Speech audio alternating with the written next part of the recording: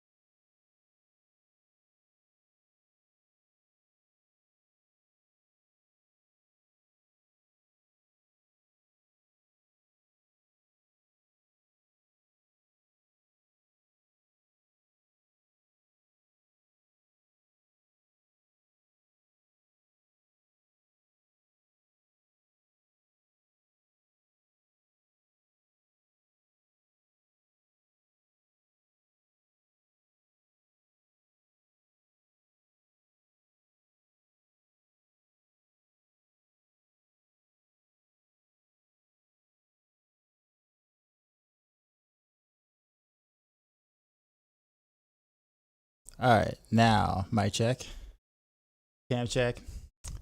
What up, y'all? So, same thing as yesterday.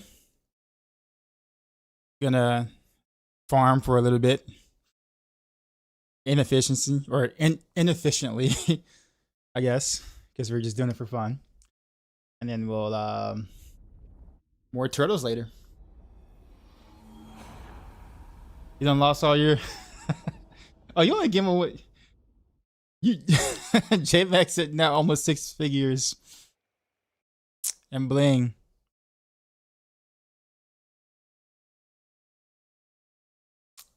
So you get the game capture here. Get it to D4. There we go. We're good. I think I've been like Paragon 282 for like 5 days now.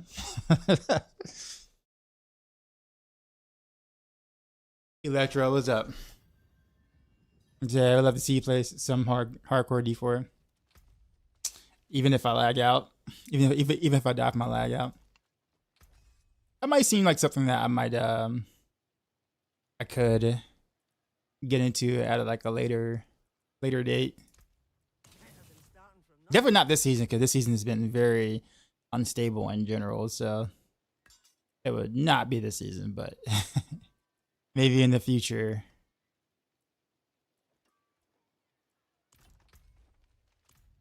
I'm gonna write a song about it. Mother's Blessing soon. That is on Tuesday. Right now, it is still Monday Blizzard time.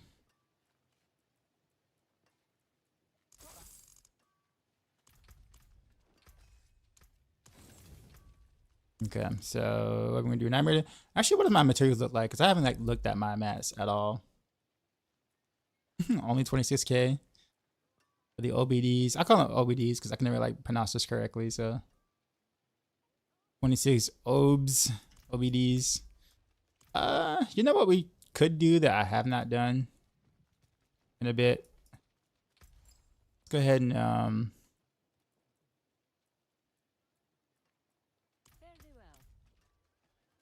figure out who.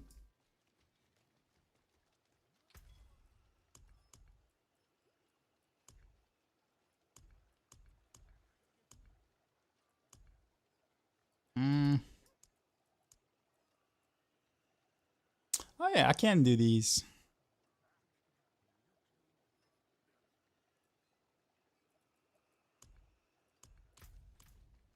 Nah, but we're gonna actually, I guess it is a blacksmith, isn't it? Forge equipment. That's right. Yeah, we're gonna do like some mythic boxes, just because we can.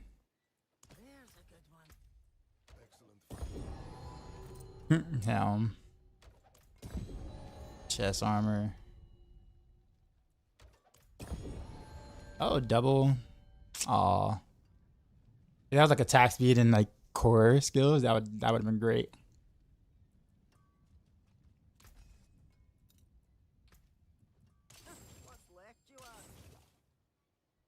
Okay, so I guess we got one more we can do. What does this look like? Oof. All right. Well, no good luck there.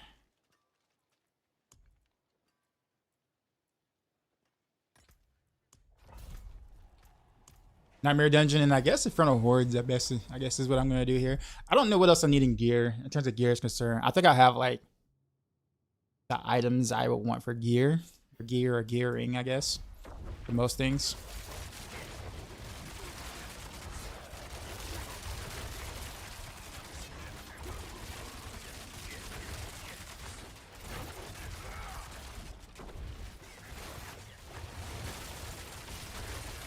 Not bad for some builds. Rogue would never use crit chance though, like that. Rogue is almost always at 100% crit chance no matter what.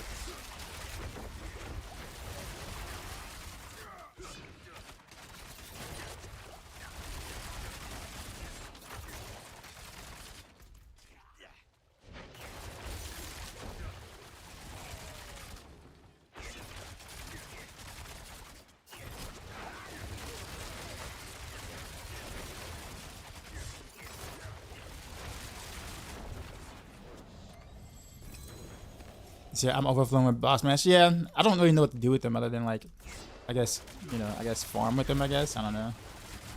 But I could just do some boss rotas or some like rawhide or whatever, but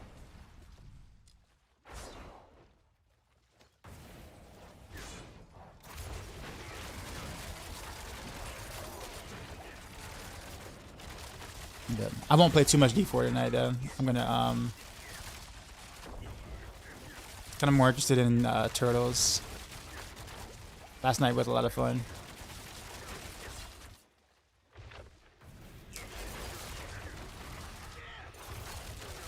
Question for the upgraded uniques: will it only be the new ones that drop after the patch? No. So the unique affix is retroactive. But if you want the updated stats, like if a unique has different stats on it or updated stats, you have to find a new one. But the unique affix itself is retroactive.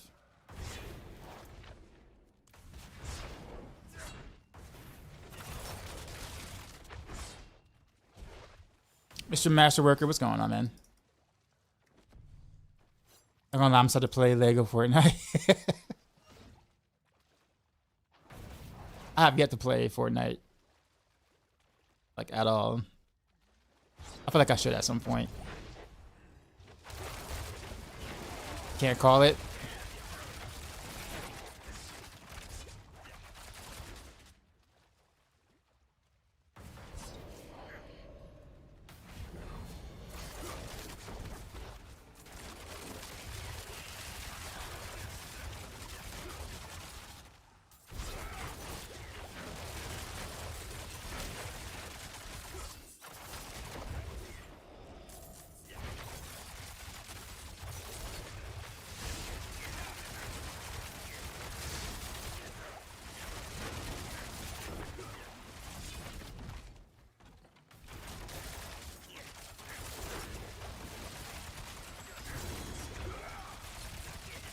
Gun Barrage. Well, yeah, I mean, I shake things up. I don't always just play just one build. I have a main build for sure, but I generally play a lot of different rogue stuff. And for the type of content I'm doing right now, Precision Barrage is nice.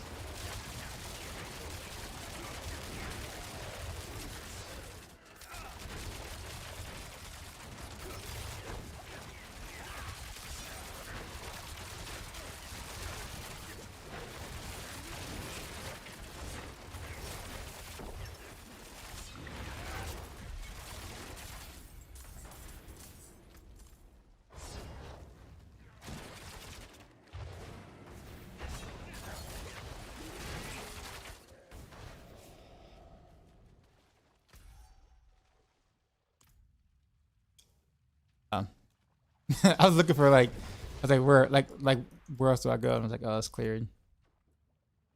Okay. Beastfall boots. You know, I might actually keep this one.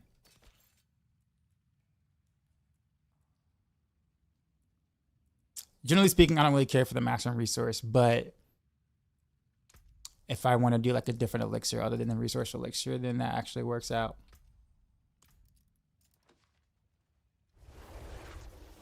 I haven't tried precision yet. Honestly, right now, like as of right now, I actually prefer Precision Barrage over Victimize Barrage for farming, that is. Because it's so, like, it's just so smooth. I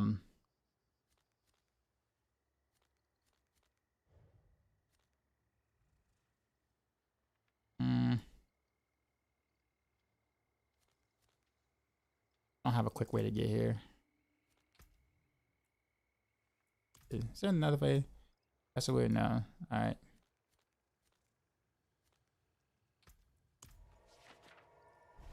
Yeah. But I say that because of the way that Victimize mechanically works, right? Because, you know, it you know, has that internal cooldown that makes it pretty awkward to farm with, especially like more so in front of hordes, because of just, you know, just the way that it works. So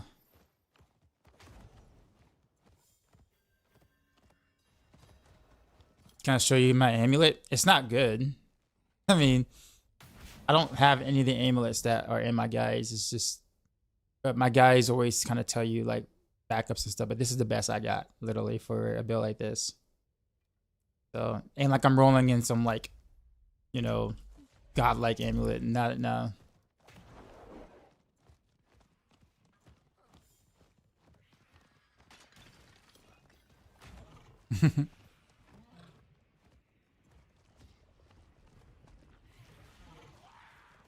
Yeah. I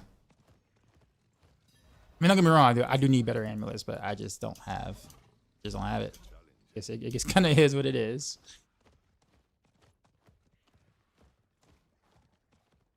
And I'm never gonna get the amulet I want for practically the rest of the season. Like it's just I just don't see it happening. If I haven't gotten it by now with the amount of hours I played this season, it's not happening.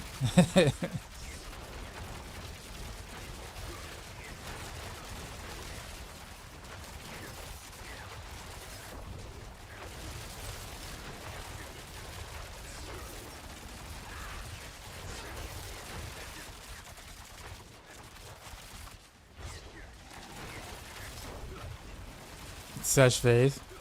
Yep, 0. All of 0 faith there.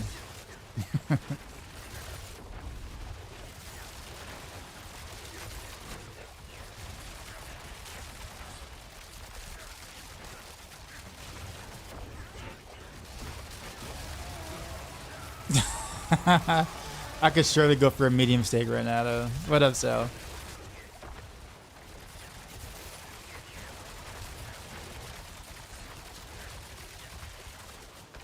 Everything good with you?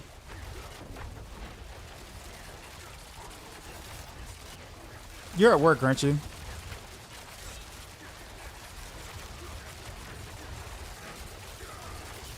It's a game, bro. And when you play as such, you never know what you're gonna get. Just saying. Oh, okay. All right. Well, you have more faith than I do.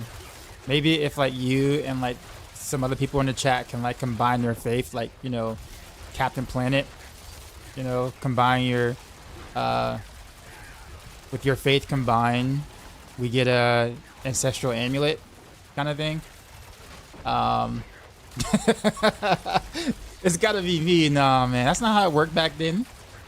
Back in the day, that is not how that worked. When you're down, you combine powers. Have you not watched like the Saturday morning cartoons or the whatchamacallit? Like you haven't watched Captain Planet, Power Rangers, like Ronin Warriors, Voltron? Like, nah, man, it's never just you, man. When you can't do something, you combine your powers. That's how it works. Yeah, right. Wonder Twins. Yeah, see, exactly, right. Like, nah, man.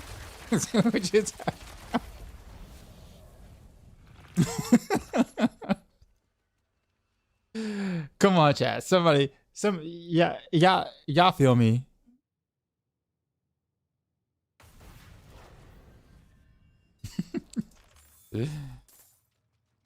This is an MMORPG. Well, no, I will take the MMO part of it because this is definitely not an MMO. This is an ARPG with MMO elements, light MMO elements. But yes, I bet you're looking forward to that Victimize buff tomorrow. The damage buff, no, because the damage buff is peanuts. But I am looking forward to the internal cooldown being like lowered a lot. Like that's gonna make Victimize builds feel a lot more fun. I assume something else is gonna get bugged from them doing it, so I would not be surprised if we come across a new bug of some sort. But yeah, marginally co-op RGB, action RPGs. Oh man.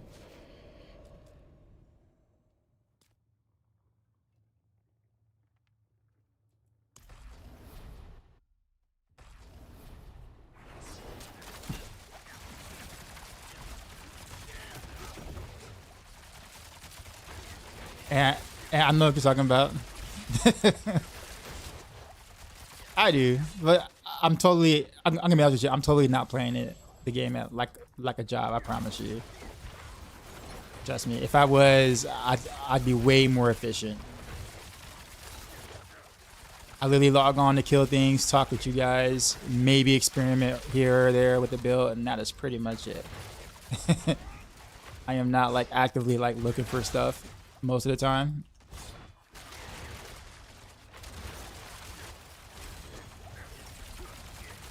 OG means something for you.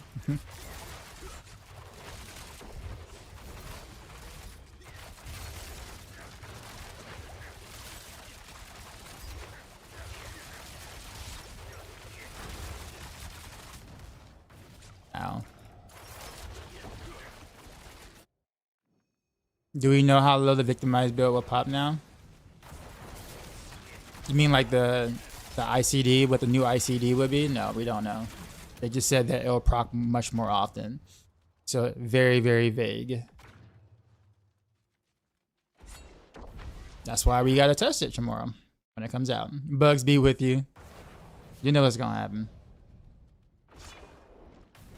So which nigga Shredder's I'm gonna play? I started playing Shredder's Revenge yesterday. So I'm gonna play more of that today.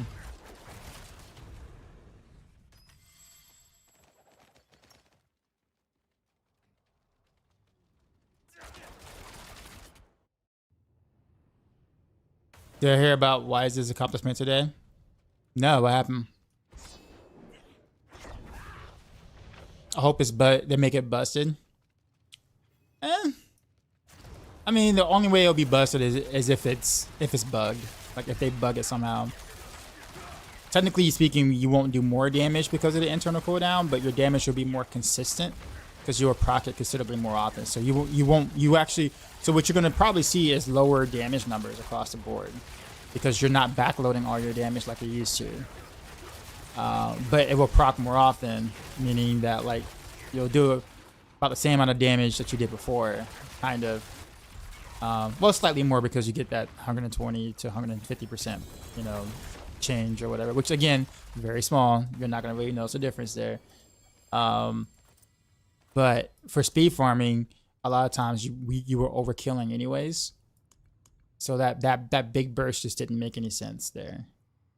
So when they lower the cooldown, it's gonna feel a lot better to farm with.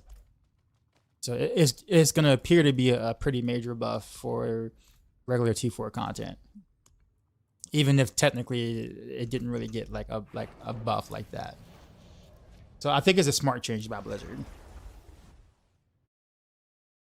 What I'm thinking though is that I'm wondering what the new internal cooldown would be, and like how does that affect the way that let's say Heartseeker or Barrage interacts with the cooldown itself. Because 0.5 seconds is one thing to backload, but how do we backload? Like let's say if it's like 0.2 seconds or something like that, right? Like then at that point, like how does that work with the Umber Crux? Just the Upper Crux only procs 0.5 now. So like I guess my thing is it's gonna have an interesting effect on Barrage Victimize because the totem only procs 0.5 seconds basically.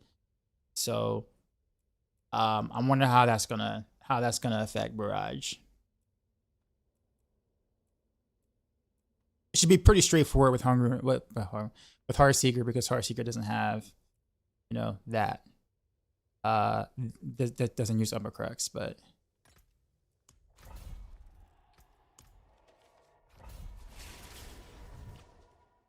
been playing Heartseeker Victimize since day one, so I don't think I'm gonna notice something drastic anyway. Well, no, it's gonna like farming. It's gonna feel a lot better for you. 3 below 0, you will definitely notice a big difference in terms of your farming is concerned.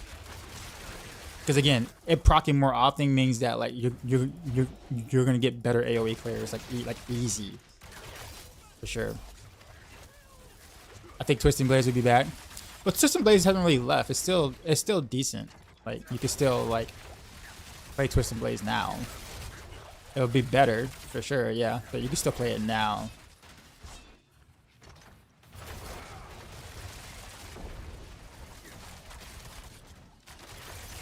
I might at some point play some Twisting Blades if time will allow.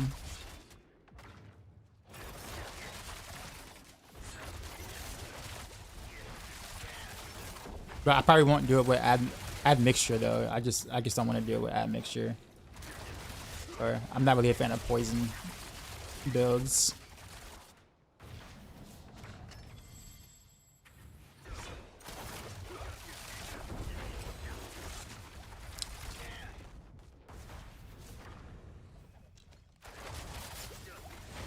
Maybe Victimize would double dip itself due to the backlog bug. It might do it on the Umbercrux. I mean, the Umbercrux is very bugged as it is. That's what I'm saying. I'm wondering how it might how it work with Barrage. I don't know if it'll be a positive interaction or a negative interaction with the lower cooldown. It'll be one or the other. It's not gonna just be like it's not gonna be like normal. It's gonna be either really good or really bad for Barrage, with the Umbercrux that is.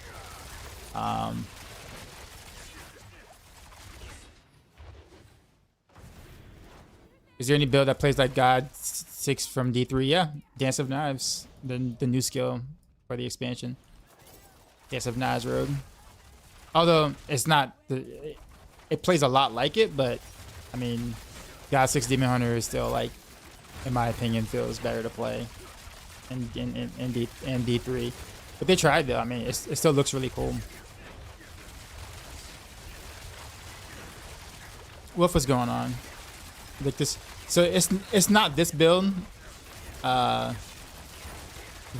do exclamation mark builds with the S, and then take a look at the next to last planner. It's Precision Barrage at the moment, just cause I feel like it.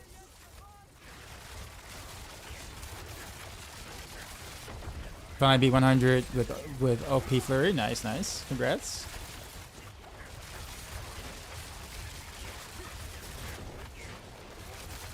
Rapid fire meta coming. I mean, it's been mostly meta most of this time anyway for pushing. So I don't really know how the buff really changes that notion. Like, you're not gonna farm with it, so because there are definitely way better farming builds than rapid fire. You can buff it to obscene amounts and you still wouldn't farm with it because of how it works mechanically. So it's just gonna only be good. I mean, it just got better in terms of pit pushing is concerned, but for your regular activities, no. So that's still not gonna really, like, the buffs are not gonna really like tempt players to, in my opinion, to like want to play it more because everything stays the same mechanically, and that's the reason why people didn't play rapid fire. Now it's still very strong. Like, rapid fire is like one of the Rogue's best builds, but like mechanically people just don't like it. So the buffs isn't gonna change that fast. Yeah. But the buffs are gonna benefit the people who already play rapid fire, which is like 5, 6 people maybe.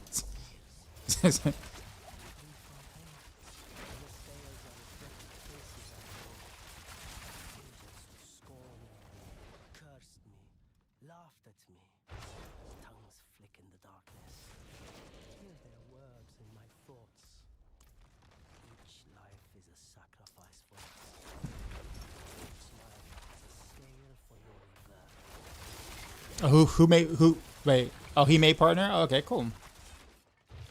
Cool. Yeah, I didn't know about that, sorry.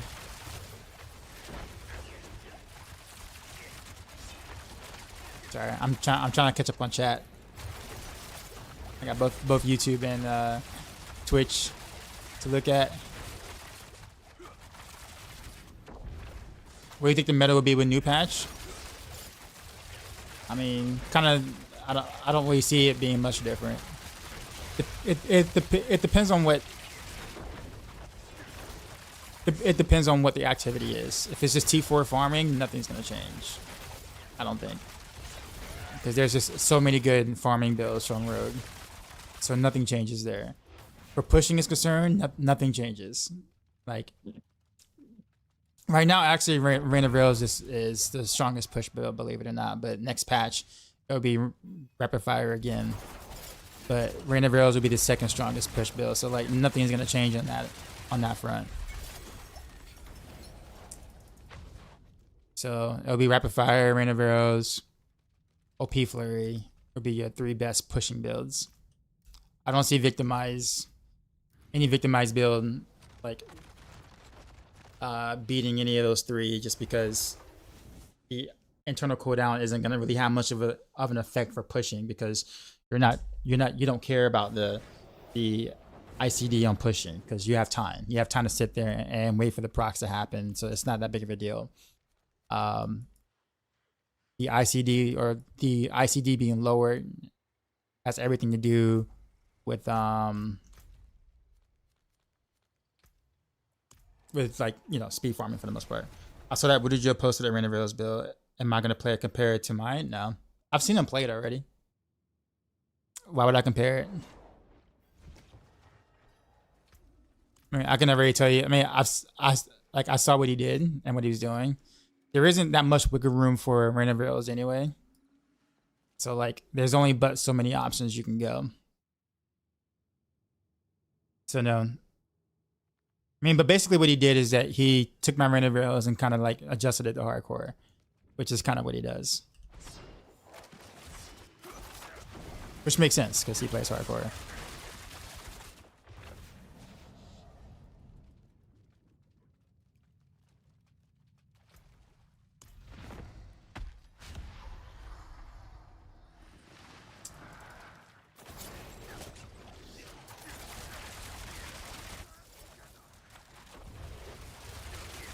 But yeah, I was in the chat when he actually did his 100 on Renovails, because I was telling him what to do with some of the things that weren't explained or whatever. Like how, like I was able to save him 6 points and stuff like that. So yeah.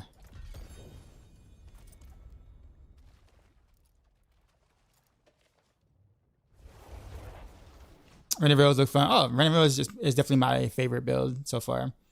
Got my first 4G mythic in this melter. Yeah, man. Nice nice shard. Not shard, spark. Very nice spark you got there, sir.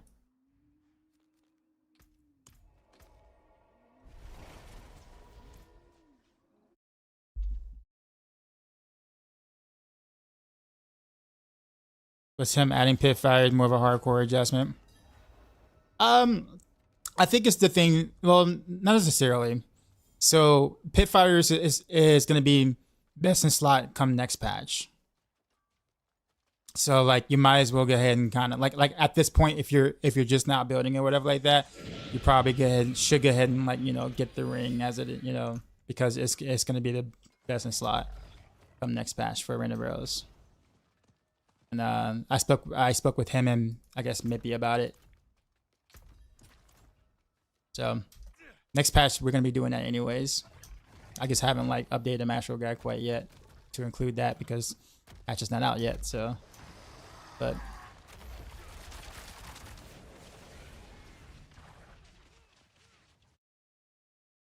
so is Barrage just better Heartseeker? Technically, kinda. Yeah, pretty much.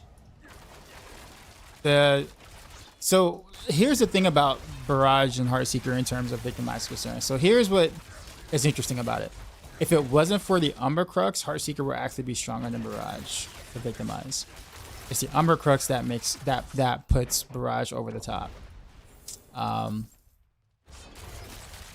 I know you're thinking, well, why don't we just put Umber Crux on Heartseeker? Well, we can't do that because in order to really take advantage of the Umber Crux for Victimize build, you gotta pierce the totem. Not ricochet to the totem, but pierce the totem.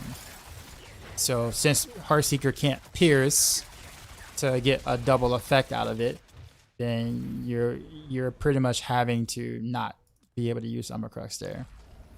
But yeah. Now if Umber Crux gets bug fixed next season, like if they actually, you know, fix the bugs for Umber Crux or whatever, then it might be a toss-up, or Heartseeker might be slightly better than Barrage for Victimize. Because in reality, the multipliers for Heartseeker, Victimize is better than Barrage Victimize. Like in terms of what Heartseeker can take advantage of and stuff like that, whereas some stuff on Barrage you just simply can't do. So let's just say that the Umber Crux is hard carrying Barrage Victimize.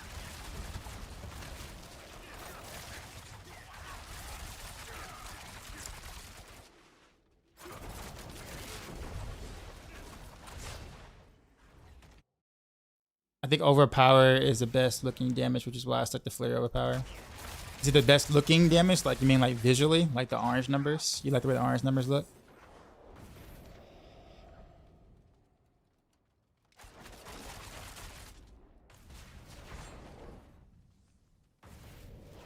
Does Renaverails use Victimize? Nope. Can't.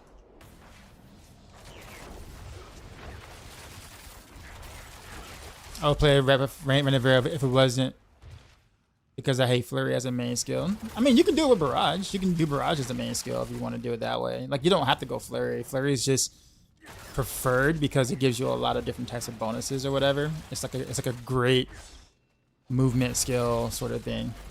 It's not dealing any damage. Hell, I have Flurry in this build right now, not because it's good for like damage or anything. It's good just to get it around. Like it's so mobile. But yeah, it does several different things.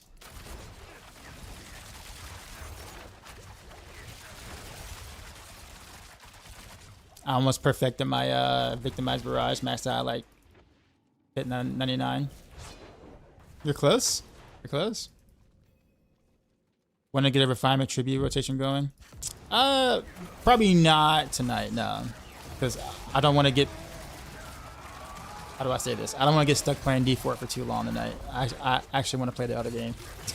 So, I know what happens when I start making parties. Isn't Flurry getting precision stacks? It is. But I mean, I don't really need it. I mean, I attack fast with Barrage. I don't really necessarily need it to help me stack precision stacks. It's literally just here for the movement, I promise you. At least in this build, I'll put it that way. Is it true that Victimize Barrage plays exactly like the previous Andy's Barrage? Yeah. I've been saying that all season. And people kept saying, it's like, oh man, I wish Andy's was you know, was good. And I'm just like, yo, just play Victimize. Victimize Barrage with Poison Imbuement, same, legit, practically the same thing.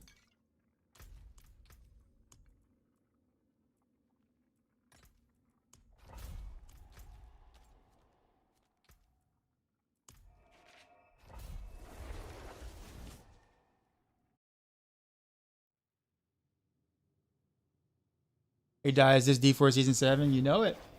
Been blasting your random availability. It rips. I love it, man. I love it.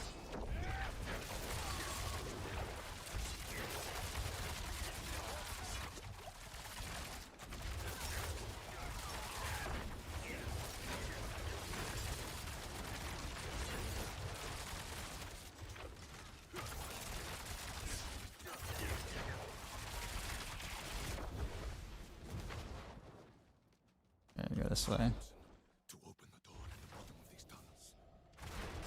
you happen to know what the chances of hitting 3 masterwork of a desire to fix in the room? It just depends on the item. Does the item have 4 affixes or 5 affixes? And I don't have the exact math, but I'm sure some people here might. Let's just say it's very rare. It's like hard, very hard. So you're gonna be spending lots of mats and gold trying to do it. Sixers and Bucks. Oof.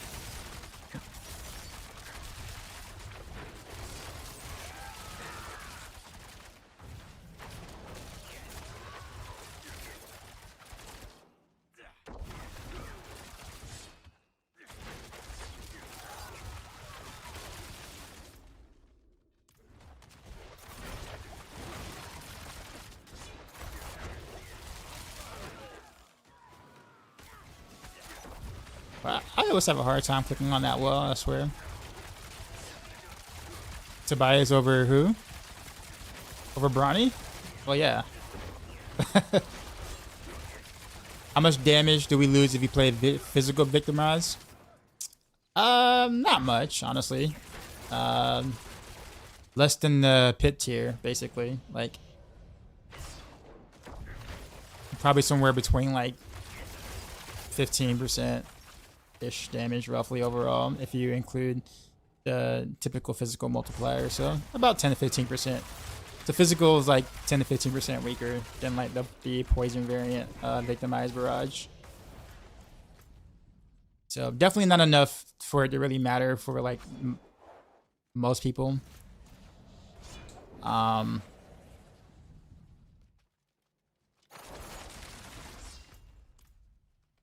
again, I'm looking forward to in 2025. I haven't really been paying attention to like what's coming out, because my loop right now, like my daily life loop, kind of revolves very heavily around work, streaming, and of course, obviously, well, yeah, pretty much just work and streaming. And then I guess also Maxroll duties too as well, and like what's coming up next and what we need to do and that kind of stuff. So I haven't really been like branching out, like like seeing what's out there, etc. I guess the only thing I could say that I'm for sure looking forward to is Path of Exile 2. But yeah.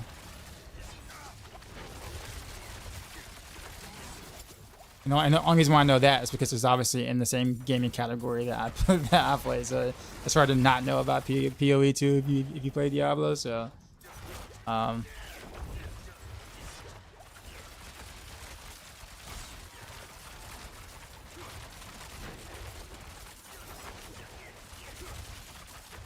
Buck's downfall was obvious. Yeah. Yeah. As much as I love Dame, getting rid of Drew Holiday was the worst thing that they did for Bucks. If they wanted more offensive production, they should have just gave Drew Holiday like the green light and said go ham.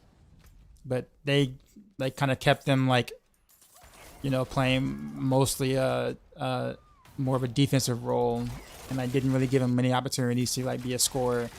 He can score, like Duke can play, but like they just didn't really let him. So honestly, they should have just kept Drew Holiday, honestly, and then gave him a more of an offensive role if they wanted to more offensive production. Easy, but oh well.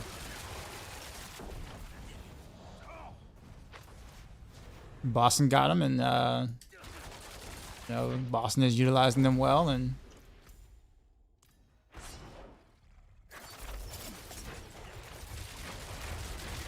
over Jimmy. Is it Bronny over Jimmy or Tobias over Jimmy? I got a triple movement speed.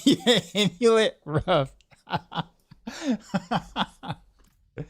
Oh man, that kind of sounds awful.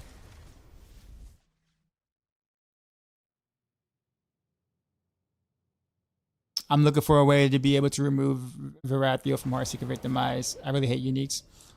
Oh man.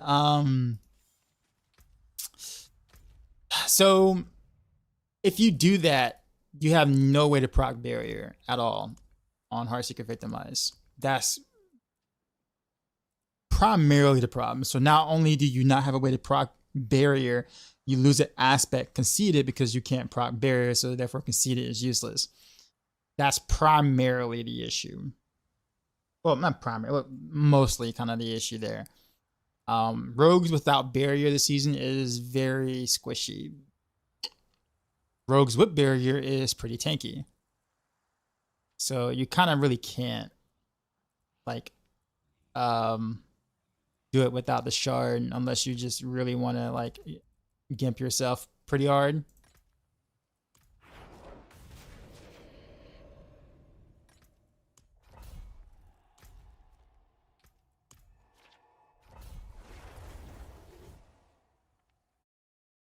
Oh, Dynasty Warriors. Yeah, I haven't played a Dynasty Warriors game in like forever. I used to love those kind of games.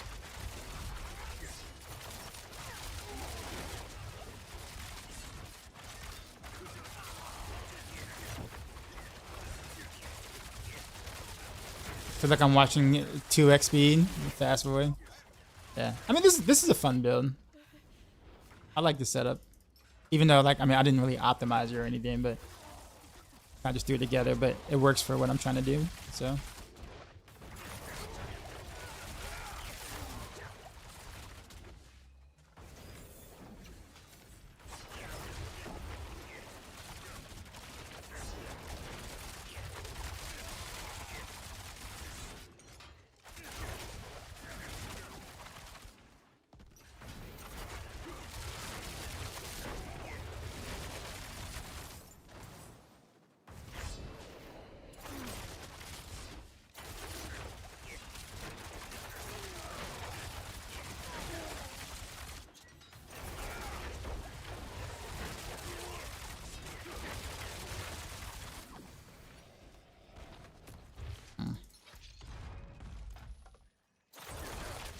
You chase Lubu, Lubu, yeah. Yo, Lubu was OP, man. Lubu was OP as hell. Like, you saw him on the map and, like, just depending on, like, what, like, where you're at and what you're doing, you might try to avoid him.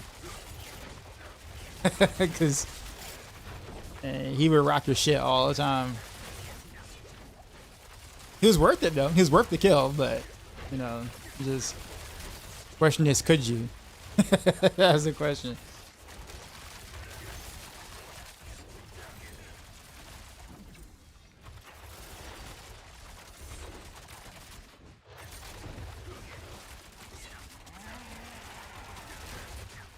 Thanks. I switched to Victimize. I don't have another to Poison Temper. Yeah, you can just totally go physical, man. Like, for real. Like, you're really not missing much at all. Most people won't even notice the difference between physical or poison barrage for Victimize. Hell, I mean, technically speaking, I could do poison on this setup if I wanted to, right? If I want to do poison, whatever, for the quality of life and stuff like that, I could. But it's like, well, I don't technically need to. And it opens up an additional skill, so I can like be a little bit more mobile, I guess. So I don't have to have poison view on my bar.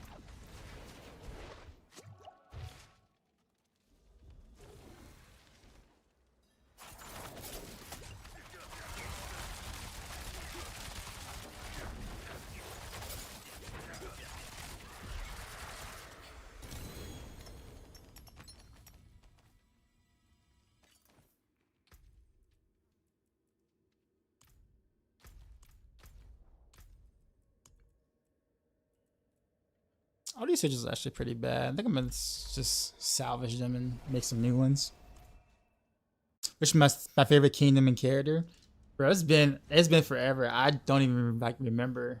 We're talking about like decades since I played, like 2 decades at least. So like we're talking about the old school Dynasty Warrior games.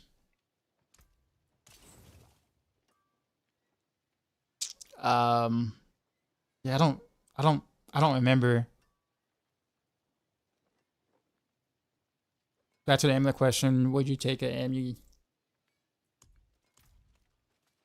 with 2 passives or an ancestral with a single non-GA passive or a non-first choice GA passive?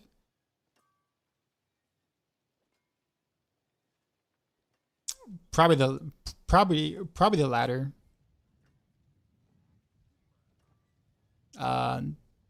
Depends on what the second choice is. Like if it's like, let's say on like a Victimized build, if it's Frigid Finesse GA, then yeah. If it's a Precision build, but it's GA on the Malice or something like that, then yeah. You don't have great choices anyway. Most people don't have great choices.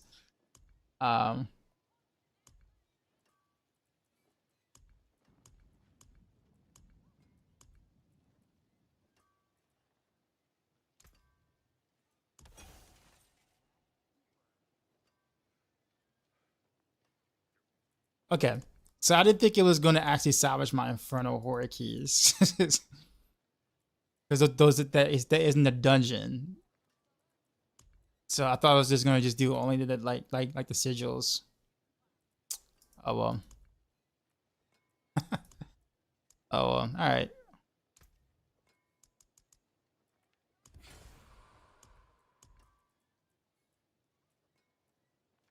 For a new role player, what build I recommend? Try Andy's last season. Didn't like the playstyle with Umbra. Honestly, Rain of Arrows.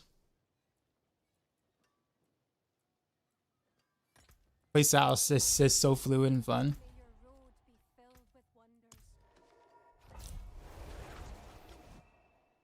Gameplay wise, I like Zhao Yun in 7. I think he became a bow staff. I love bow staff actually. Ling Tong in 5 was also fun.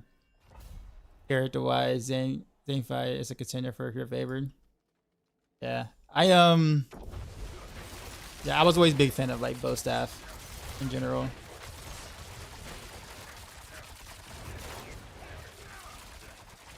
My brother was more of a sword guy.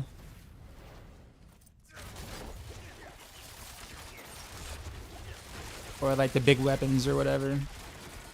Slow hitting, but like lots of power. I love hack and slash for sure. That's why I think like D4 for me, even though it's not like a hack and slash, gameplay is just the most important to me because I like killing things. Oh, there he is. Endeavor, what's up, man? Is it? I'm right here. I'm right though, right? Am I not accurate?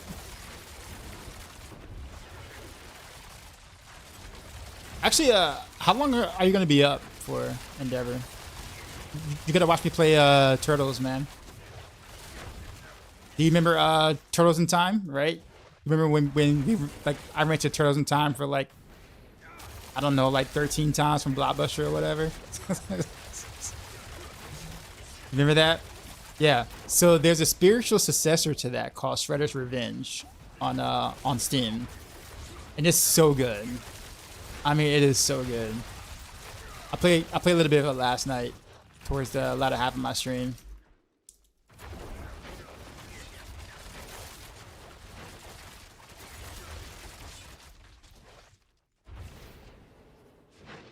And I was telling everybody that I couldn't play Leonardo because that's your character. And I said it's an unspoken brother rule, you know, sibling rule where we can't play each other's characters.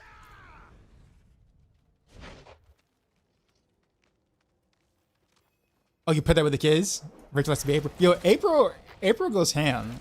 I am not gonna lie. Like, I played a little bit of April like earlier today, like off stream or whatever. And I was thinking more so of like, you know, like I don't know, like because I mean, when you think about the way that, like, you know, like in that era, like in the early 90s or like that, like how developers or whatever would like portray females in games or whatever as like feeble and weak and kind of like very feminine or whatever. So I was expecting her to moves to be very like, you know, like that. But like when she busts out like the Jackie Chan stuff, I'm just like, what? Nah, she goes no. She goes hand. But yeah, Master Splinter is also a lot of fun. But yeah, it's cool.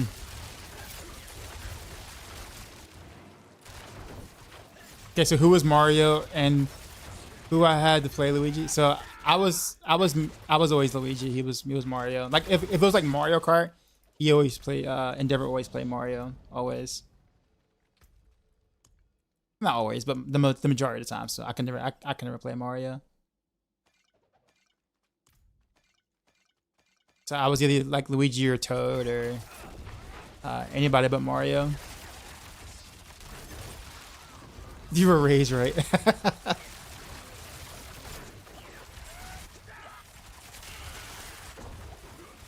Can't wait for the event Tuesday. Yeah, I mean, it'll be alright. I think the mid-season patches will be just okay.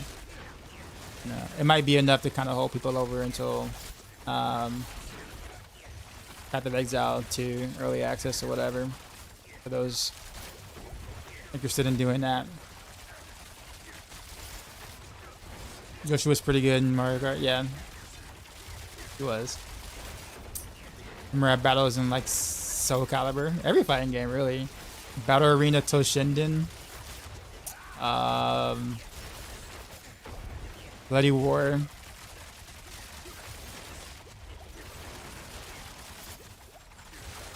I always hated you in Bloody War though because you played like the coolest character and I really wanted to play that character so much so bad, so I had to find like an alternative.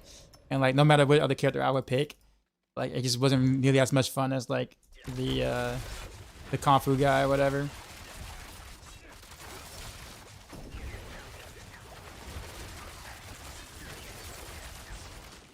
Forgot his name.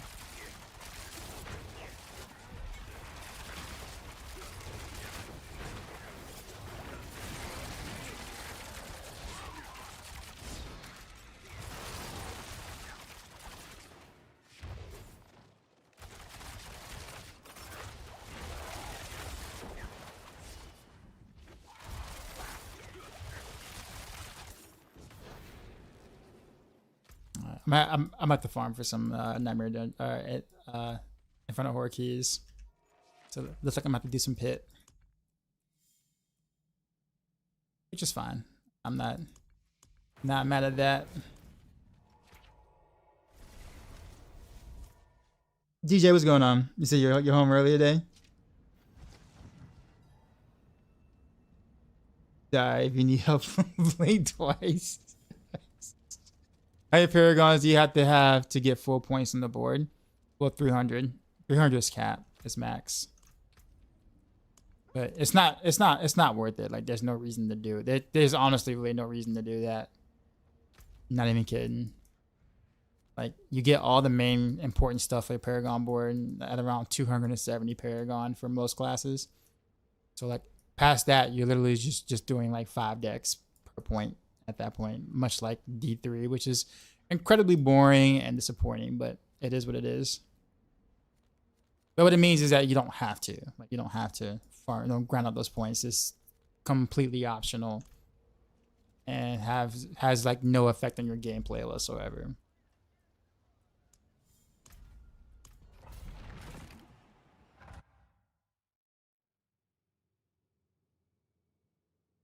What's happening tomorrow? New patch. The mid-season patch with the mid-season updates or whatever.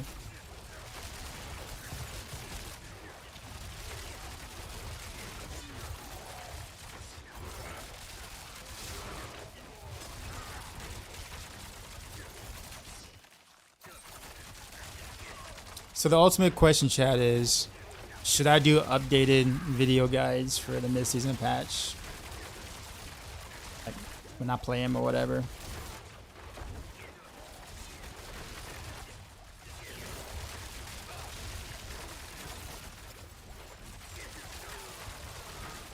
Because, like, I guess at this point in the season, I don't know if, like, many people are like really playing right now.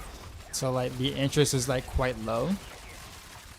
It is a lot of work to kind of do video guides in general, but I guess for like mid-season patch updates or whatever, maybe I can make them much shorter, I guess. I don't know. If not much changed or whatever.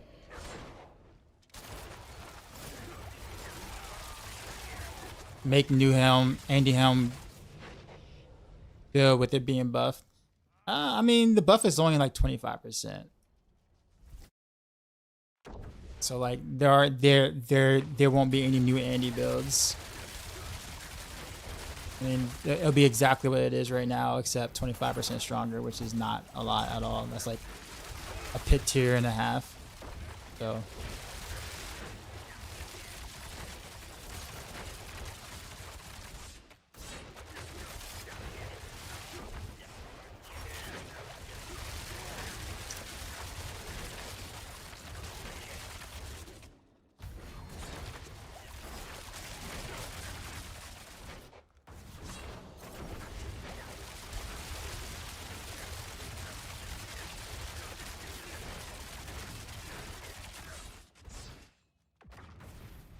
did an updated Barrage rogue.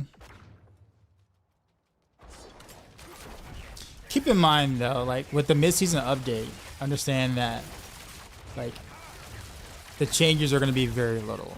Like it's not like the whole build is gonna be torn apart with brand new things or whatever. Like it's just going to be mostly talking about like for instance like Barrage, Victimize or whatever.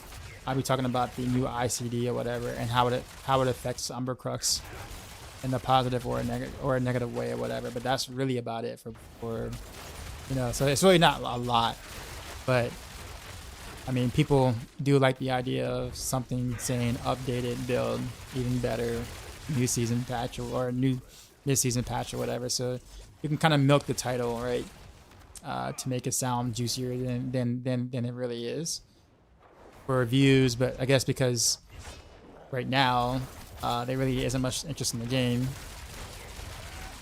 for the rest of the season, like is it worth me spending the time to do that, if that makes sense? Because that legit means literally my whole entire week is going to be like revolved around work, streaming, make YouTube videos, find some time to sleep in between there. Much like the beginning of the season.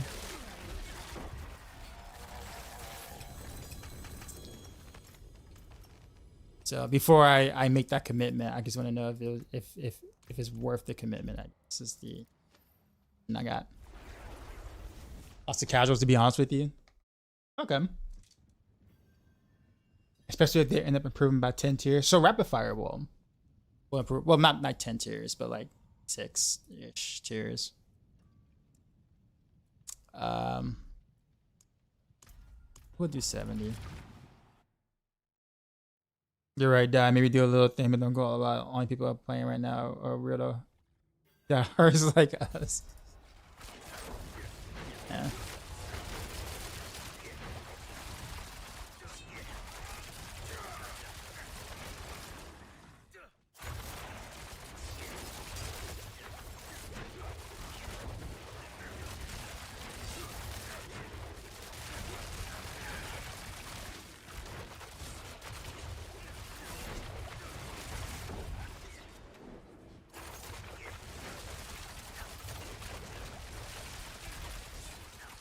Yeah, I'm thinking of like not doing like a lot of gameplay stuff, just something very basic. I might even just clip the gameplay from the stream or whatever, so I don't have to make new gameplay. So obviously I'm gonna play the build before I talk about it. We'll see.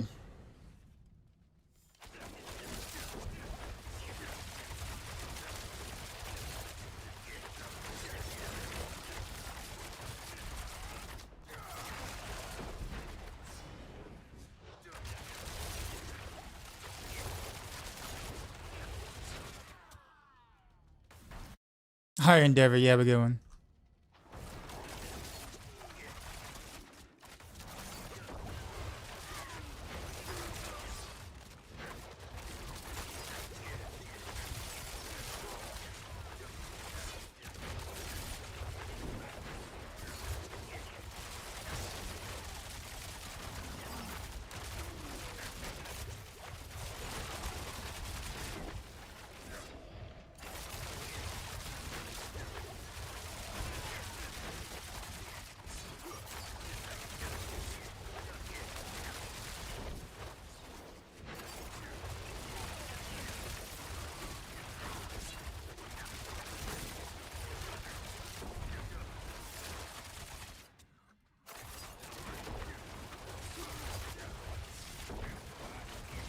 Make clickbait video. Your video, mega OP twisting blades, showing damage. So rapid fire got the most buff? Yeah, it did. Rapid fire followed by twisting blades followed by end shot, I guess. Followed by Rain of Arrows, I think. But indirectly for Rain of Arrows, I would say.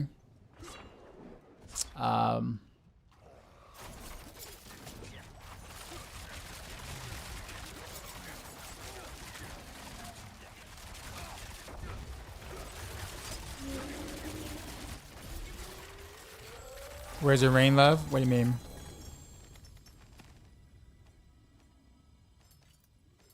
You mean like the patch notes, or?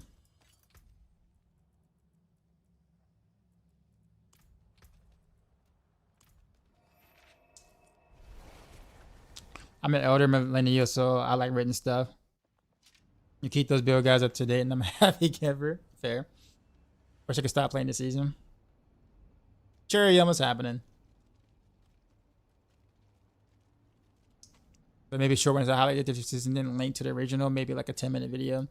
I almost don't even want to do 10 minutes. I think 10 minutes is quite long for that, for some of the changes or whatever. I think rapid fire might need something like 10 minutes just because more changes actually happen in rapid fire. But like for the other stuff, like it's just more so like highlighting, you know, some of the bigger changes from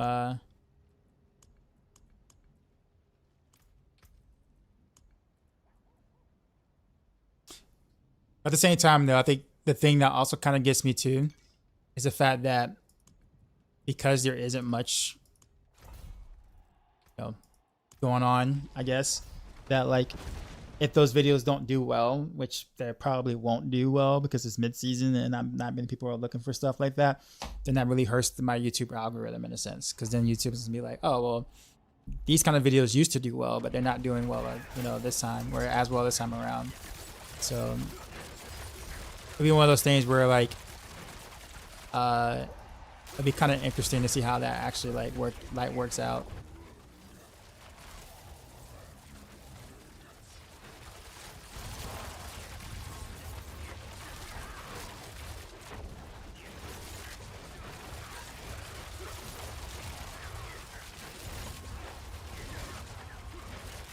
Especially since Spiritborn obviously is still way like the popular class right now. So anything not Spiritborn related just naturally gets less clicks. I played this rogue build and you won't believe what happened next.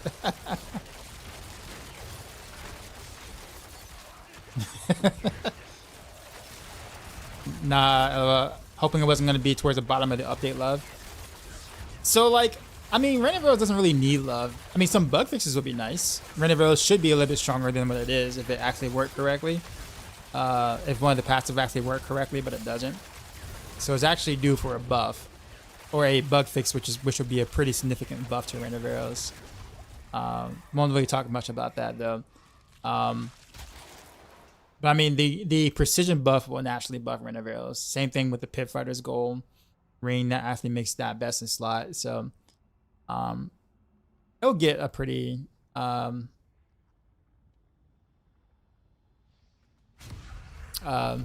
decent-ish buff. We're talking about like maybe 4 tiers, 3.5 maybe pit tiers of a buff. Rapid Fire is gonna get like 5 tiers of buff, 5.5.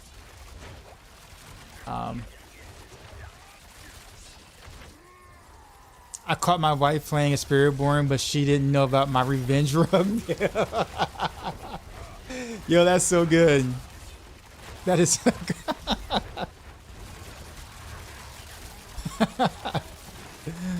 Oh man,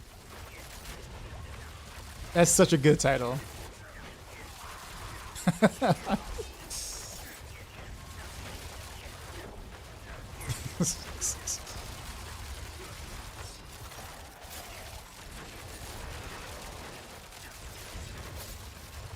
But the thumbnail has to be like a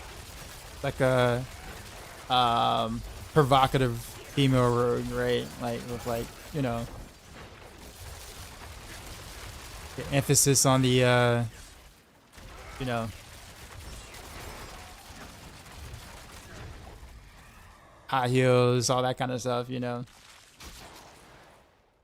But yeah,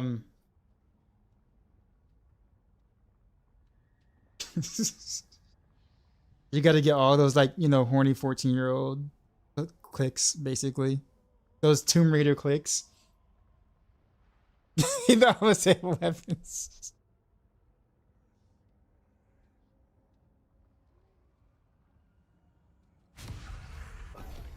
Maybe just one video and you talk about all of them. I actually thought about that. Actually, it was like in my mind for a bit. I was like, what if I just do one video to speak about them all? But I have to kind of show gameplay for all of them, though, if that makes sense. So I wonder how long that video would be, and also too, like I have to kind of like make planners, or you know, like link to planners with, I guess, the smallest smidge of updates if there is any for any of them.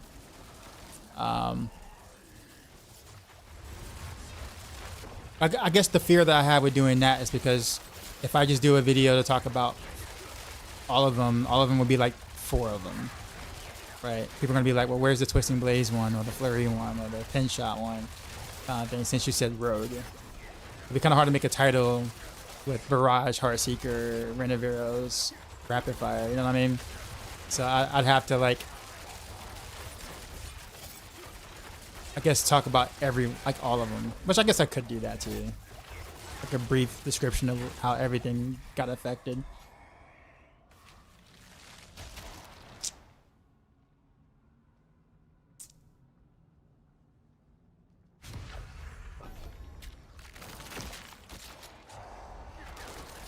Yeah, ha, can't beat that title. I know that's such a good title. The ultimate clickbait title.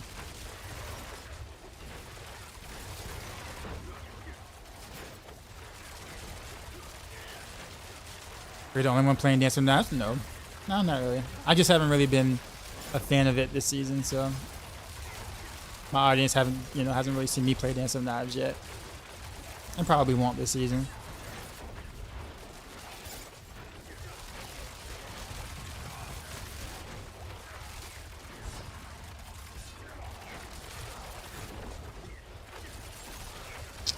Are they gonna fix snapshot bugs? I don't know what their plan is for that. I don't know.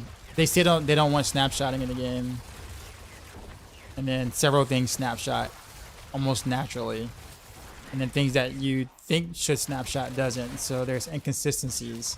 So I really don't know what they're gonna do, or what their intent really is with that.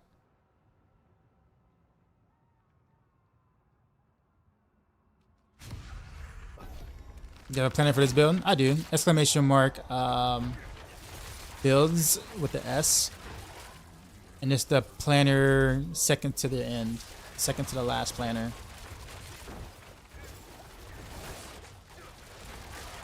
Although Flurry is not in the build, but Flurry is just the movement thing, so it's really not important. Dark Shroud is there instead, but it functions the exact same way.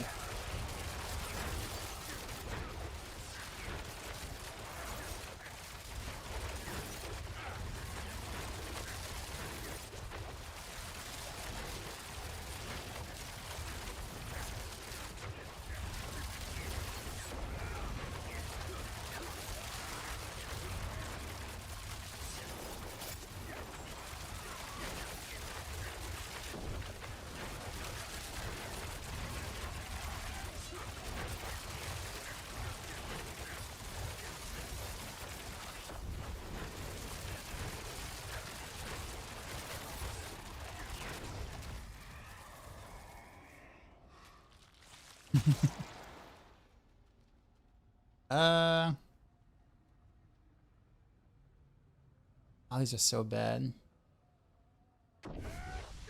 Sure, we'll do this one.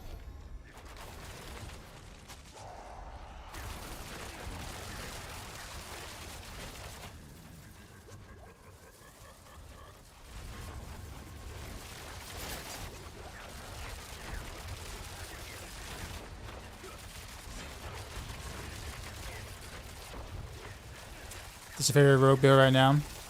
Rain of Arrows is. I just played a lot of Rain of Arrows so far this season, so I thought I switched it up for farming.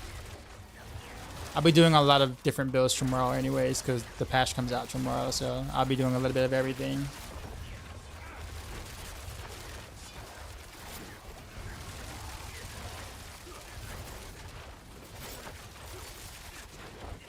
But this is really fun though.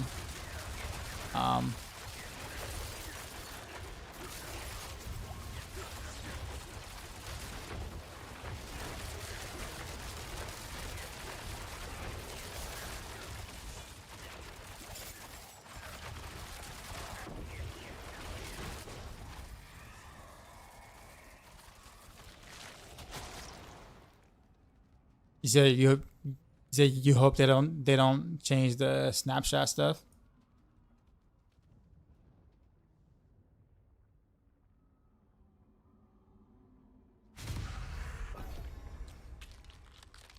See you, man. You have a good one. After the update tomorrow, what do I need? I mean, nothing really. I mean, I would probably go for a Pit Fighter's Goal. Ring or whatever. Which means you might have to use a regular glove. Maybe. Because it's going to be really hard to cap resistances because you can't roll resist on the Pit Fighter's Goal. So unless you have like Koreanish gear, it's going to be hard to like cap your resistances. So I would say a regular glove or crit damage or whatever. and a Pit Fighter's Goal.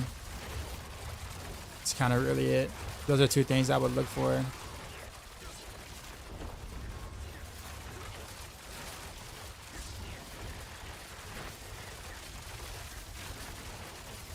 Yeah, this has been such a bad run. Like I'm on wave 7 and like not a single good boon at all. Not an elite one, not a Hellborn one. Like still, wow. Yeah, these are all so bad. What's that you want on gloves? Just a typical glove. Just crit damage, dexterity, and then probably armor. So you can change one of your skulls on like the jewelry to a diamond, so you can cap your resistances. It's really in the guide already. Like, in terms of like the glove that you would want in case you have a hard time capping. Like the written guide kind of tells you the kind of glove you will want if you can't cap. So it'll just be those gloves basically.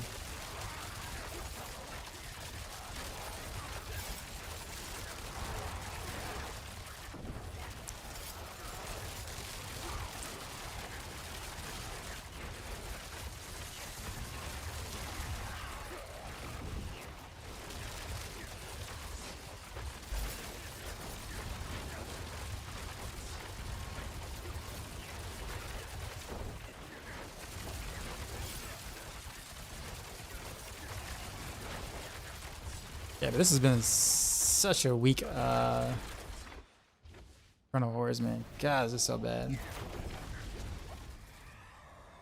Like a waste of my 10 key. Finally I get freaking Hellborn.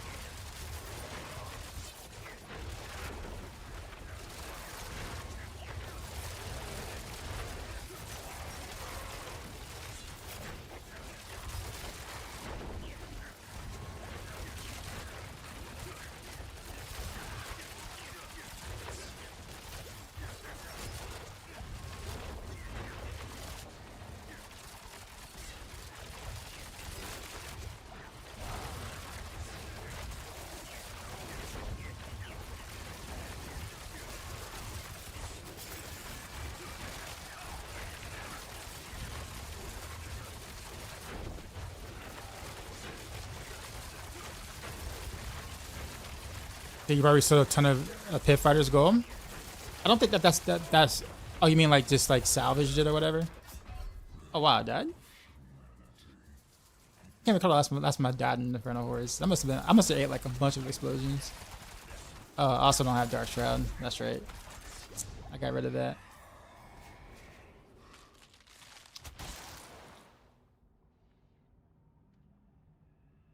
These are bad.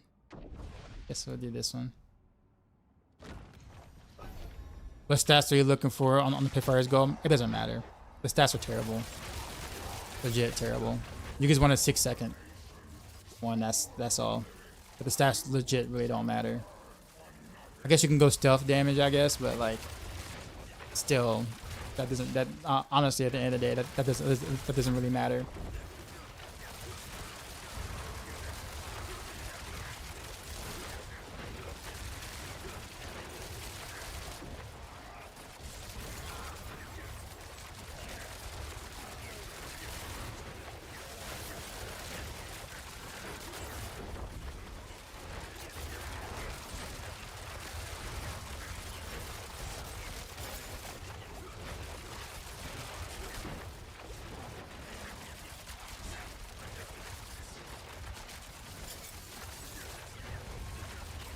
So just a unique effect? Yeah, pretty much. That's it.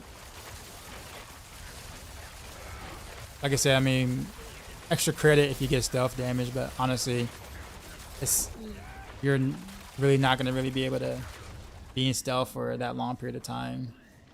Anyways, to really take advantage of that.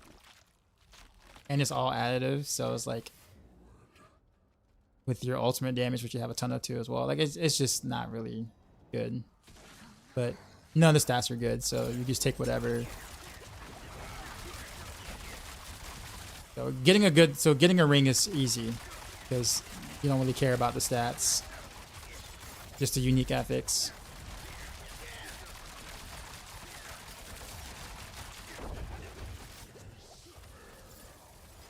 And like I said, I mean, even if you don't have a Pitfire's goal, like it's not gonna make a night or day difference. It's gonna only be just a little bit better than the regular ring. So it's not like you use it and like all of a sudden you're gonna clear five pit tiers higher. Like that's not gonna be the case. It just goes from being a side grade, like right now it's considered a side grade, to actually being a little bit better than a legendary. So it's not like a necessity where like the build no longer performs if you don't have it or something. That's why I haven't like done anything or said much about it, because I mean it will be better, sure, but like we're talking about like min-maxing at this point.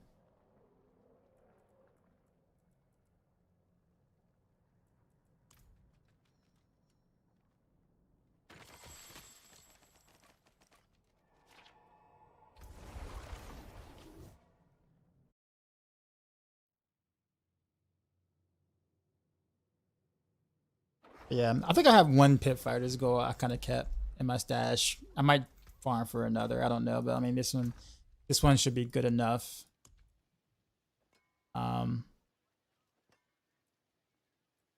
So it's just there. Again, the stats don't really matter. They're horrible. I think I have another one here, just kind of chilling. Same ordeal, like the stats are terrible.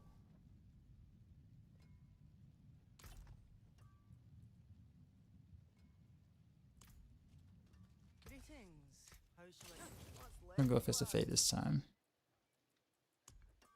Slap that on real quick.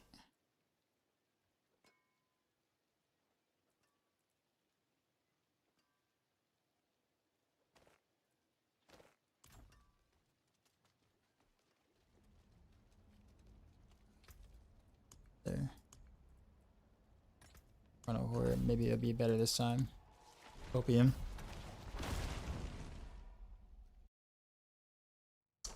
They really need to like balance the boons to be a lot better, man. Like the differences in boons is just so drastic, man. I know this is like Inferno Horrors 1.0, so it's like they got work to do on it, and I get it, but man, like season 7, I want to see some major changes to some of those boons.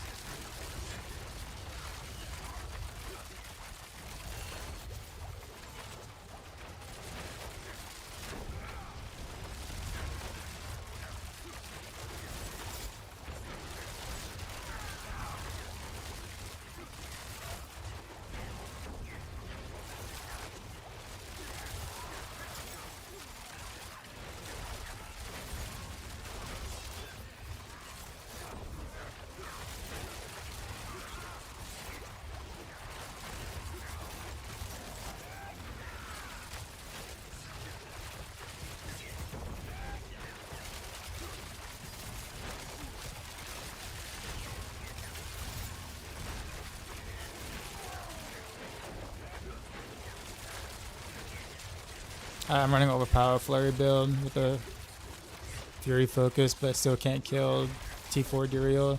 He kills you every time. I'm playing on council and the boss is an economy that I can't even click.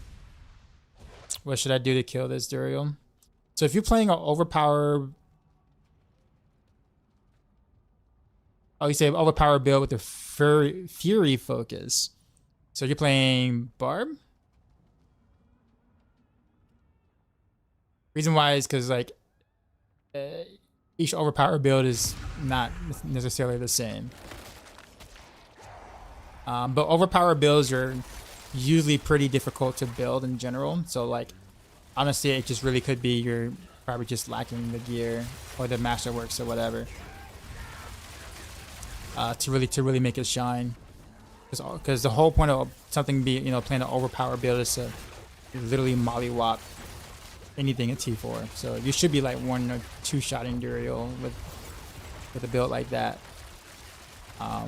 So if he's able to kill you, or you're not able to down him, you're definitely missing a lot of stuff.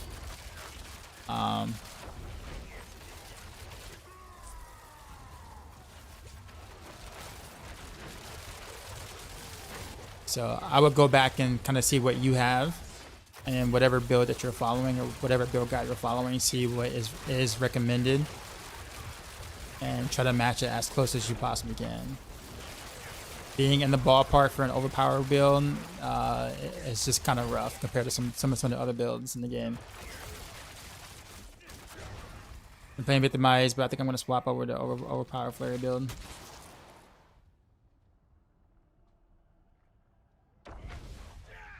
Guess we'll do this one.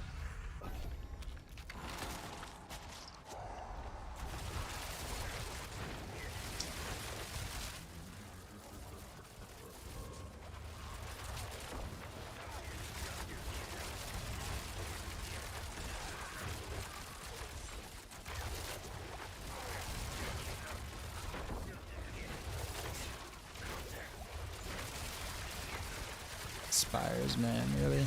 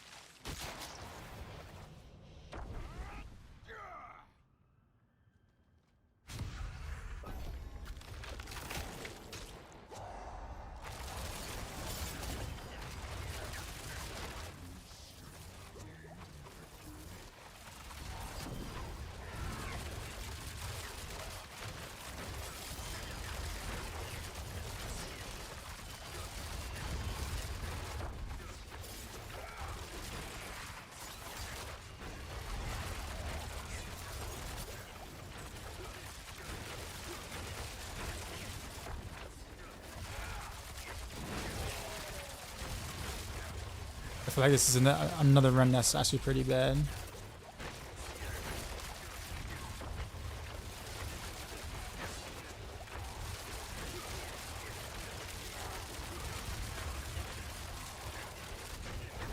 Slightly better than last run, but no Hellborns yet.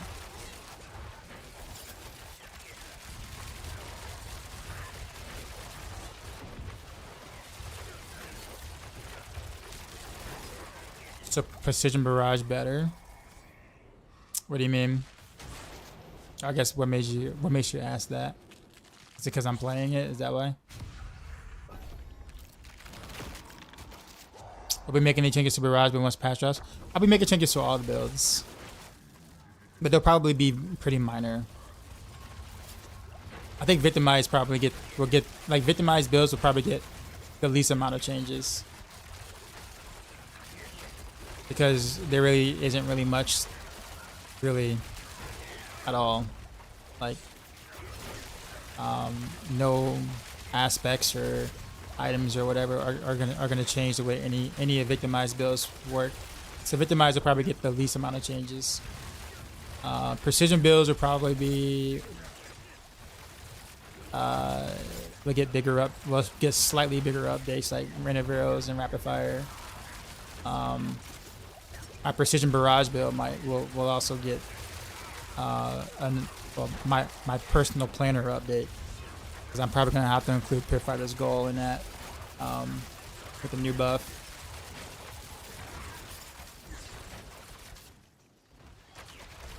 But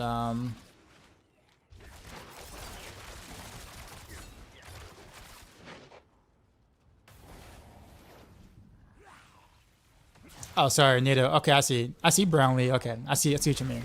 So I just want to say I made a second row. My first was Victimize Barrage and a copy of Precision build, and it's so much more fun. I agree, actually. I agree with that statement. It's not gonna push as high as like Victimize, Barrage, obviously, but like in terms of any other content, like every other content in the game, I so much prefer the Precision Barrage to play with. So if your goal isn't to try to like push, you know, like 105 or something like that currently, I guess, then the Precision Barrage is just fine. Pretty sure Precision Barrage could probably hit 100 currently. Like right at 100 with like really good gear. But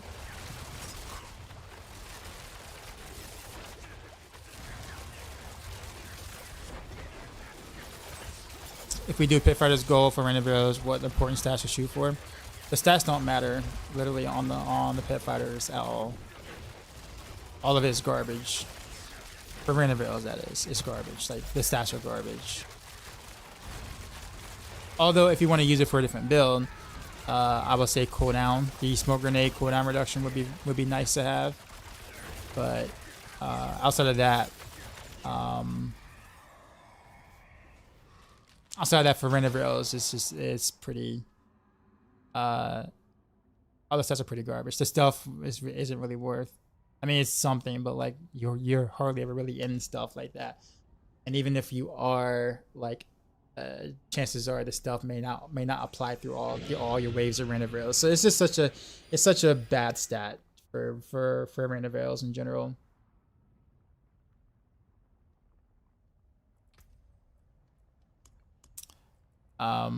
So you only really want it for the unique affix. That's it. This is literally its only purpose.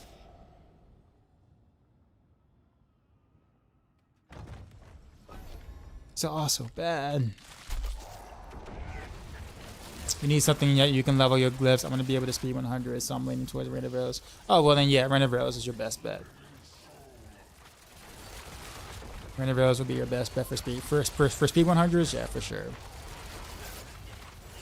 But you have to understand. Well, actually, let me rephrase that. So, rogues can't really consistently speed 100s. So, even with the new patch, I still don't think that you'll be able to speed 100s. Only because Nita with the sub, appreciate you. Yeah, because the problem, the problem with the strongest builds right now is that you still need a boss with minions, period. So like, yeah, sure, you'll get to the boss in like 3 minutes, but if it's a boss without minions, then like you're gonna be spending quite a bit of time on the boss in 100s. So like, but rogues cannot just do like 3.5 minute 100s even after the patch. That's not gonna happen. All classes are kind of in somewhat of a similar boat except Spiritborn. So technically speaking, you don't really need to speed 100s for your glyphs anyways. Your best bet, honestly, for like Renovaros is probably like 95s. And then just do like the smaller, you know, percentage upgrades until you can get your glyphs up there.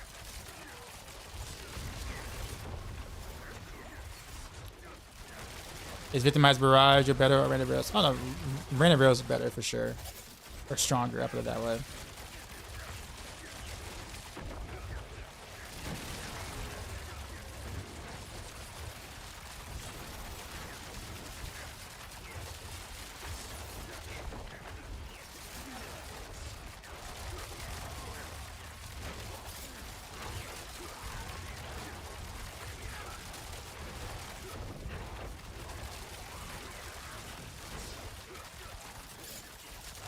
Is my 4GA win force gonna be worth anything tomorrow? I don't know. My hunch is probably not, but I'm gonna mess with it and see if I can make it work for stuff. And you know, maybe we might be able to do something cool with it. I don't know, but it gets bad to fail when upgrading glyphs. Well, yeah, I mean, but it's fine. I mean, at this point you're doing you're doing piss anyways for XP, right? So if you fail your glyphs or most of your upgrades, does it really matter? You still got XP out of it, right? And you got like Inferno Horde keys, you get mats, you get legendaries or whatever. So like you get a good amount of stuff for at least making the attempt to do the piss stuff. So like you shouldn't feel bad. Have I tried overpower Flurry build yet? Nope, because it's really hard to gear for.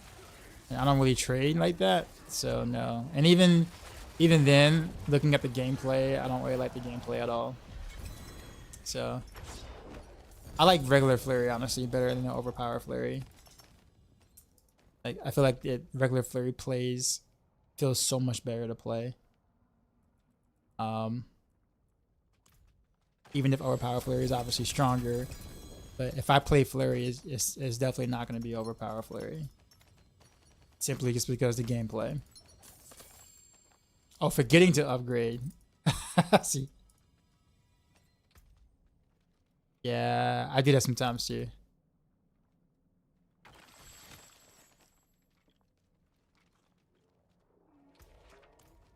What does my mask look like right now? My Raha is still pretty. But Vega.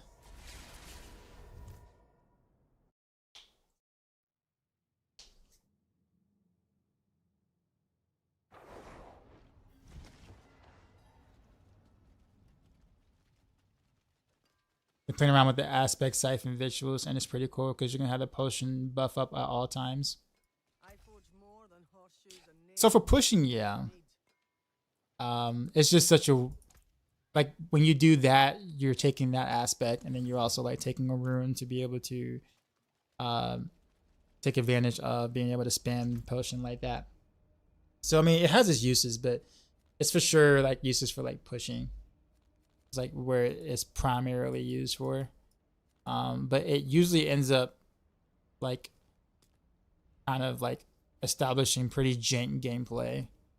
Like the people who push with those like pots or whatever, like generally don't like using them, like using that aspect themselves. It's like they feel like they're forced into it because it just feels bad to play at that level.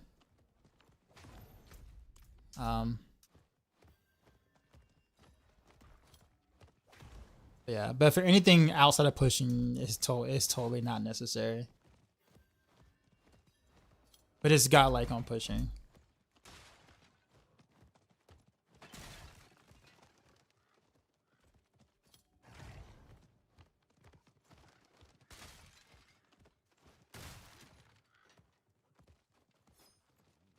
Okay. Go ahead and get this whisper real quick.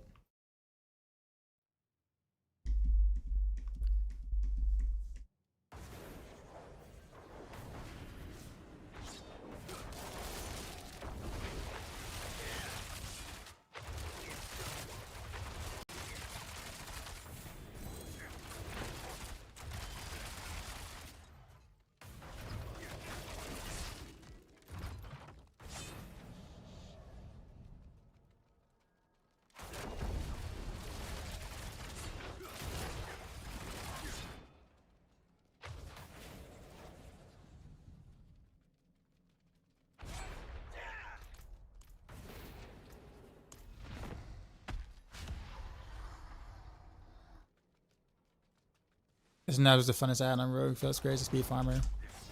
It hits a cap in the pit hard without creating. Well, I think I guess when you say it hits a cap hard, I mean, I guess when it comes to farming glyphs, I guess that does matter. Yeah, upgrading glyphs, yeah, for sure. Yeah, it's really hard to upgrade your glyphs if you just play Dance of Knives. Like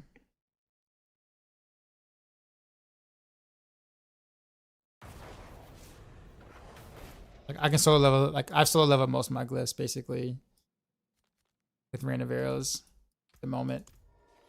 I got all my other glyphs in 96. Ones that I don't like, even the ones I don't use. But I have no reason to get them to 100 right now because I don't really use them. But if I really wanted to get them to 100, I could just by playing Rain of Arrows.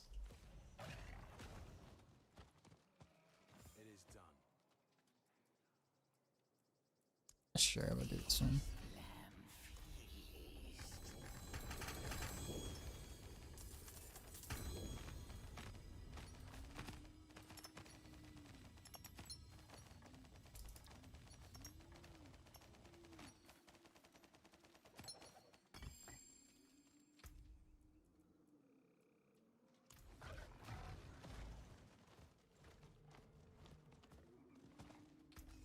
Yeah. I am gonna feel a little bit kind of a way though. Like I think in like almost all precision builds, you're gonna have to, except for maybe rapid fire, maybe. You're gonna have to find some way to fit in Pit Fighter's goal because of the double dip.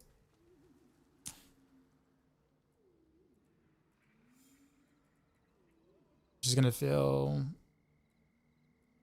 for some of the builds, it's gonna feel quite jank to do it with.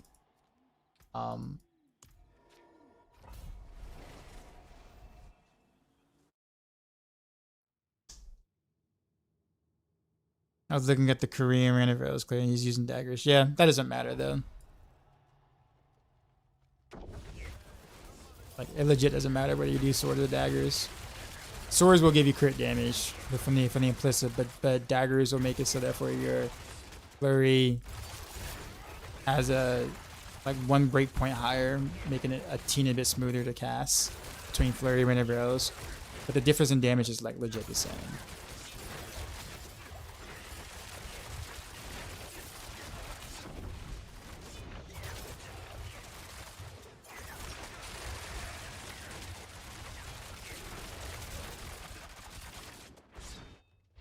It's probably also easier to get a dagger, like to trade for a dagger with those stats because no one's really looking for daggers on a precision build.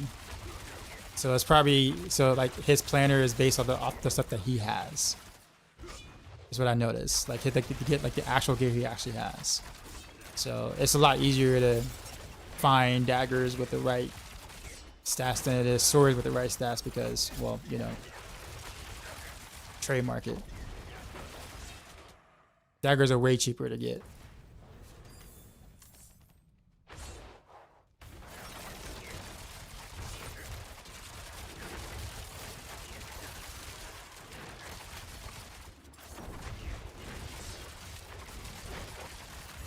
But there's no like super secret hidden thing or anything that causes them to do daggers over swords or whatever.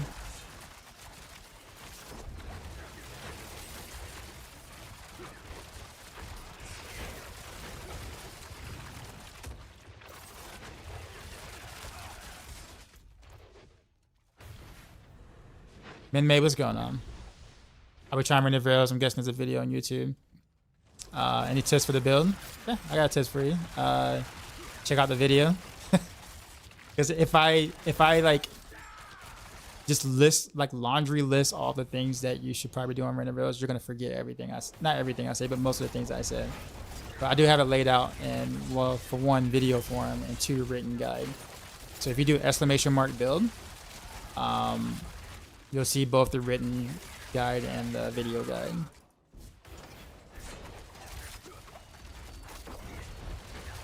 What build is this? Barrage, precision barrage.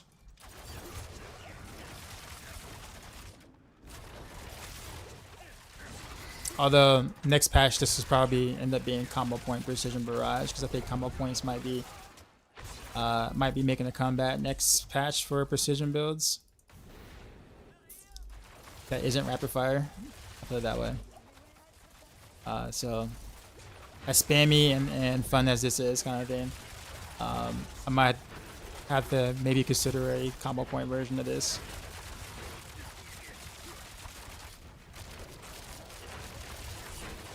Simply just because that combination dagger buff is just pretty massive. Like 70% buff.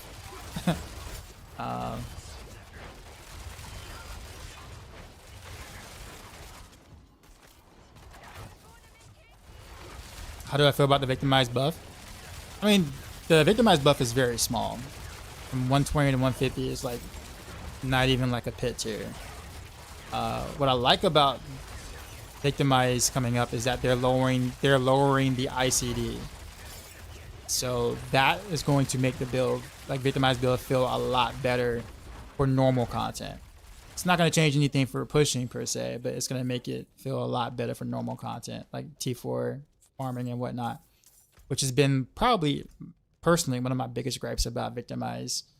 Is that the 0.5 second just feels awful to play with for all content outside of like pushing. So they're addressing that, and I'm like, cool.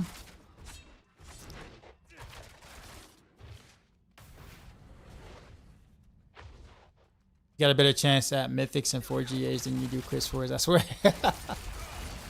Oh man.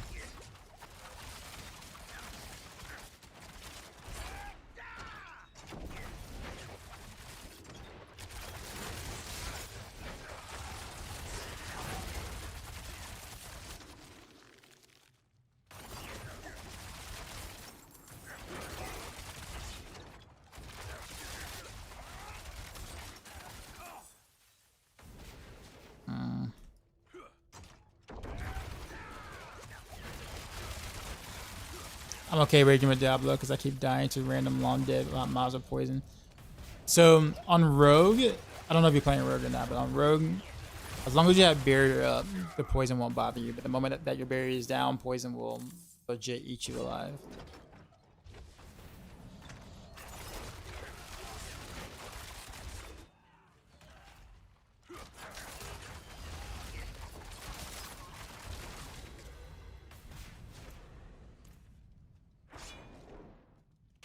I thought that's something was there.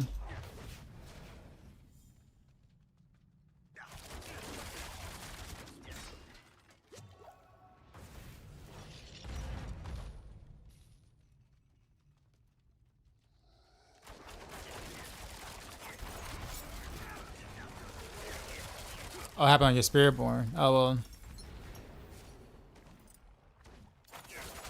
I don't know if I have any sympathy for you on your Spiritborn, just saying. But I guess that's also unfortunate.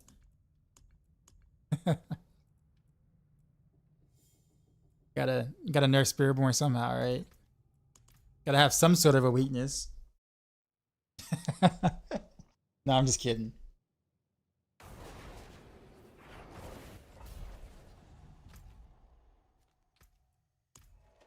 Don't do you like that.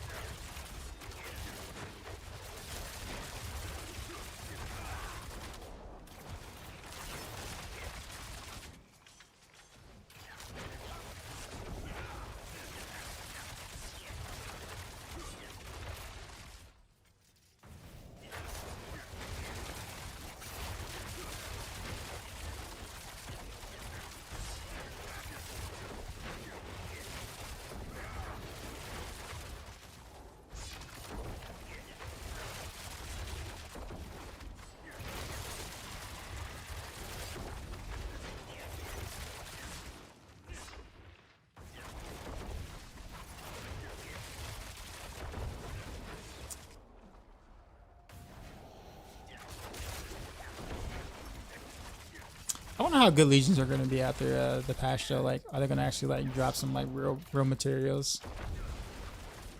Will this build be better with Andes? No. Nope. Andes is just retired at the moment. Even with the buff which is pretty small, Andes is just retired on Rogue. It's just not really a thing. Or I put it this way, just don't expect Andes to have his glory days like it did like last season. Like you just won't see that happen again unless they revamp Andes in general.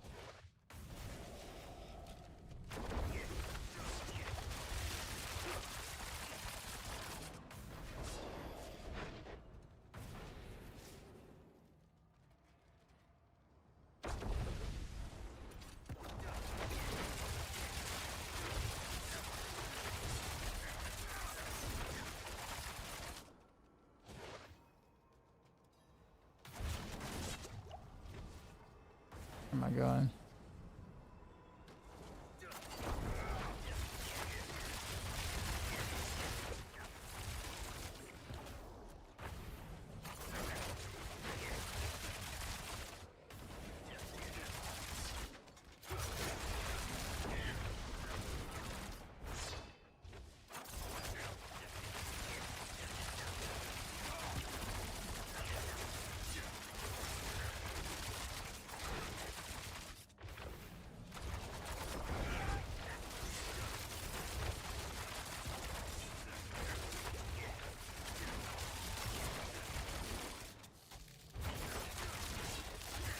It's really big. This is a really big dungeon. Holy.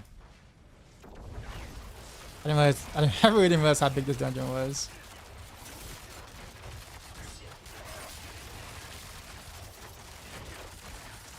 What would you say is the strongest road build? Actually, right now, before the patch, it's actually Rain of Arrows. After patch, it'll be Rapid Fire.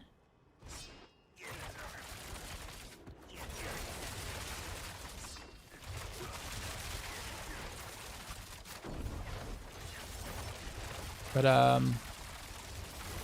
when I say strongest build, I'm talking about like pit pushing, which you have to kind of take into consideration if is just something that you do or not. Like, are you going to be like, you know, fishing for Spirit Caller for a boss for hours on end for a clear, kind of sort of thing, or are you just gonna be doing mostly T4 content speed farming? Because if that's the case, obviously your choices of builds kind of open up a lot at that point.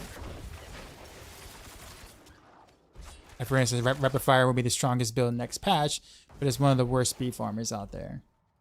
So it will only be good for pit pushing, even if it is the strongest pit pusher next patch. Dance of Knives? Dance of Knives is probably like what I would consider the best speed farmer in general.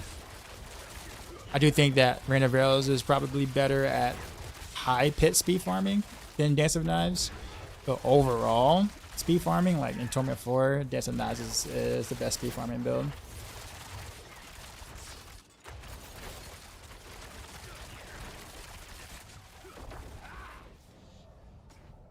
Designed upon getting seriously nothing but mobs with shields, or it's bad luck. Bad luck. Welcome to are you pushing pits or are you just farming pits? Is this not as viable on the controller? Yeah. Super easy on the controller, actually. That's when you try to play at Flash Antarctica when I was trying to shoot an enemy like 1 meter away from you. How long ago was it that you played CC 1994? When's the last time you played Rapid Fire?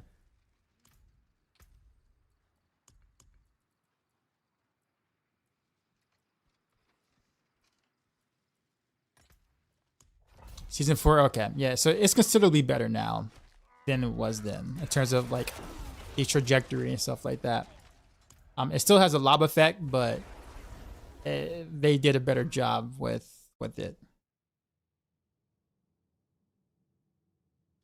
So Dance of Knives gets buffed too. I mean, yeah, it does, but not a lot. Like not enough to put it ahead of any of the other builds that were mentioned for like pit pushing or whatever. Like it still won't be a good pit pusher at all. You know, with the buffs. The buffs are small. Like Rapid Fire by far got the biggest buffs for whatever reason that is. Twist and Blaze got the second biggest buffs, I guess. But Twist and Blaze needed it for sure, so like I'm glad it did. Rapid Fire is a little questionable, but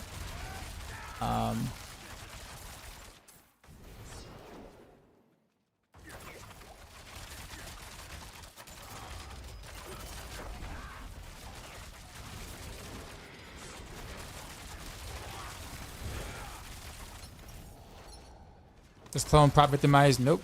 If it did, it would be like literally best in slot for all Victimize builds by far. Like no contest.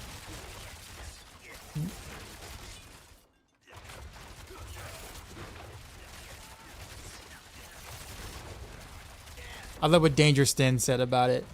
That the Shadow Clone is literally just the emote, a rogue emote that has a cooldown. Like that's the best description I've ever heard of Shadow Clown.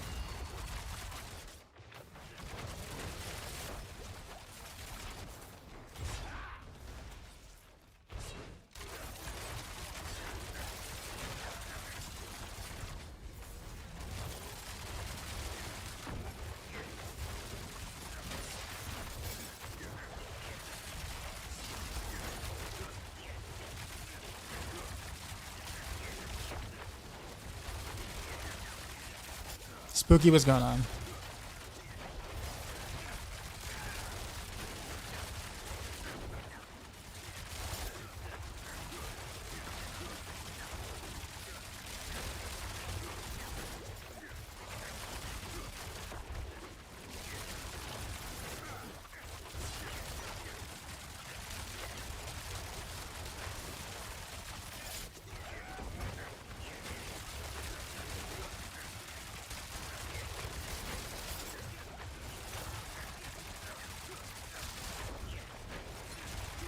Am I shooting for level 300? Nope.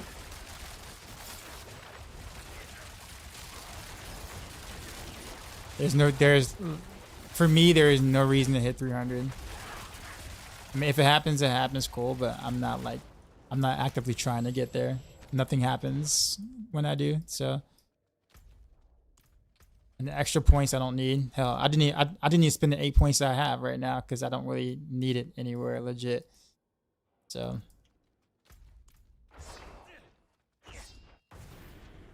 Patch is not live yet? No. I mean, it's still Monday for Blizzard. Yeah, it's like 10:19 p.m. Blizzard time on Monday. And if you want to go wake them up or something, you know, go knock on their doors at home, whatever, as they're winding down. Like, bro, release a patch. I don't know what you want me to do.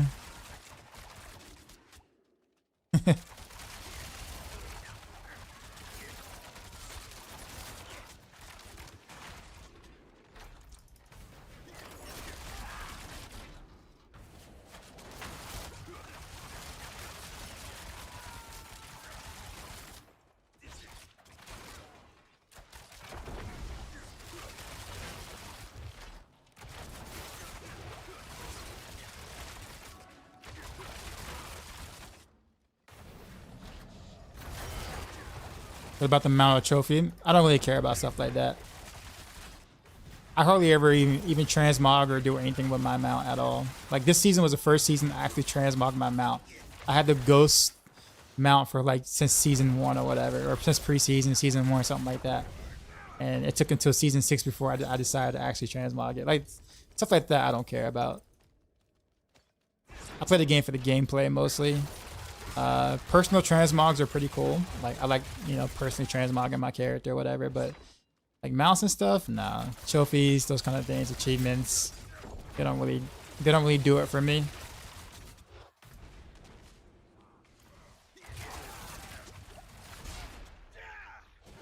So Rapid Fire would be the strongest build instead of Twisting Blades after the patch. Well, Twisting Blades was never the strongest build.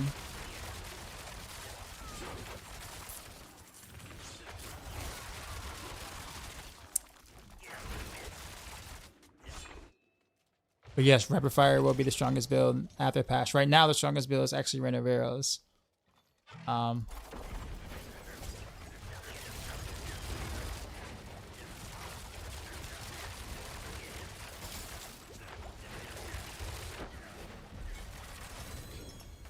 Deja Vu as well. What's up? I like the Dance of Knives.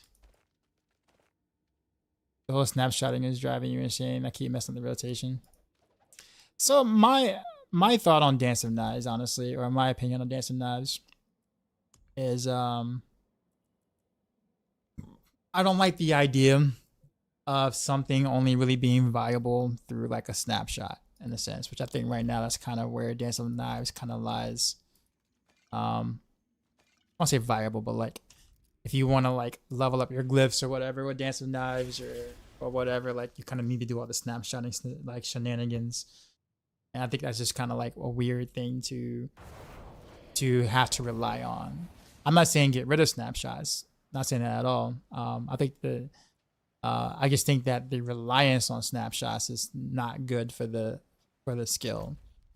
So if they want to find some way to be able to like to make Dance of Knives like, you know, feel like a strong build without snapshots, and the snapshots add like a little bit of flair to it, sure, but it can't be like the build. If that makes sense. Whereas like, oh, I didn't do the snapshots, my damage is, you know, going down the toilet. That doesn't feel good. In general.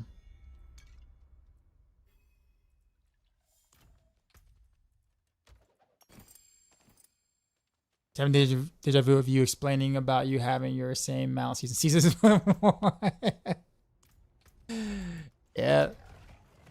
Yeah. See, like this mount's pretty cool now, right? Like I actually took time this season to actually like do something with it.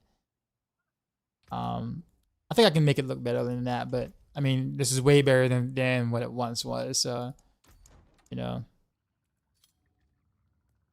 Also, my whatchamacallits. My weapons keep changing, by the way.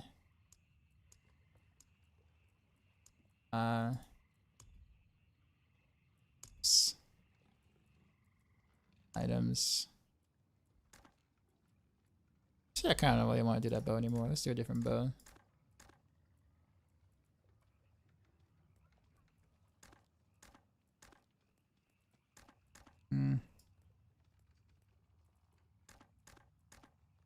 I don't know, like bows with like a flair to them now.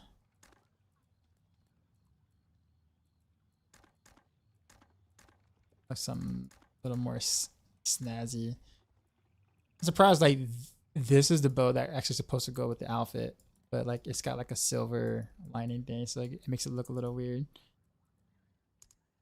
It's supposed to go with this. I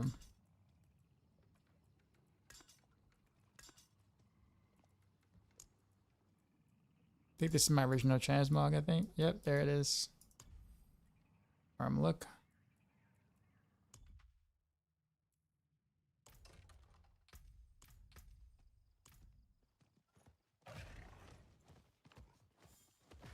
Which build I make for Rogue with the new buffs? I don't think there's gonna be any new builds that are coming out. It's just basically just playing the old builds and then kind of seeing what new toys you can kind of play with. You could basically play with the old builds and then kind of seeing how they perform with the new buffs. We didn't get like new toys per se. So like there won't be any new builds per se. Like builds that we weren't able to do before. That's not what this. That's not, I guess, not what they were trying to focus on this patch. But I will be revisiting every build that I've done so far and see what changes apply and stuff. So.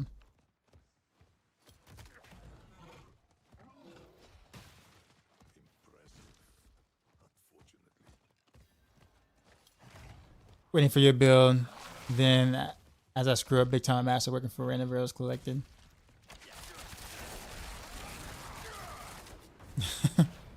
Dude, yeah, Random Rails is like, honestly, that's like, I would say Random Rails is probably the best overall rogue build. Like if I had to sit there and like tell someone what's a really good build for everything in the game for rogue, I would lean heavily towards Random Rails. That includes like difficulty gearing, how difficult it is to play, fun factor, T4 farming, bossing, pit farming, pit pushing. I guess Random Rails is probably the better overall build.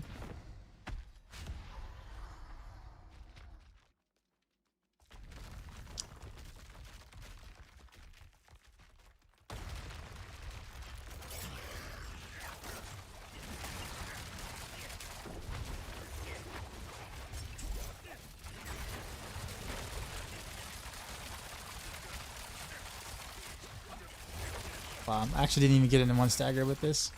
Sag. Freaking Kyle Nameless.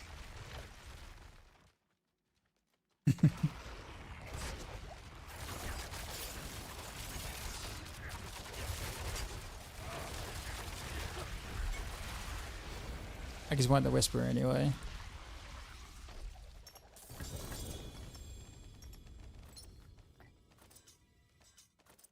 Thank you. Okay, are there any other 5 Whisper quick things? Not really. Okay, so we're about to this in front of Horde.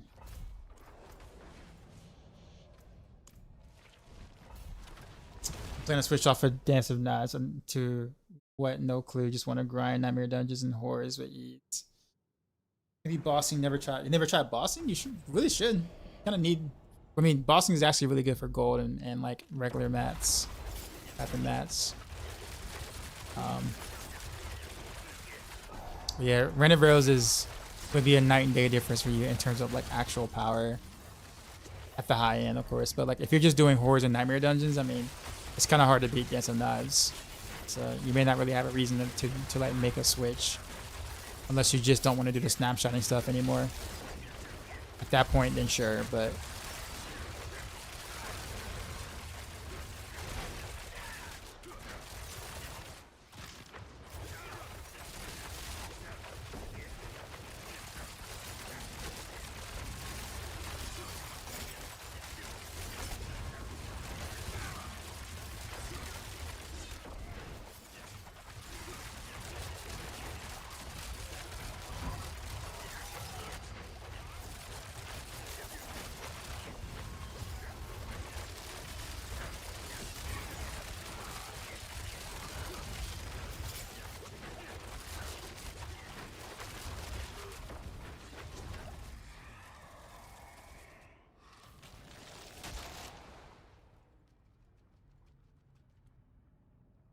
Finally, we have to get a good boon at the beginning. Look at that.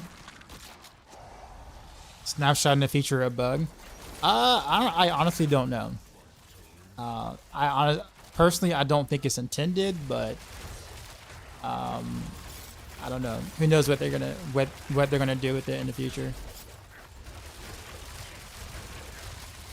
I say that because they mentioned about not wanting to do snapshots or whatever. earlier on in like the game's life span or whatever. So I don't know if they changed their mind with it, with Dance of Knives, because so many things does snapshot. But there are some things that are obvious you think with snapshot, but doesn't. So it's kind of confusing. I don't really know what they're gonna do with that.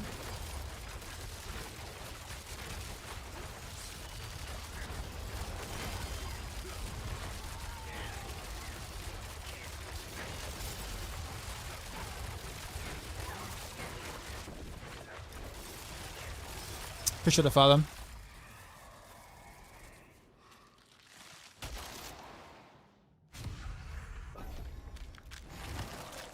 Never understood what would be the best time to boss as far as how I'm geared. I should be able to boss. So I've just stuck to light stuff. But I mean, I guess at the same time though, like I mean, if you don't really need any uniques or mythic uniques or whatever, then I guess there's less of a reason to boss somewhat. But if you're low on mass like rawhide and iron chunks or whatever, then like bossing is ironically the best way to get those kind of mats. Like just spamming bosses back to back. So, and then of course salvaging your items for also more rawhide and iron chunks. So it's like the best place for that. So like if you need iron chunks and rawhide, bossing is like the best place to do that.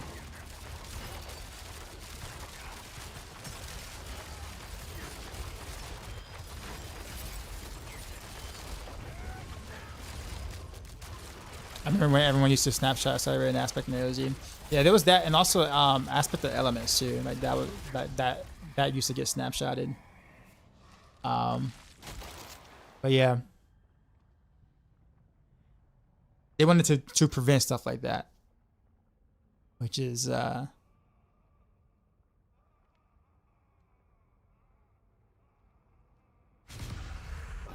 new patch live. No, it's not. It's not Tuesday yet, Blizzard time.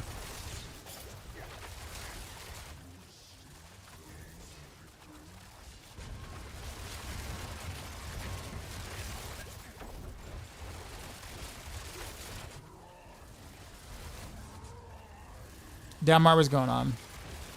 How's it going? Saw me and Frosty lose latest video. Really? Did I really make it in Frosty's video? I've never actually been in his video before, because usually it's always like the big names, the top big names or whatever. How did I even make it in his video? Like I'm not even like a popular dude.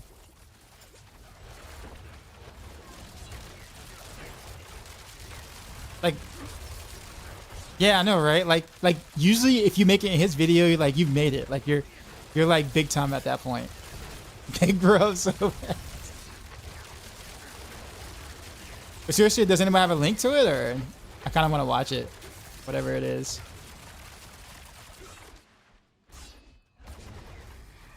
Cause like I have no idea why I would even be in one of his videos in a sense. Not that it's a bad thing. It's not a bad thing at all. But like you know, normally he like watches like very specific streamers and like take content from those guys to make funny videos and stuff, which I actually like watching a lot. But I'm usually never in that category, so. Bang, bro. Really? What? But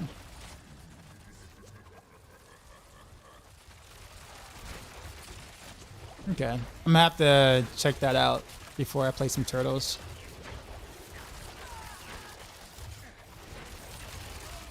One of the heads in Rax's Spiritborn anime fighter group. All right.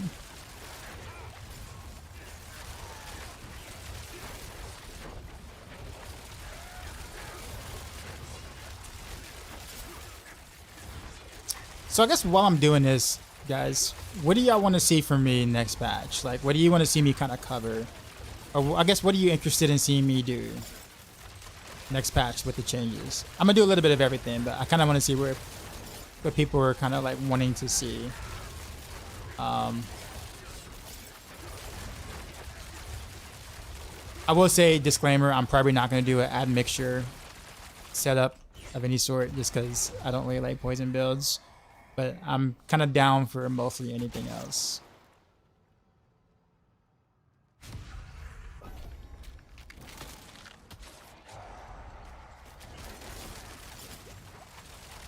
Are those two separate links? No, they're the same links. You definitely want to see Barrage.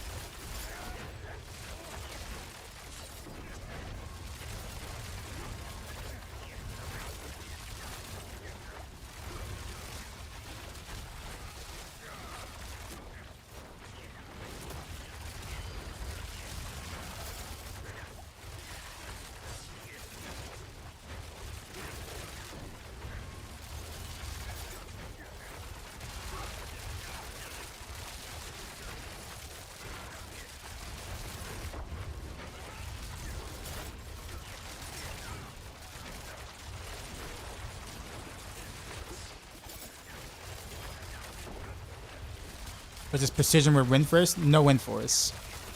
The Sky Hunter. But it is precision barrage.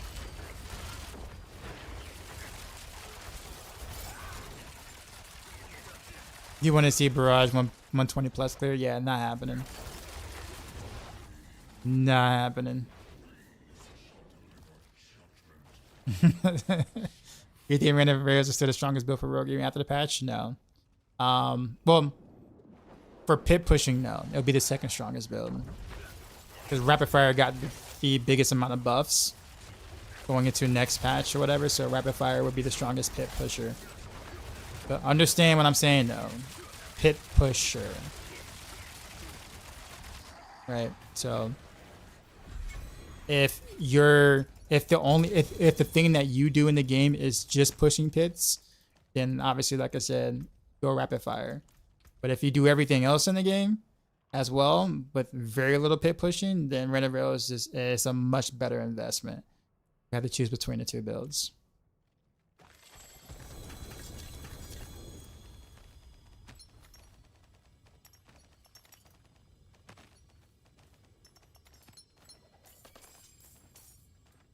Yeah, but just gonna be honest with you though, like up as way silencer, how much do you pit push? Let me make sure I like. What is your experience in pit pushing? Like, have you done the whole initiation phase where you spend like 11 hours and you didn't get pit caller or you didn't get spirit caller except for that one time that day, and then you finally got him and failed like 30 seconds left? Like, that's kind of like the initiation process for like pit pushing. Because it's like, okay, finally you're like in that echelon of actual pit pushers at that point. Where like now you're at the stage where literally you're spending, 50, 60 hours to try to get one clear. At a certain level. If that's you, then yeah, then for sure, like go for Rapid Fire and like you do your thing. You play with your brothers for pit pushing? How? Like, what classes do your brothers play?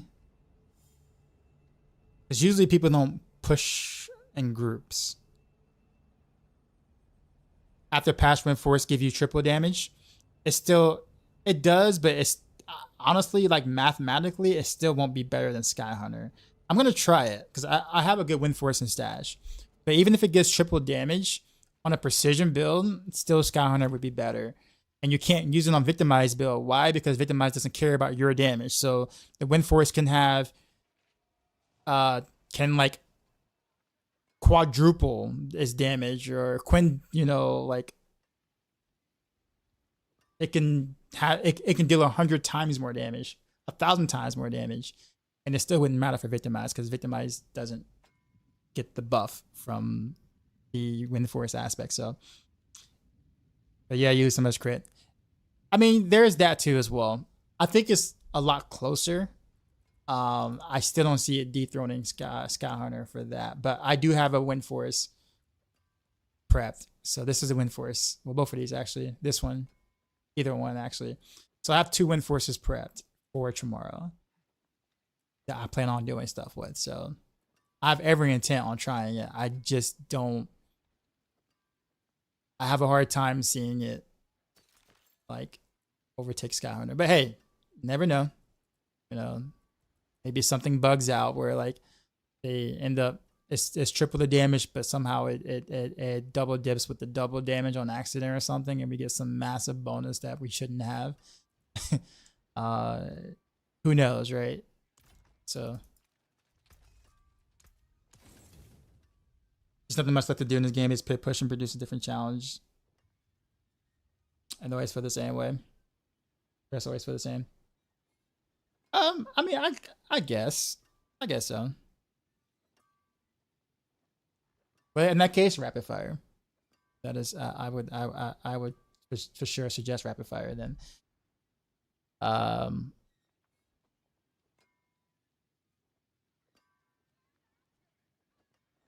need to do 100s to get my glyphs max. No, you don't.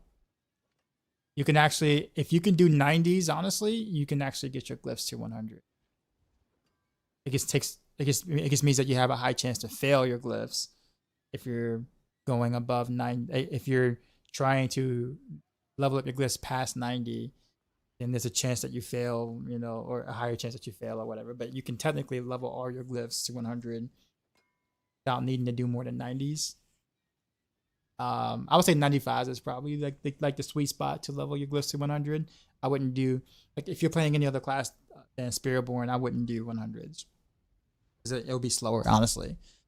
Not like, I would say 95s if you have a good strong build would be the sweet spot. But if you have a strong build, you probably already have your glyphs already leveled to that point. So, I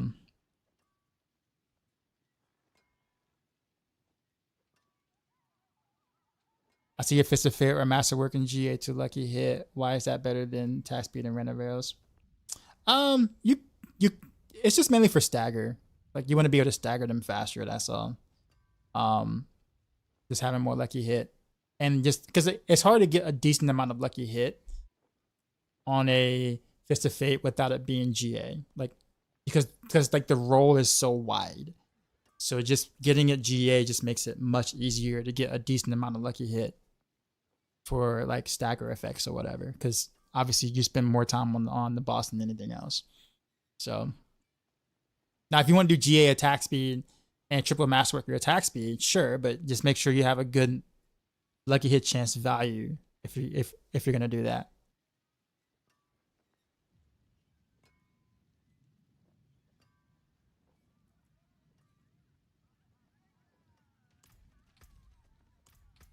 Okay. What do I got? Stats wise. 40k. It's not too bad.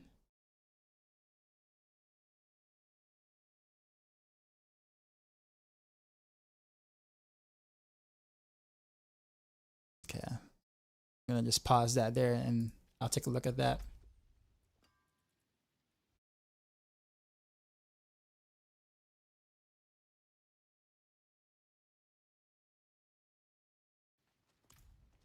I don't think I have any more keys. No, I don't. So I guess I'll do a few more nightmare dungeons while I have my buffs.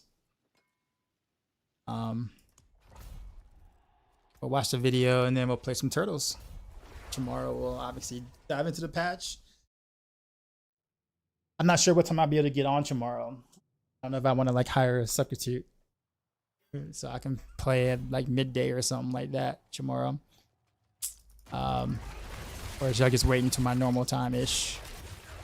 Or early evening instead of late evening like I normally do. Haven't decided yet.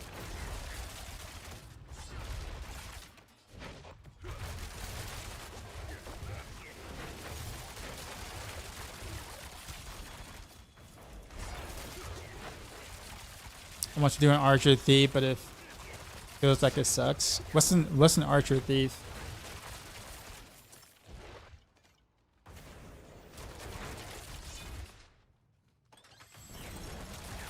About the teaching? Not like full time, but I do go in during the day more now than I have before. But I'm kind of easing myself back into doing more classes or whatnot. So it's getting there. I think it's just more so the fact that I'm just kind of like my body's just getting used to being in pain. I don't really feel like I'm feeling like much better. But more so my body is just sick and tired of giving me signals that I'm ignoring or having to ignore.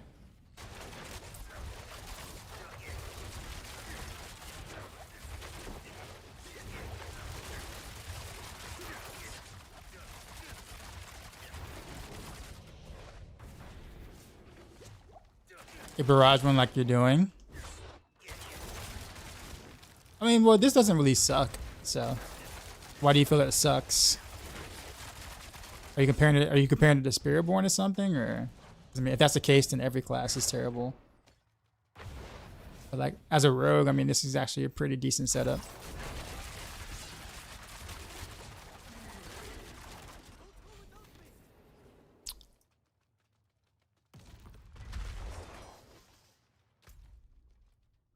I should have went down there.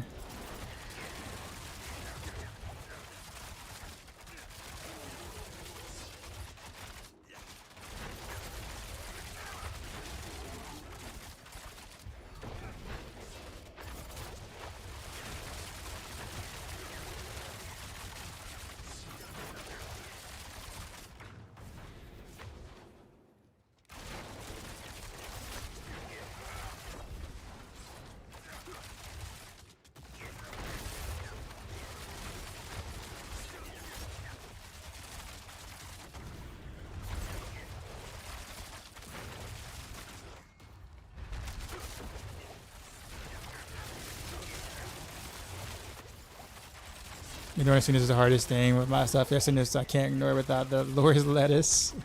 I like how you put it, the Lord's lettuce. Yeah, it's just, yeah. Sometimes you just gotta do what you gotta do. In general. In my case, it's more so like just dealing with it. Like knowing that it's there and not prevent myself from trying to do things just because it's there, I guess. So like I can't really do more harm to it, I guess, if that makes sense. So I mean, yeah, it sucks, especially like after like a long day or something like that. Like I'm like really sore. Like I'm not just like in like the sharp shooting pains. I'm like sore, sharp shooting pains as well. I end up like painting my garage this weekend, like all day Saturday.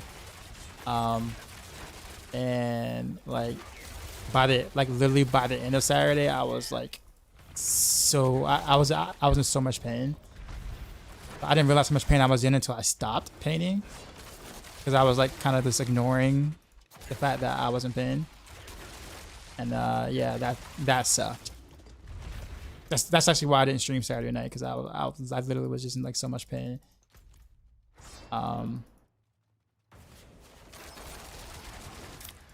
was just like, you know what, I'm gonna just like lay here.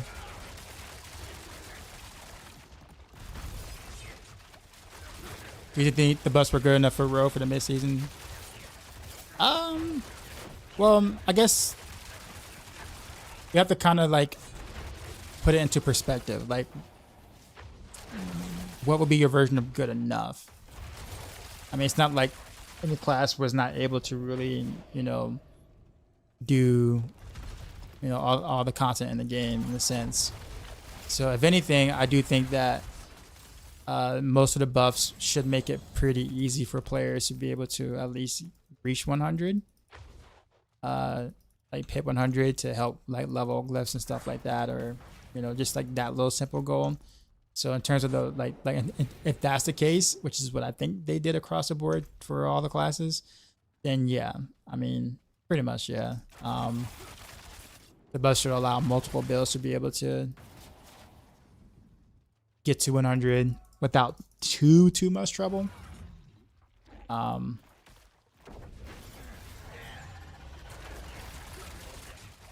But I mean, ain't like anything past that isn't you know necessary. It's just more so clout. So like, I mean,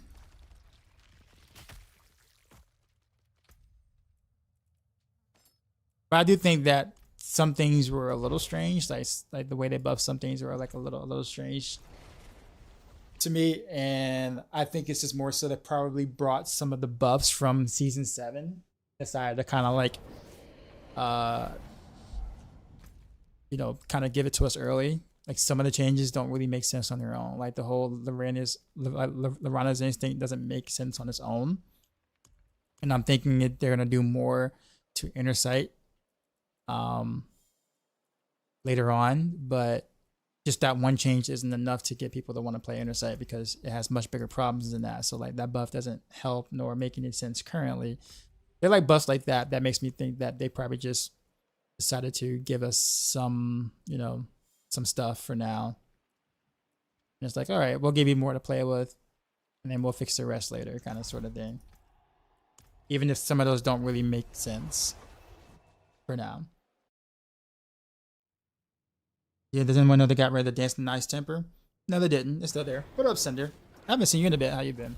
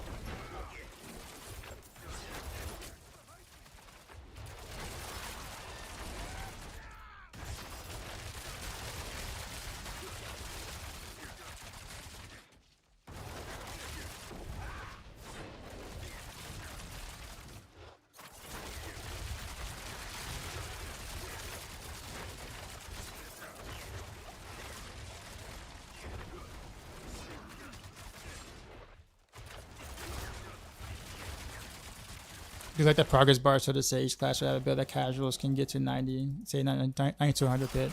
Yeah, I think that's kind of what they were trying to do. I think that's all they were trying to like make happen. But I think season 7 is going to be like the big changes. Like, they're gonna not that the expansion is out and they're kind of happy with where most of the systems are. I think it's mass tuning time. You know, mass tuning of the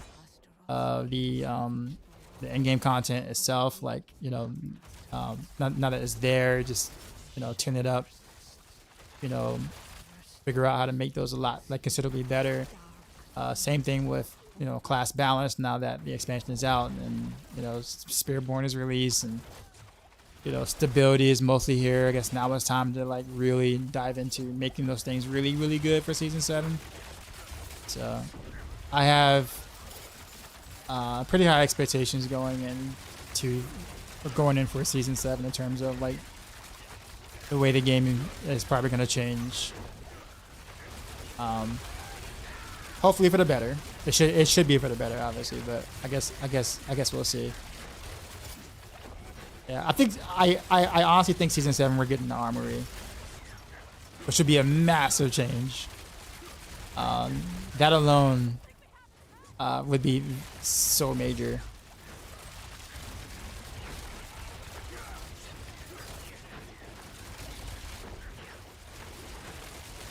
Maybe he's been unlucky and haven't gotten it yet. Possibly.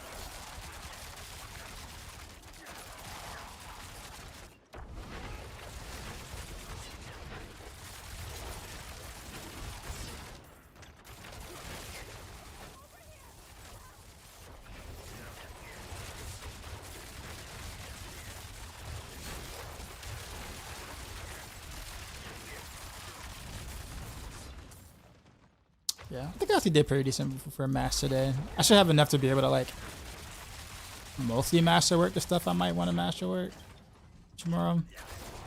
without going like all ham, like, you know, not trying to get like triple masterwork on like one or fixer or something, but like good enough masterworks, I think, across the board.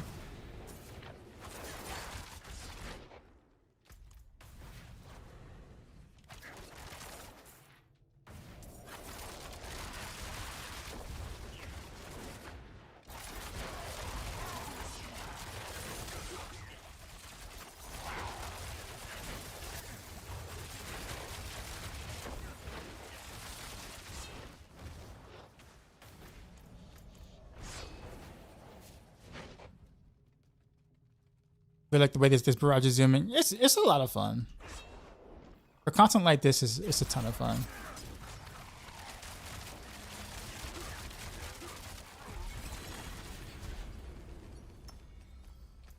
It actually gave me a whisper. Nice.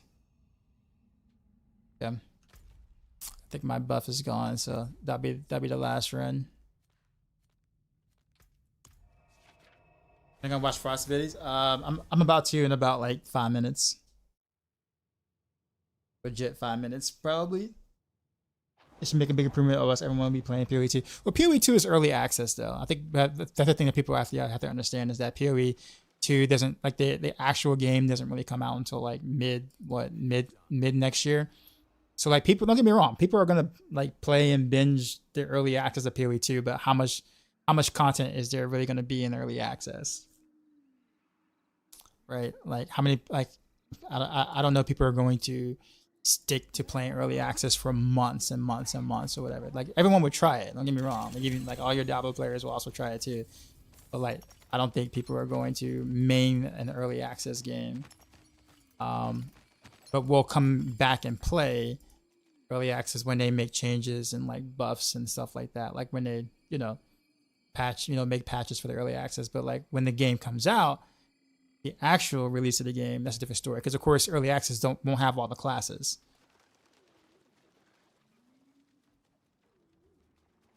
You know what I'm saying? Like, so like early access will be missing, you know, a few of the classes and some stuff. So I guess it all depends on how much content early access is going to actually have. So I think Blizzard, I won't say Blizzard's safe. There isn't the right word to use at all whatsoever. But I will say that they do have at least one more season to kind of like get your attention.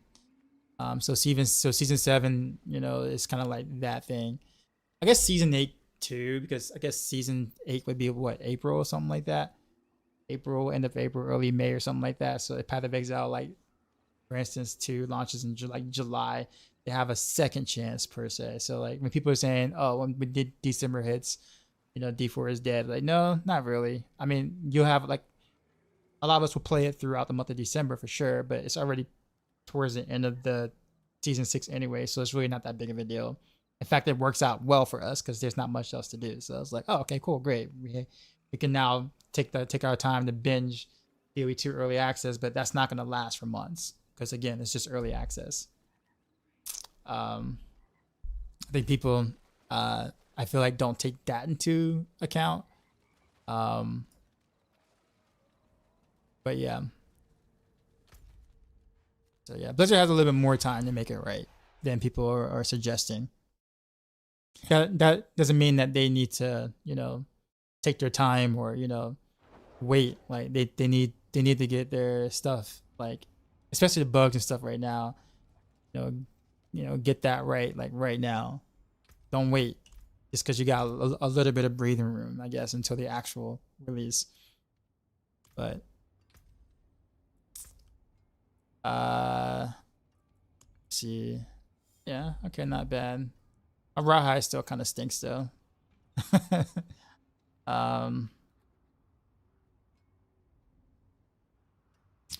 That's nothing that boss runners can't like solve. All right, let's take a look at this video.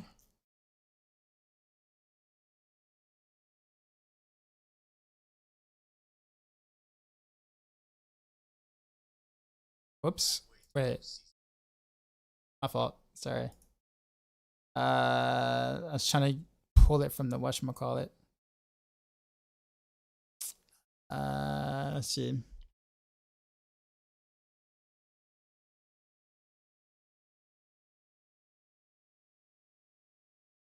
Also, it's very loud, and I need to turn that down.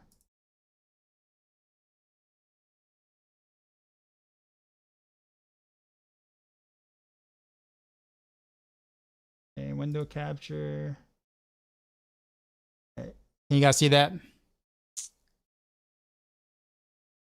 Hold on. Let me. Yeah, it was definitely loud. I know. We'll fix that in a second. We got.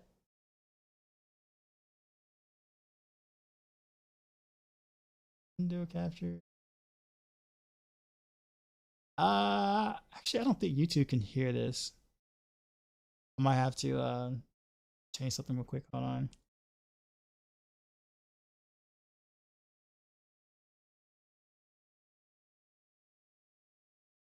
Usually, yeah, YouTube can't hear like YouTube videos.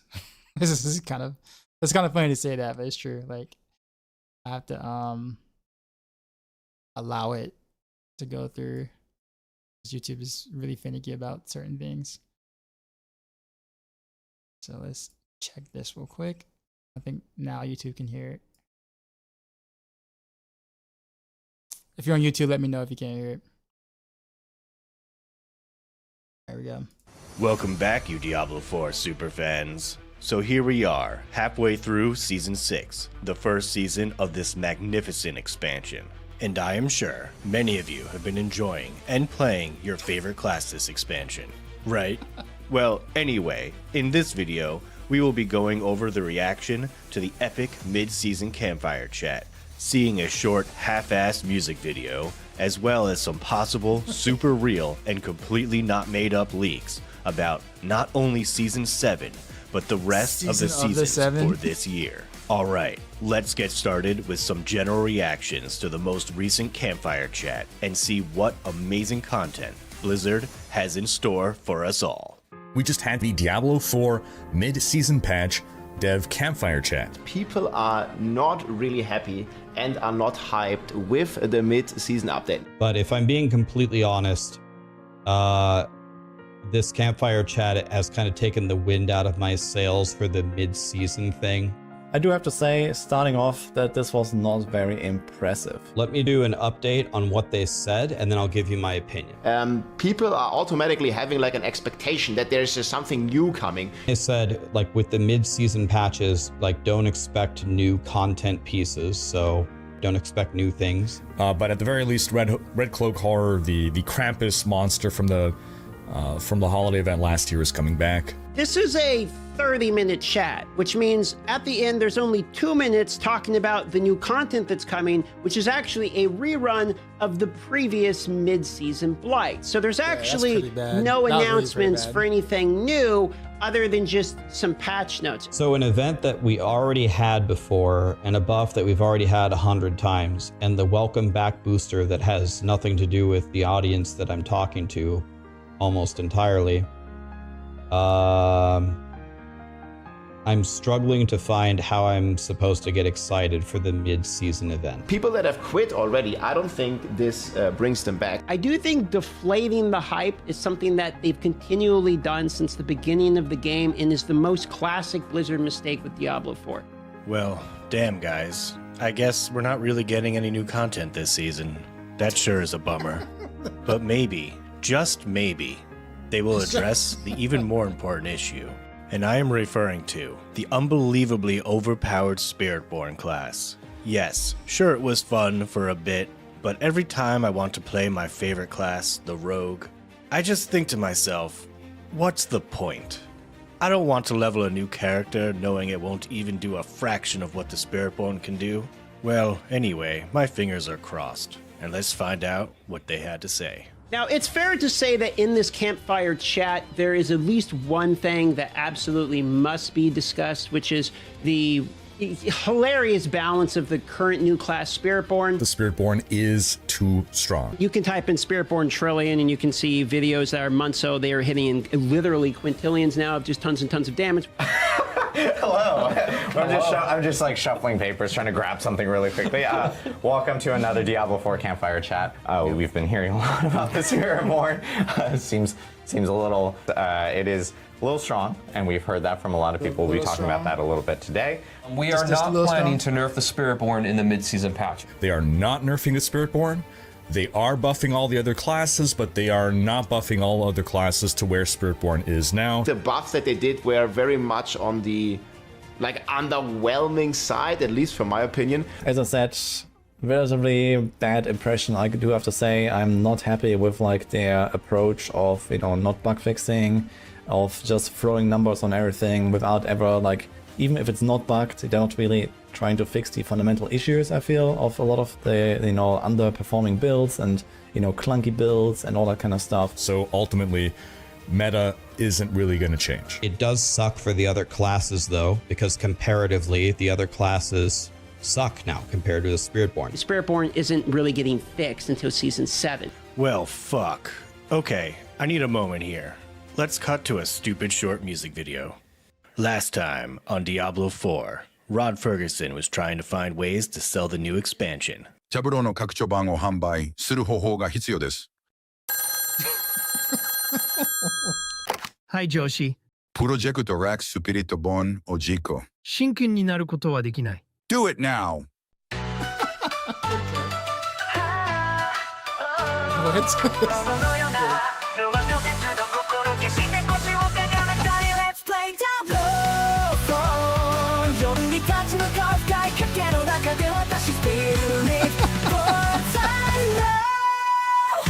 Time now.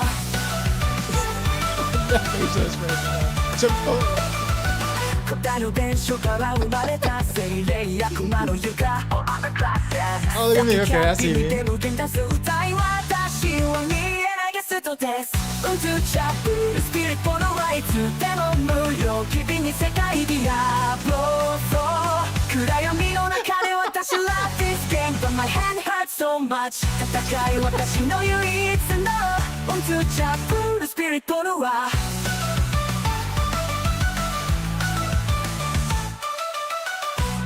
Now make sure to tune in next week to find out what happens next. And speaking of next week, the Diablo 4 team sure wanted to drive that point home that there was going to be a campfire chat a week after this one. We will be back next week for another stream. Next week, we're actually going to talk about the Season 7 PTR. Back-to-back weeks for streams. Lots of streams coming up. We'll talk a little bit more next week. And we'll be talking about this a little more in the live stream next week. In our PTR stream next week. We have another stream next week. So tune in next week. Just with, there goes my earpiece. I've been fumbling with it all day, and now it's gone. We'll have a stream next week for items. I've seen a lot of questions. This earpiece is driving me nuts. So we're going to be making some changes, which we'll detail next week. And we'll be back in a week. Next week, yeah. You'll see, of course, some of us back on stream next week. There are some ancestral drop rate changes that we want to talk about next week, but in general, what that'll mean is all the loot across the game will generally get better. So it is something that we're working on. I'm about to take this earpiece and throw it across the room because it just keeps popping out and it's driving me insane. This was the Campfire Chat to announce that a Campfire Chat is coming. Speaking of things that are coming, they hinted very strongly that the armory is coming in Season 7. It's always retroactively looking back and saying, okay, we have a problem here. How do we fix it? And then the problem fix is being sold as the new content or things to look forward to. For example, like an armory. He's right. To me, this is DM is very right about that. So like, this is a very good point. I didn't mean to stop the video, but like this, like what he says here. How do we fix it? And then the problem fix is being sold as the new content or things to look forward to. For example, like I almost couldn't say it better myself. Like legit, 100%. Is like, yeah, that's pretty much it. Like it's so, like for instance, and it's not necessarily all the current team's fault, obviously, but the whole like Loot Reborn in Season 4 of like that. It's kind of the thing that's just a similar case scenario. It needed to be done. It was received really well, but it's kind of like one of those things where it's, fixing the game is being sold as like the next season in a sense. Well, I guess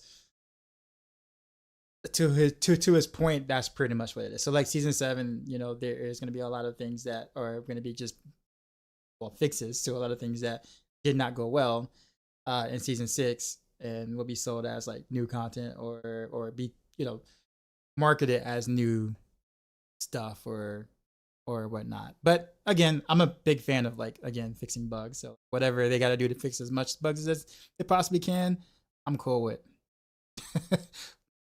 Like an armory, like to me, this is not necessarily like some fresh new content, because this is something that should have been in the game from the start. Now, I hope we're not gonna call, you know, the next season like the season of the armory or the season of loadouts.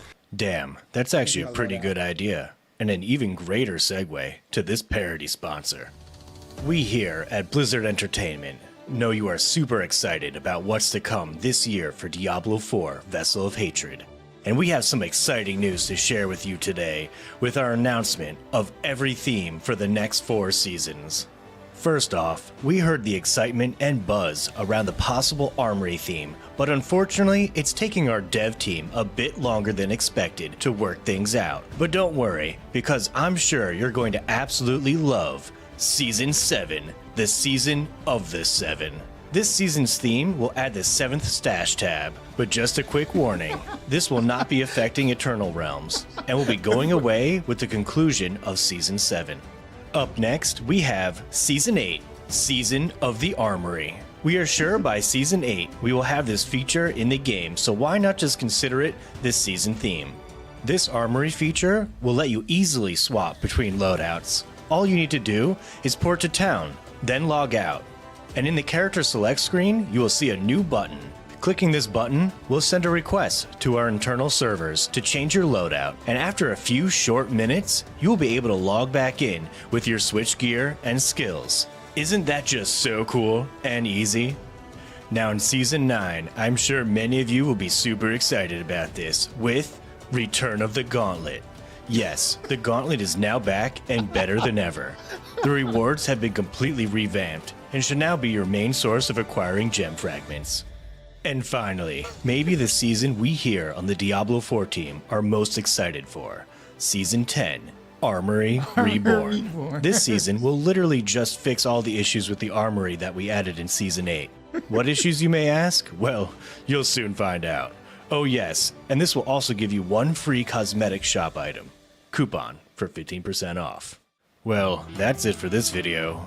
I guess I'll be seeing you in, the Season 7 PTR or something. And judging by the way things are going, most likely PoE 2. Alright guys, have a good one. Bye. Probably the most disheartening thing to me was just talking about how we're just tightening up what they have. I really hope that they didn't mean this for like the next several months and seasons, that we're not going to get anything new. I hope that that's not what they meant, and I hope that maybe they just meant it for the mid-season buff. Yeah, I'm hoping that too, because like this is supposed to be a live service game, so like you're supposed to continue to ink out like new content or new things, or more so of like continuing to provide fresh experiences for the player is the whole point of a live service type sort of game. You continuously rain down those things over time or whatnot. But I know at the moment that they do have to focus on trying to get a bunch of bug fixes. So like it does kind of gets a little hard to balance fixing things that need to get fixed and then also adding additional things. But that's not our problem. That's their problem. Right? They gotta figure that out. But at the core of this right now, this is a live service game. So we kind of want live service stuff. So it's not unreasonable for Rax to ask or be concerned really about like mid-season not really giving us anything cooler, because at this point honestly, if they go the route that they're going right now, like what Rax is saying right here with the Blizzard is focused on tightening what they have, if that is only just for this mid-season and not for the rest of the seasons or whatever like that, if it does apply for the rest of the seasons, then it just becomes more like Diablo 3, just with like a small update in the middle. Like and Diablo 3 was not a live service game. So, but anyways, we'll but they reiterated it a couple of times. There's no major changes coming in Season 7. Wait, what was that? Major changes coming in Season 7. Yeah, I actually didn't even catch that part. Iterated it a couple of times. There's no major changes coming in Season 7. No major changes coming in Season 7. Okay, yeah, I actually didn't catch that. I guess that kind of explains where all the memes coming into Season 7 being a lot of fixes. I guess what do they mean by major changes though? Like, all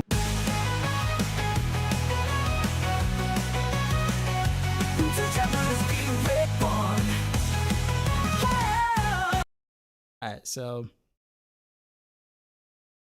let's get that out of context for the memes. I mean, but yeah, true. But I mean, at the same time, though, when you say there's no major change, I guess I forgot what they were referring to, but it sounds bad, even if it is out of context. It does sound pretty bad. I wonder what the context was. Now I'm actually kind of curious.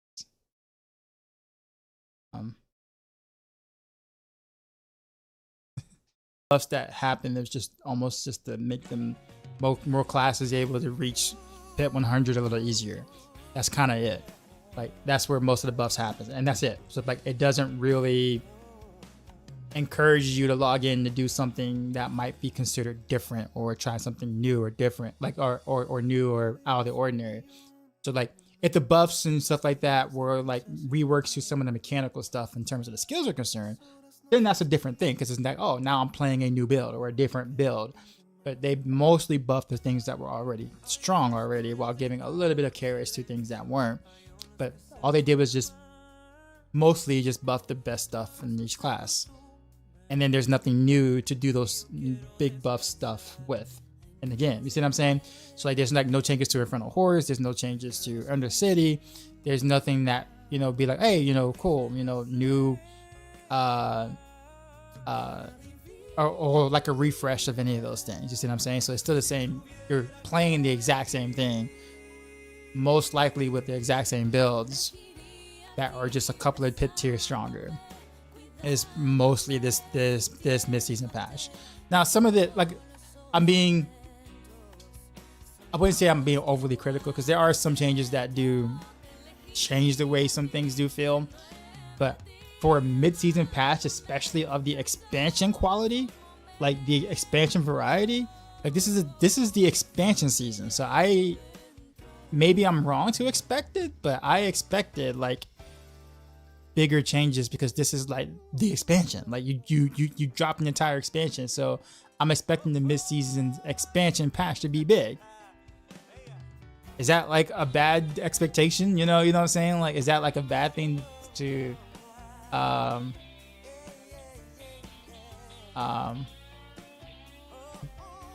what I'm saying? Like,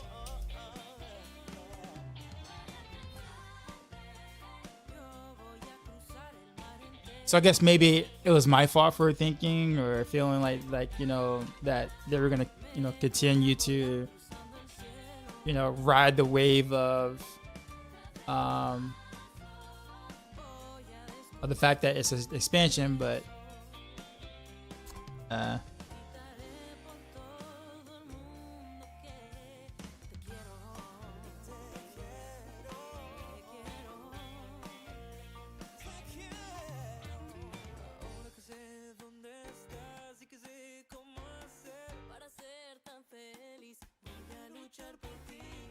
right, so we're about to change the category real quick, because I'm about to hop on to a different game now.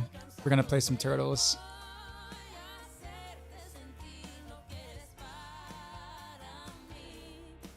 You're absolutely right. It's the expansion season. We should have gotten a lot more. Exactly. Like take more risks. It's again the freaking expansion season. Like this should be the biggest mid-season patch we've ever seen up to this point.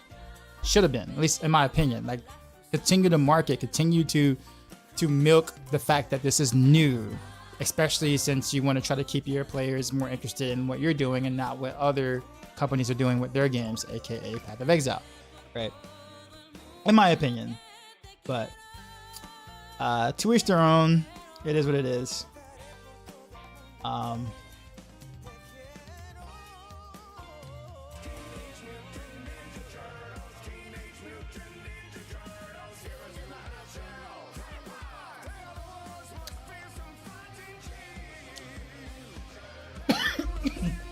Okay.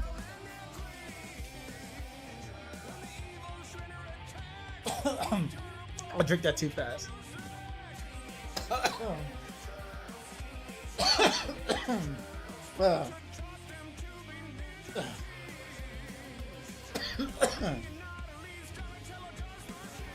Sorry. Yeah, I drink that way too quick. I'm gonna go to Ops Engine, do my music today.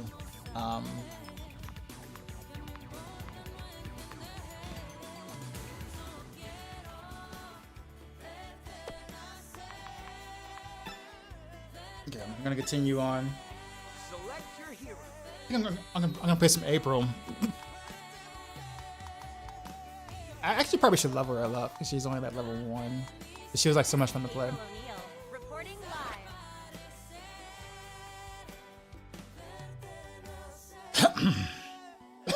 Sorry.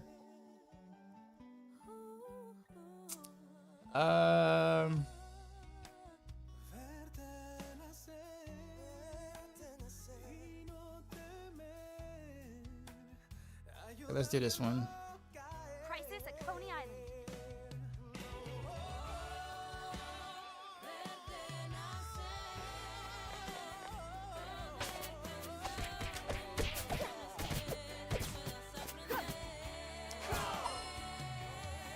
Speaking of which, I gotta change my settings. I forgot. Hold on. For YouTube, it's probably gonna copyright strike me, but it's okay. Okay. There we go.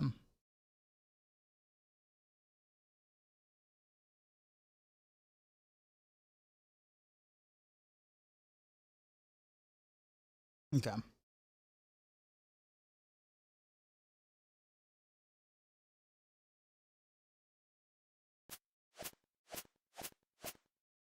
Look out.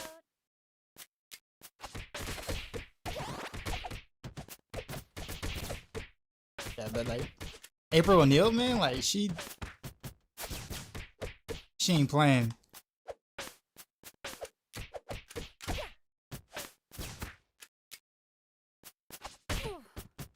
Really?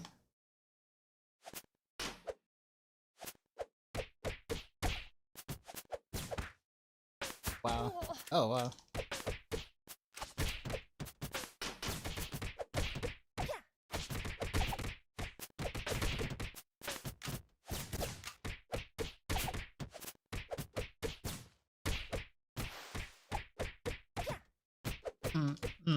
Convo. Look out.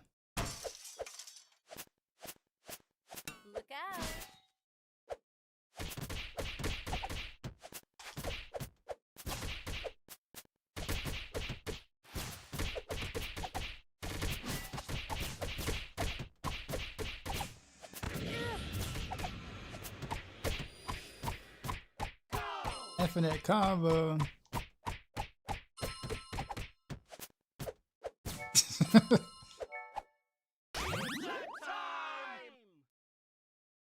You know, that's what account. No, man, no, you're good. Yeah, my main comment is my main content is Twitch. Actually, it's not. It's not YouTube. Believe it or not. Yeah, my YouTube is considerably smaller than my Twitch.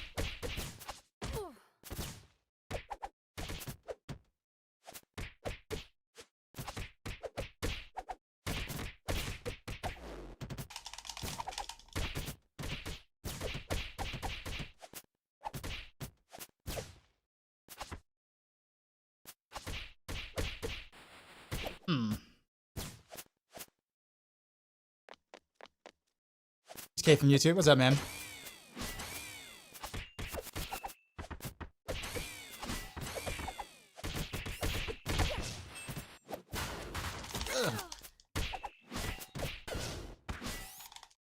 let's put this.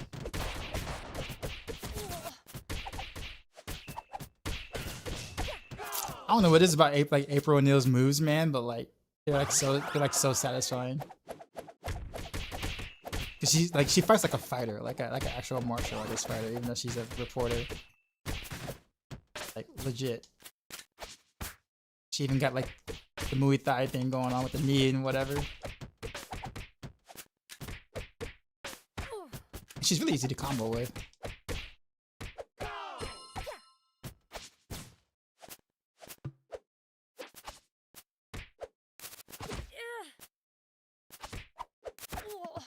Oh, really? Okay. Ugh.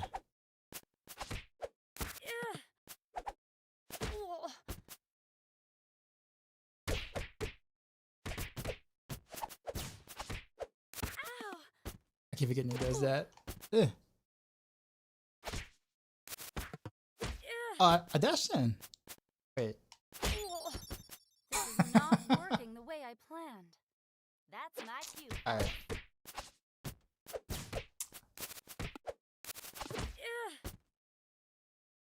Sure. There we go.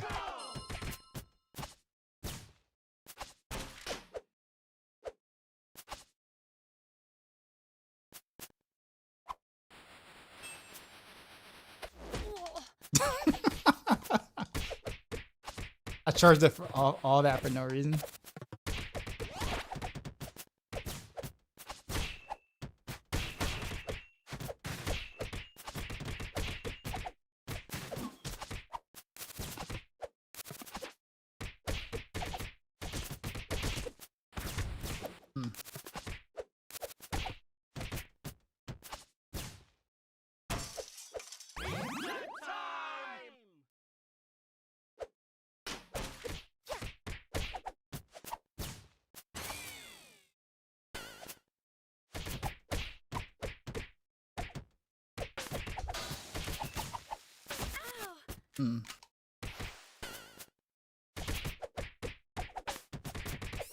Hey, Barrage build need to change after the patch? No, not really, no.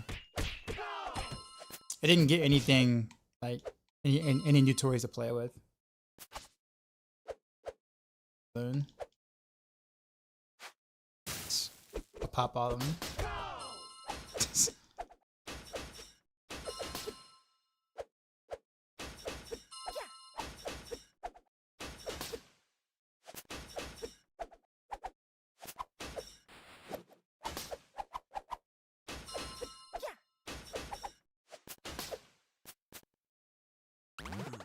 Quite delicious. That works.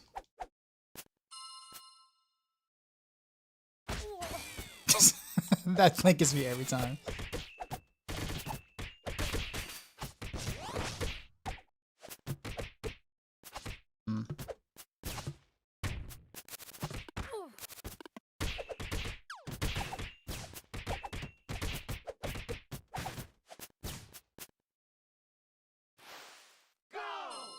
Oh, they left.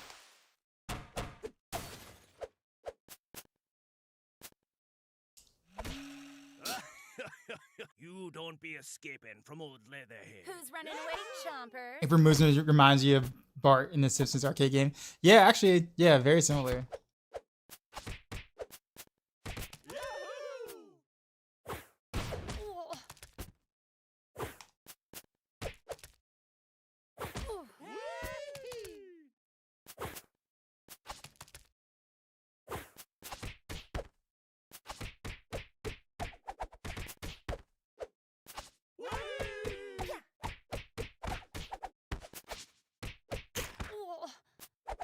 He just bite me.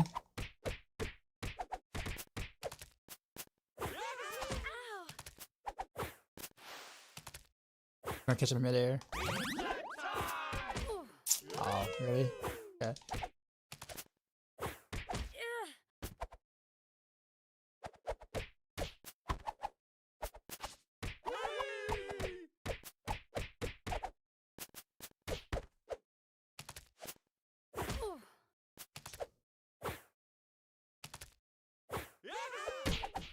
Got him. I feel like gumbo.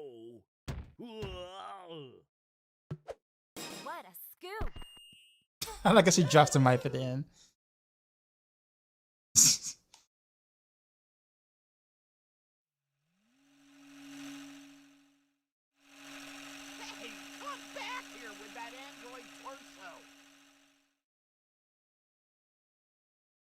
I would say the voice acting is like pretty horrific in this game.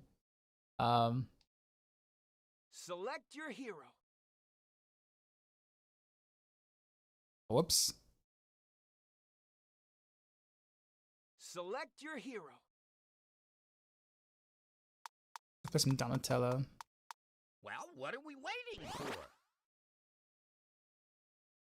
He was my original favorite turtle, and then eventually it became Raphael. But it started with Donatello.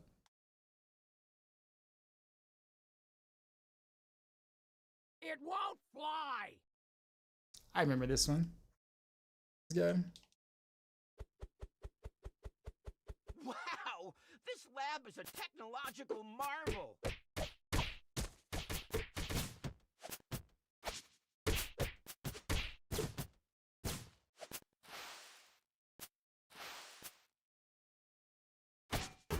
Ow, let me go.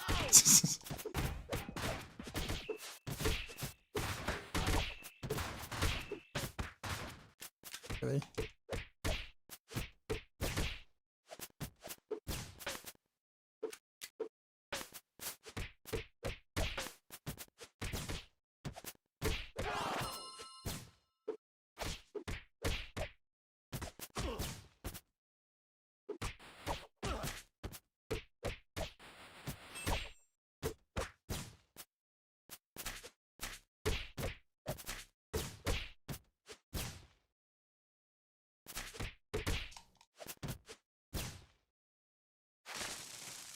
Oh, okay. Don't touch that. Got it. Oh, that turns it off. That's cool.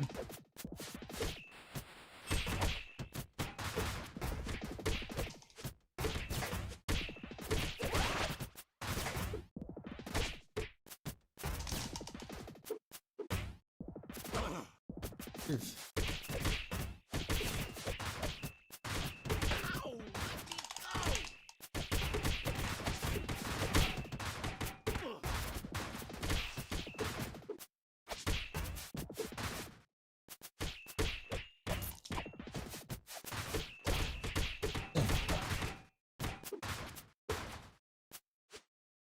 I feel like Donatello's like it's like the hardest to combo with because his attacks are slower. He has more reach, but I can't like almost endlessly juggle like I would like.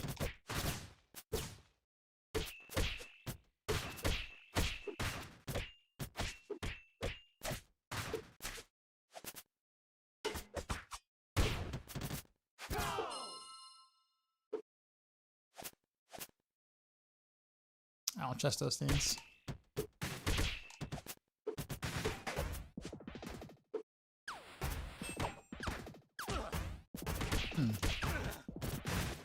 Uh-oh. Pizza.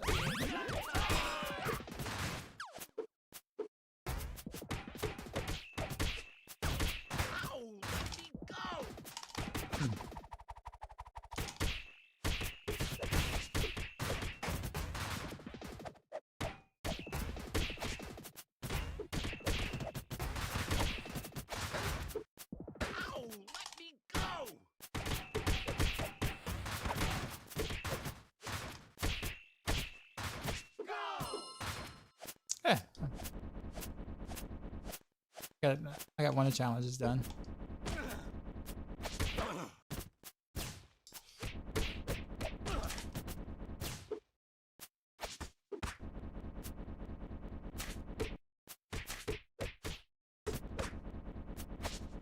He just feared me? He did.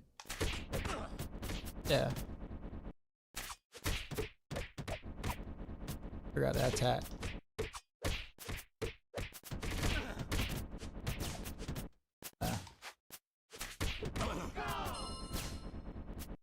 I'm also getting hit by the obstacle there.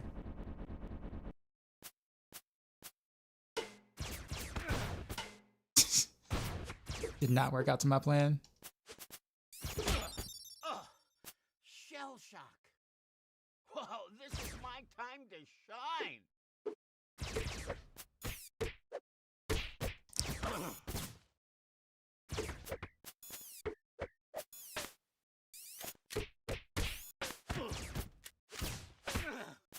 Really?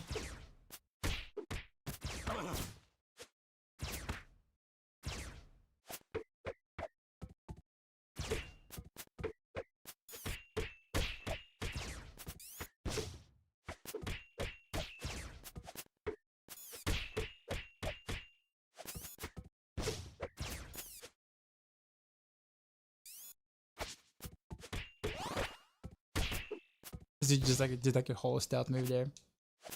Hey chat, that's over the new turtle. If from would be?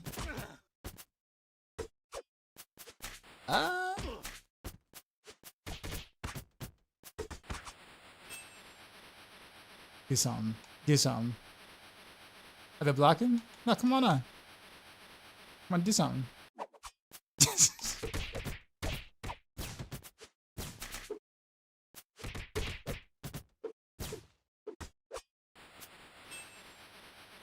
I like how they like react to like my power move, like he's blocking it or whatever. 'Cause I was charging it up.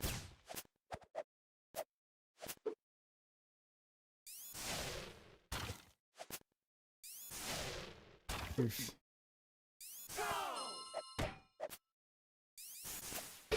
So I'm not supposed to beat these up. No see 'ems, I eat 'ems. That's how it works.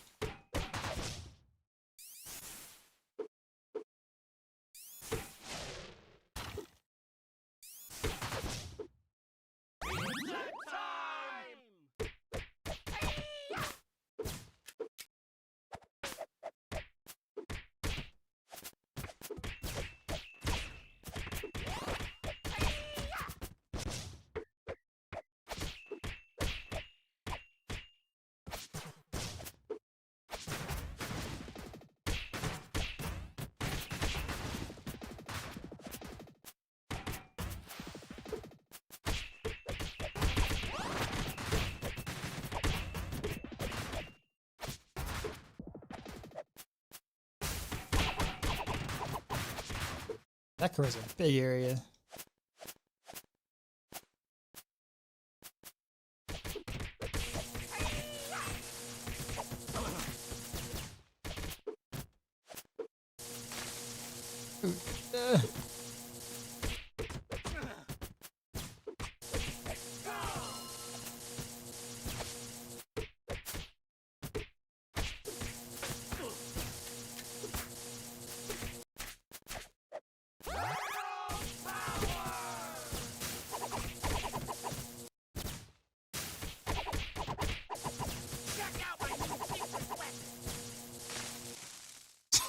Of course.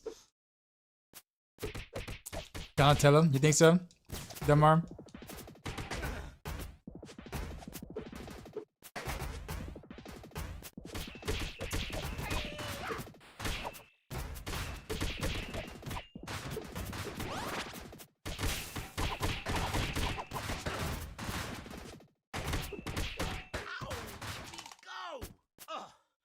Two lives down already. Hi guys, did you miss me?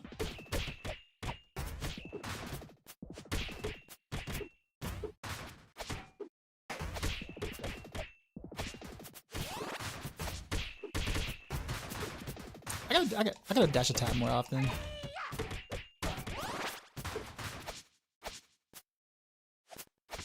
Cause like it kind of segues into like a combo starter almost. And it gives me a little bit of distance travel too.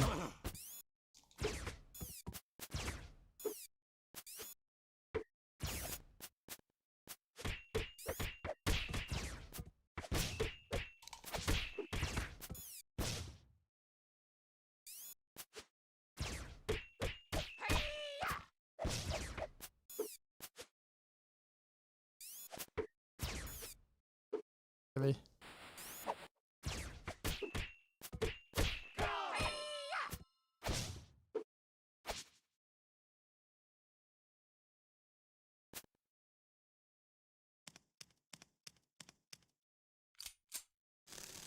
Yeah, for the patch tomorrow.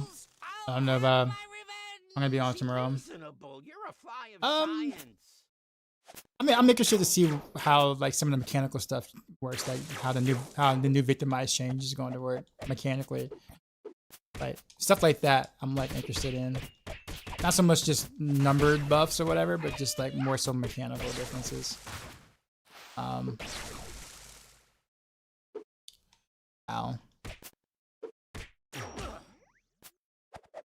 Might die here actually.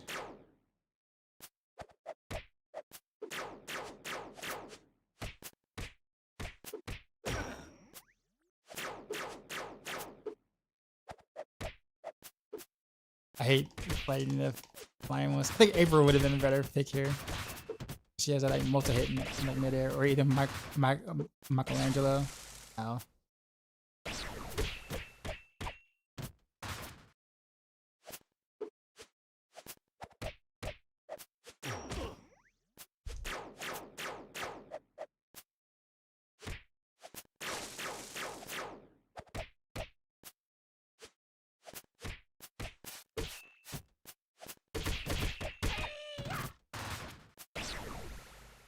Now I know what's happening.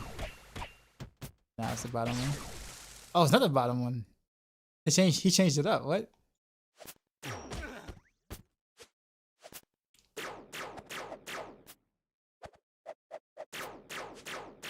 Really?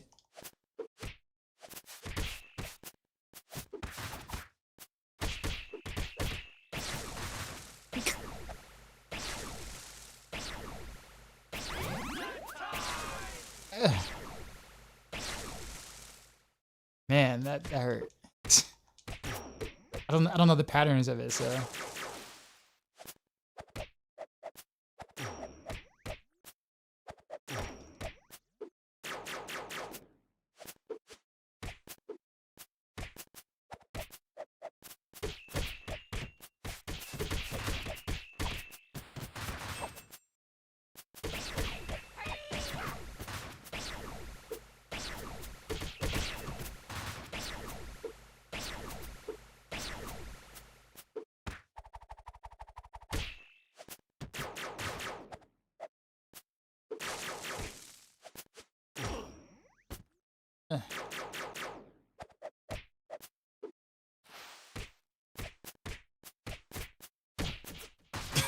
That's all I can really do. No good ninjas.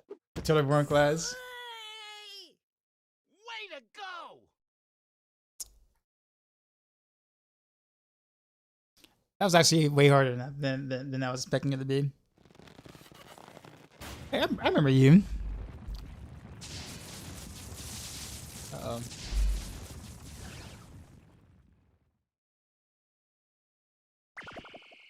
The old dome has seen better days.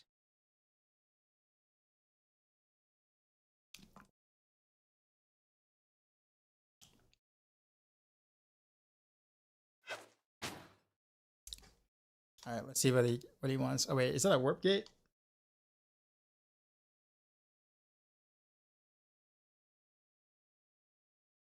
Did I finish your stuff?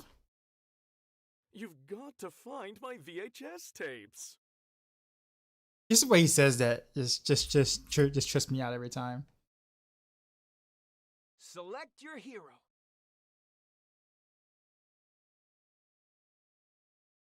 Yeah, back out real quick. The options. So volume up a little bit. Select your hero.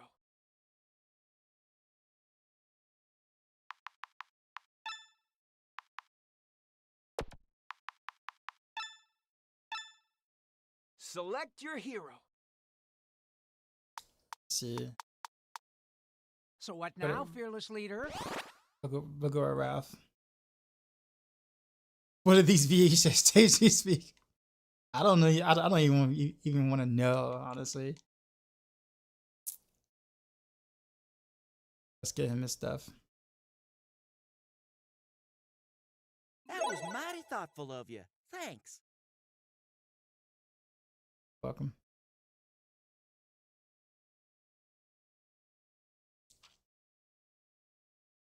I already did it. Yeah, because it's got a flag on it. Hope he didn't read him. So I guess we're gonna go warp. Let's go warp.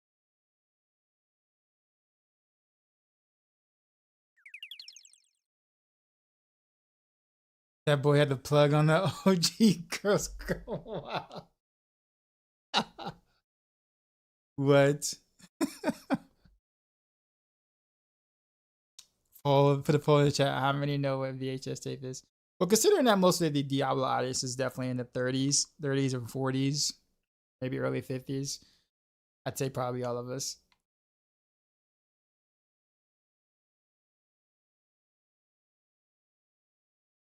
Technodrome Redux. Almost all of us, I'll say.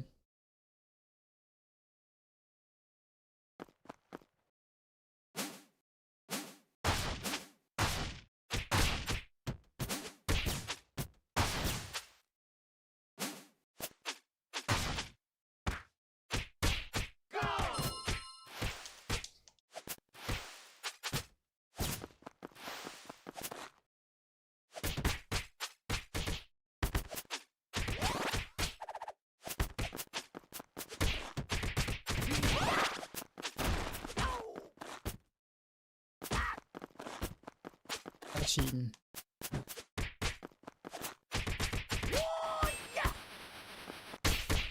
Oh, that was a good catch.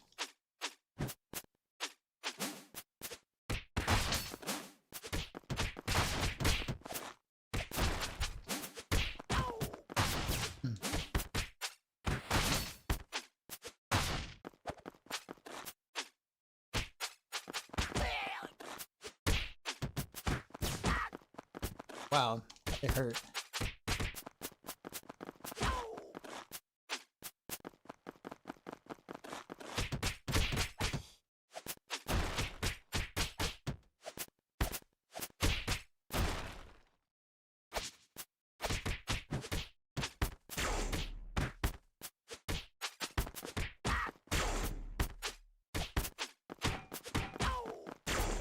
And this guy's hurt.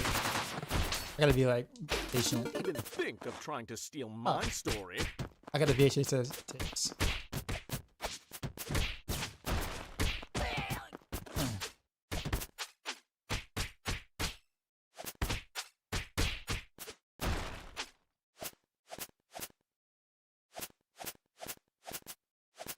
Oh, why they change colors?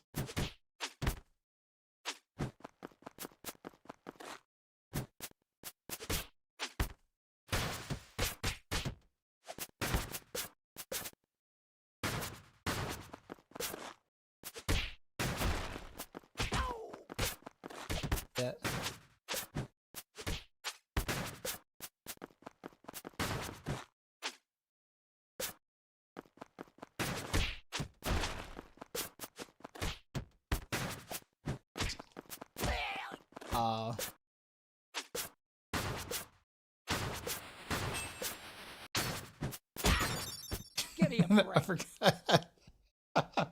Ready or not, here I come.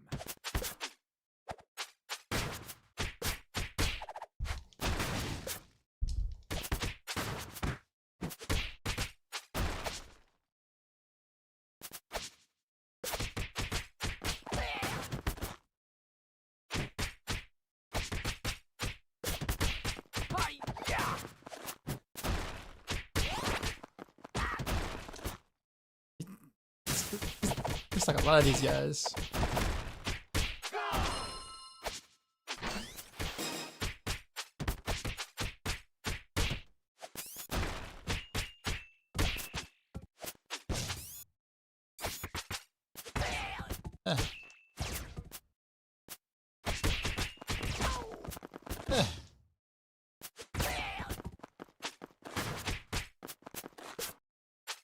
Charge.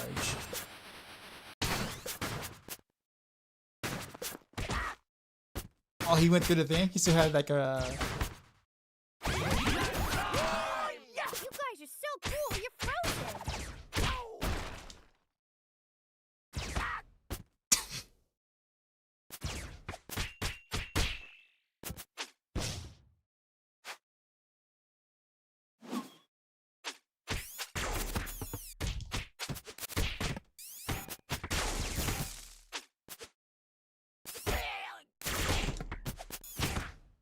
Get hit a lot.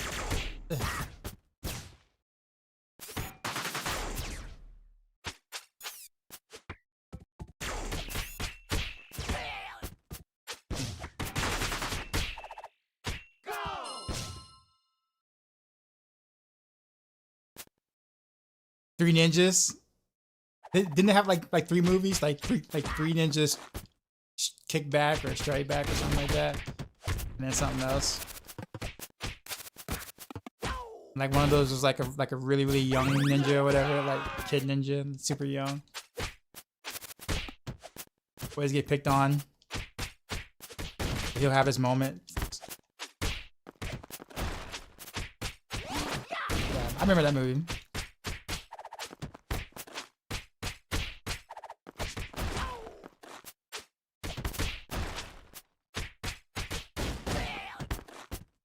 They are not playing.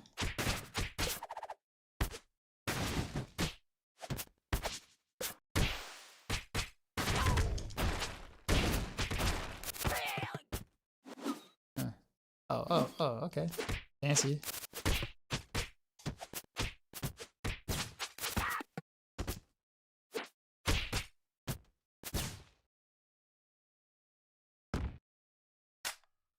Lord Krang's will shall be done. Shall it? Oh, okay. Bruh.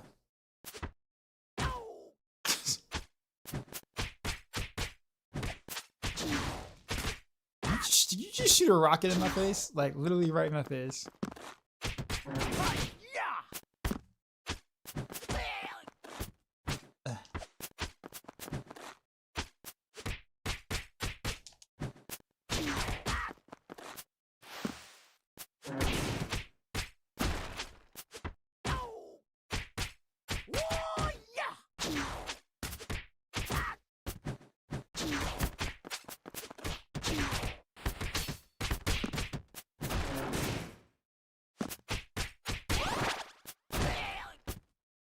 He just Give me a break. the sound effects and slapjack. Nature of this just makes some of these things look so like hilarious.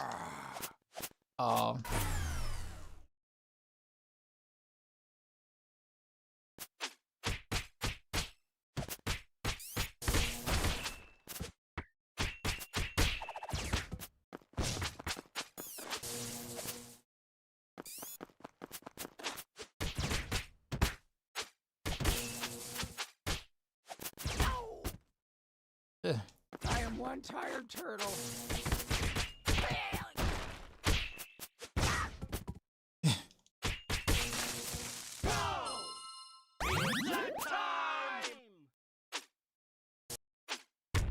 Pinky in the brain. What are we gonna do tonight, brain? Same thing we do every night, Pinky.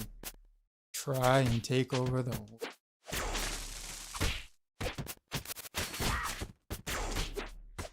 I am one tired turtle. I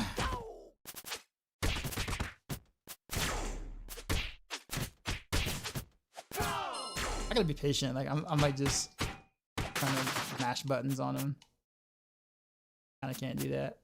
But some of these, like these guys, they have a parry attack, which I haven't really learned. I know when they do it, but it's like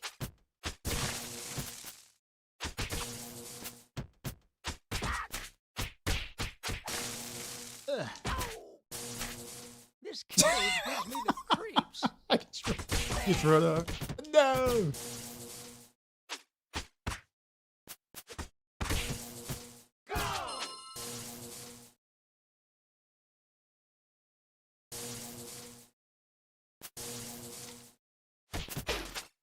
Oh, nice. Piece of very, very light. Where to get this game? Steam? Yeah, Steam. Most hip.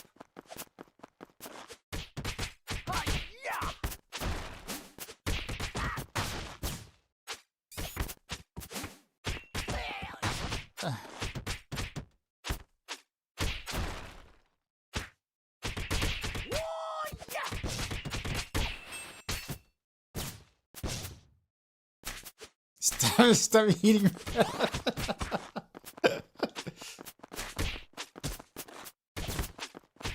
Come and get me! I am one tired turtle. Oh, what move was that? What'd I do?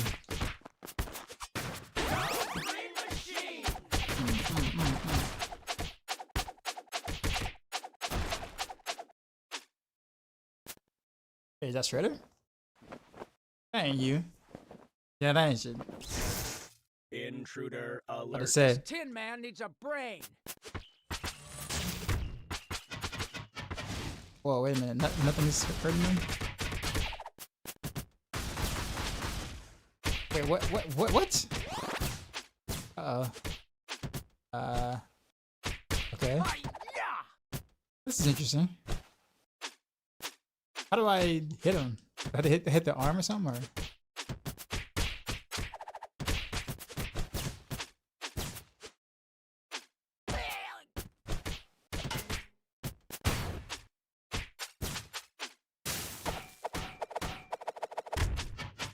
Oh, that dealt a lot of damage.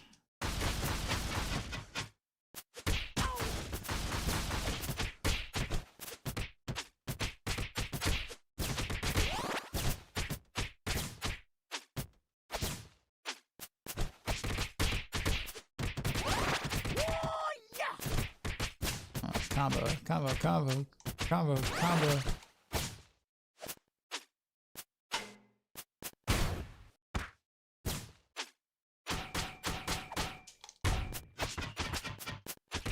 Okay, so I can't hurt him until he gets out of that other form. So that's like... Yeah. Alright. He just punched his own. Okay. Hit him. There you go. Good job. Hit him. Aw. Hit him. Aw.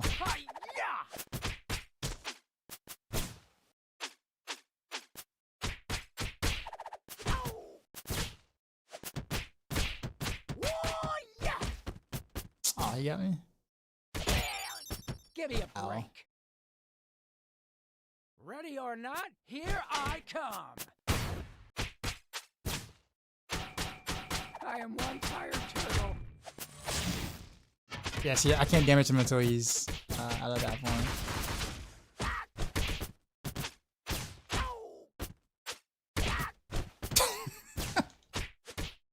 Yeah.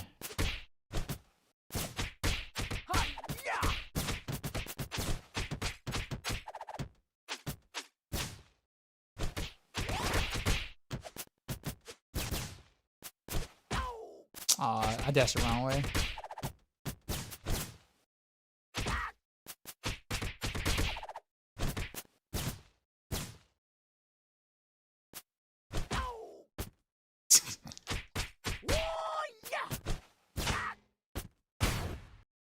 Okay, so he comes when that barrel is destroyed.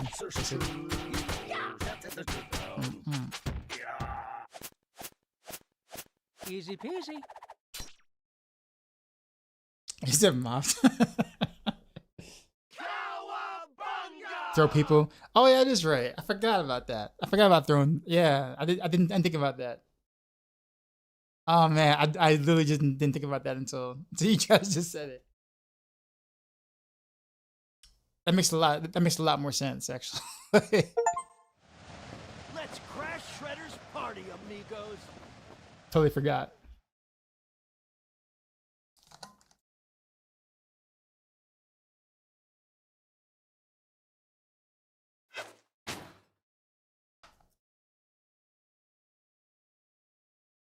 All right, so I got his VHS tapes. So we're gonna go back and get it. All right, whatever secrets you got on these tapes, bro.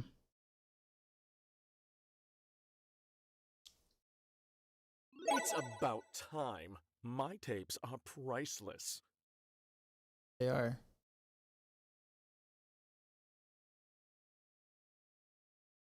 Select your hero. Who do I want to play him? I like a lot of them, but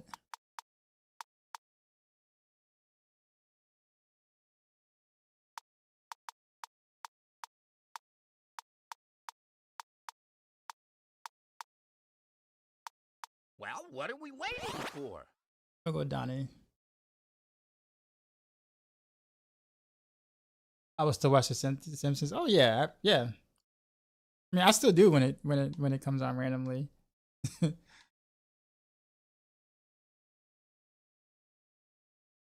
Also, being lower level is hard too. Like trying to like do like a level 4 Donatello at like episode 14 is hard. There's no time to explain. Let's go. Wow. Bro, what is...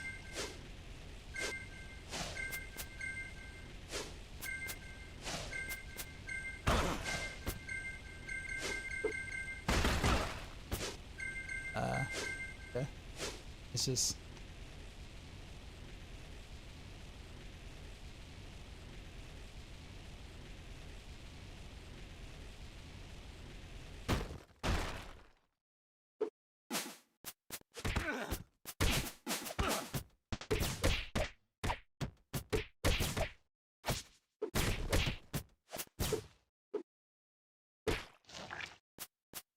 what that was.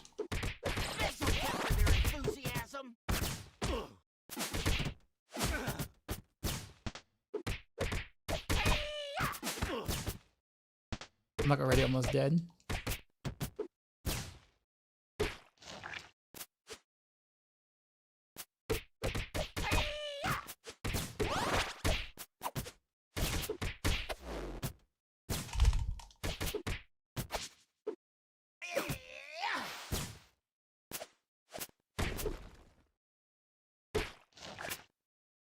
Somebody in the bushes.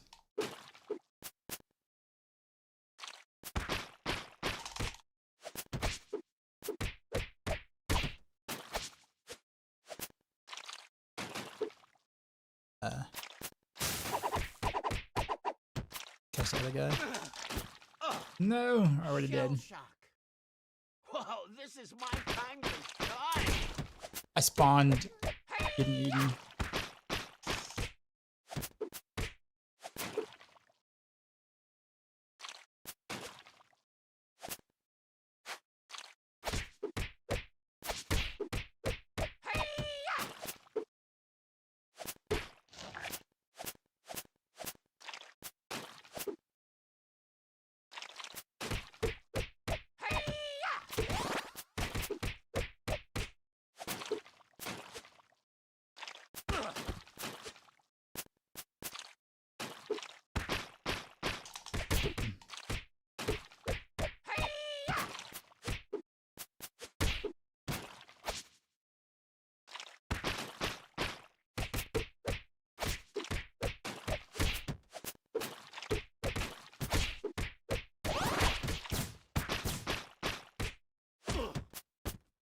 Get avocado in midair. And those Foot Clans have like a good anti-air.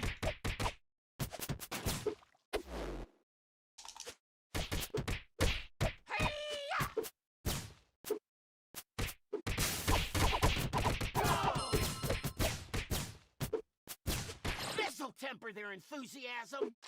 I got a pizza.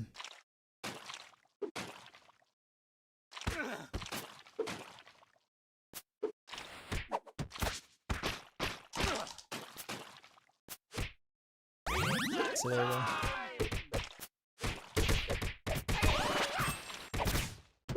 Oh, that worked. Okay. Just do that from now on. This'll temper their enthusiasm.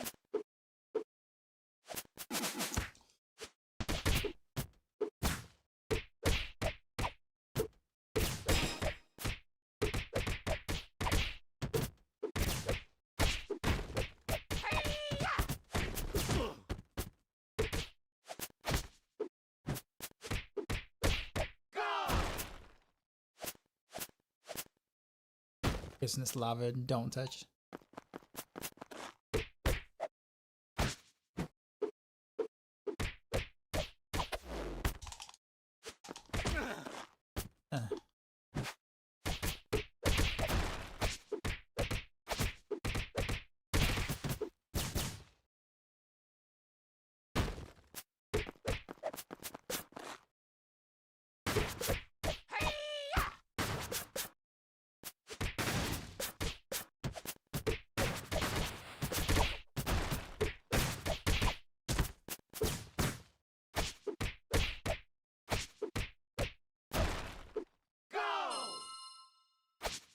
The Donnie, yeah.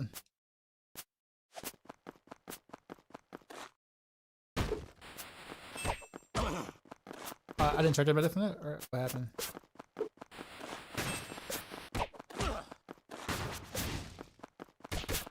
This is a hard spot to be in.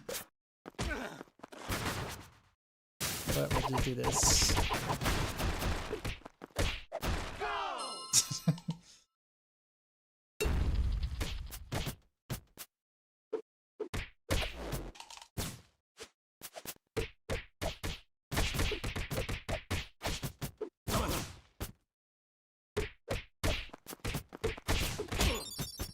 Aw, that's too loud to read down. Hi guys! Did you miss me?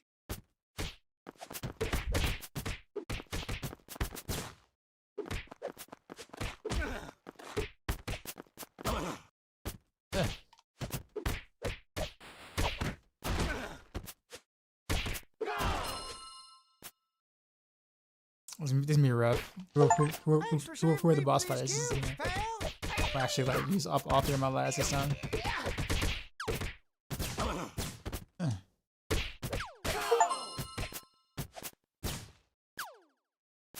I am under leveled though as Donnie though. This content.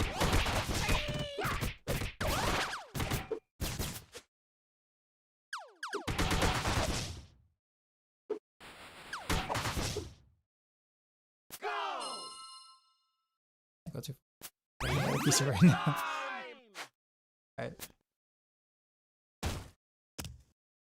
I'm gonna trash you mutants.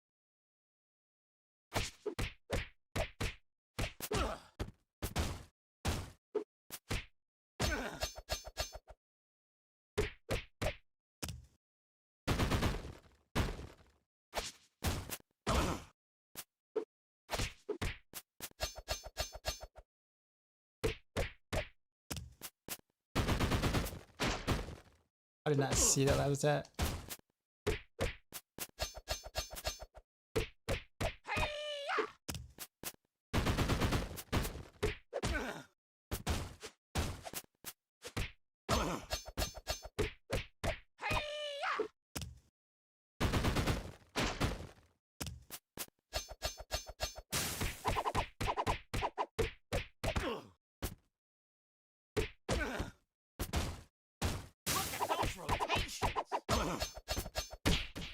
Oh no, I've been trashed. Not too bad. Oh. Way to go! Okay. Now, let's get down to business.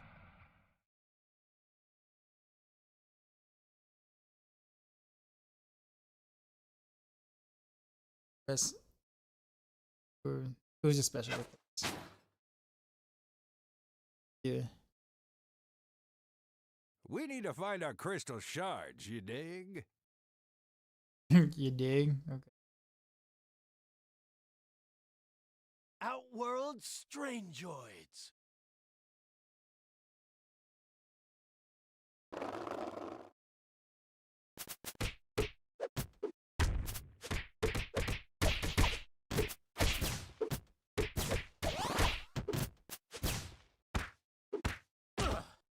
He 3-piece on it. This'll temper their enthusiasm.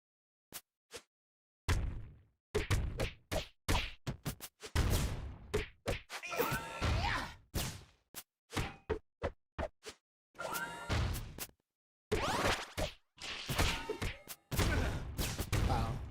I did not see him.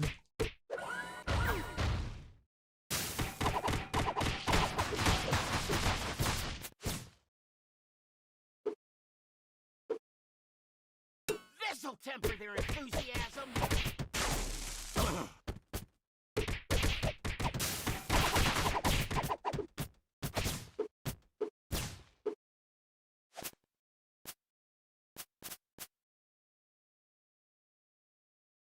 Okay.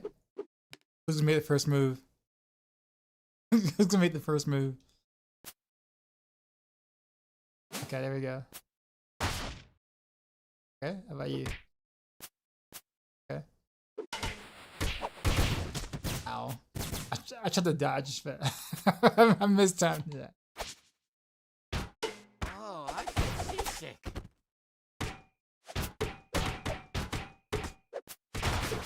Oh, I feel seasick. Oh,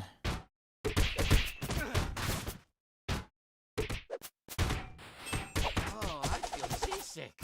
Getting tossed around.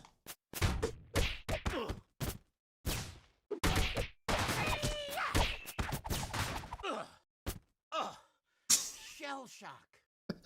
Oh, this is my time to shine.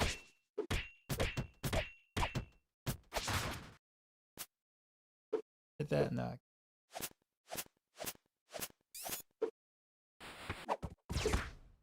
Oh.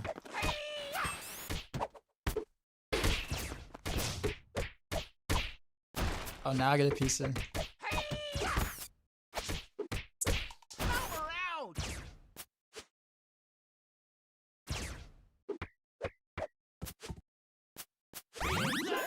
Oh, I didn't mean to take it.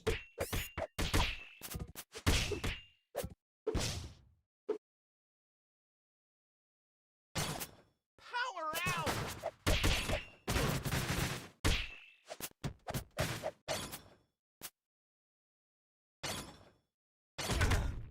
Oh wow, that's ambush.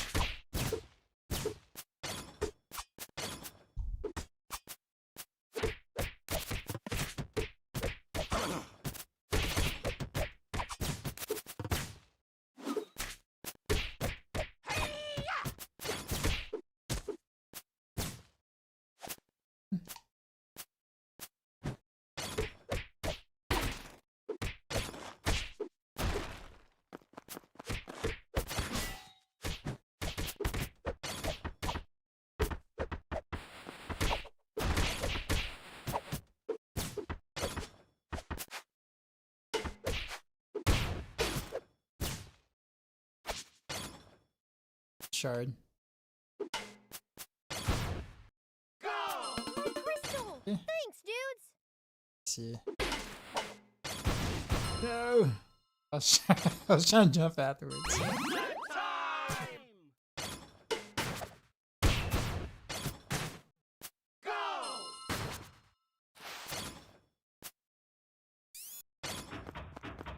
Yeah, going. Oh no, not these guys.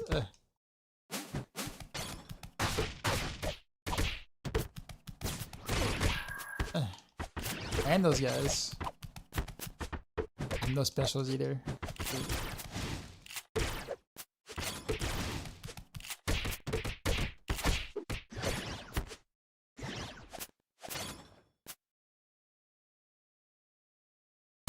You guys got shields.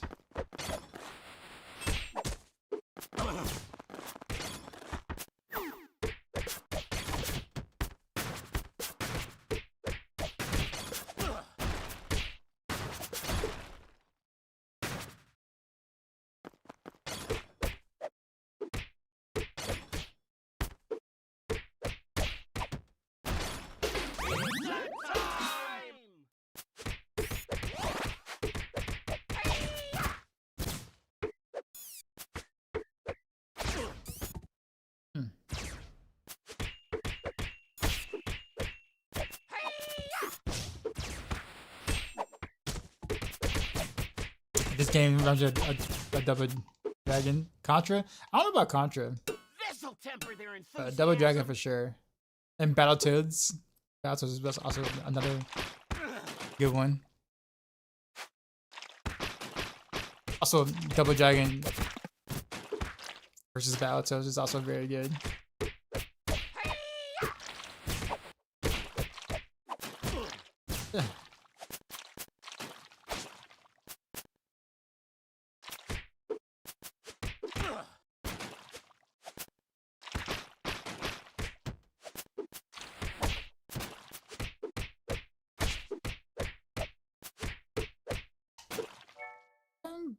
Give him a little combo scheme going on.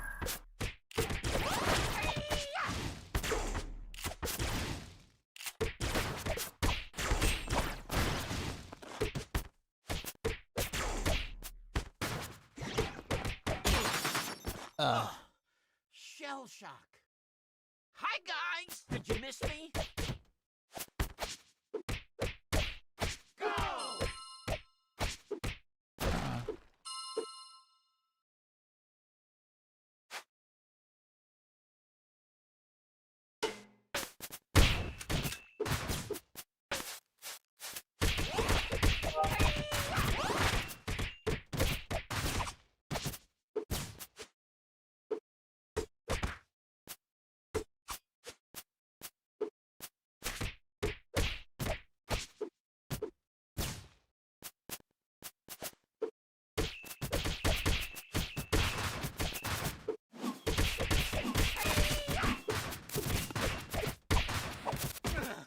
Yeah.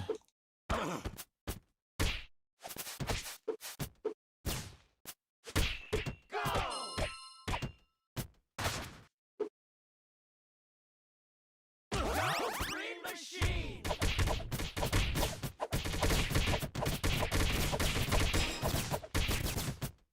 Move unlock. Squad to the back form. Super flying kick. Okay.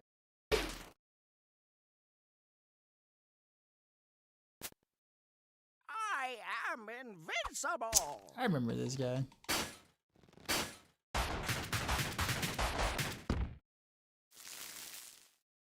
I'll teach you some manners. Face ingenuity. Hey-ya!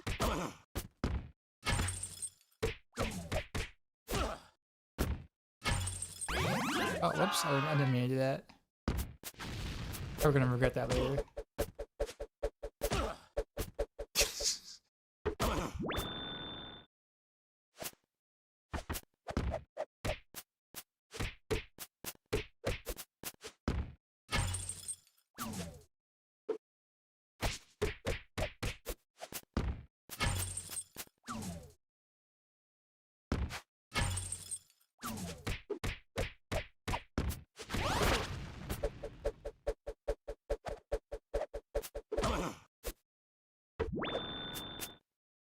Wait for him to doing what he's doing. Yeah. Yeah.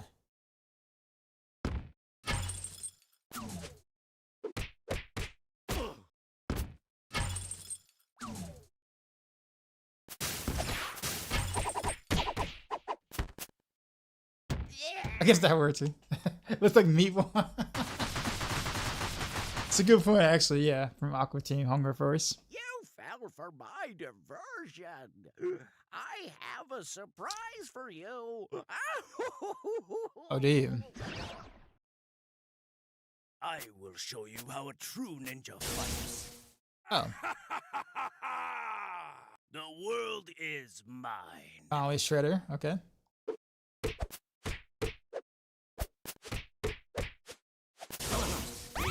Aw, I didn't mean. Why you knock me to the Fisa? No. We'll need that later.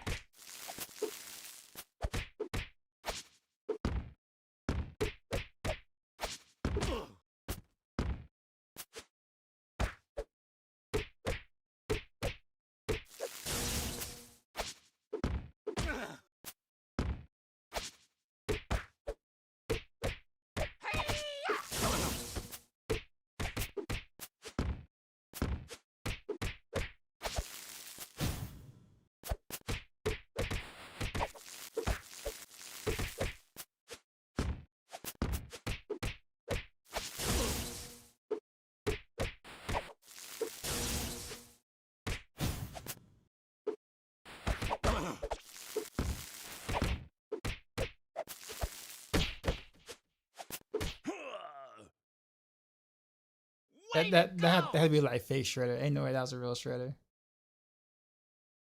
Cowabunga! You haven't seen the last of me. Yeah, I didn't think so. That was too easy, sir.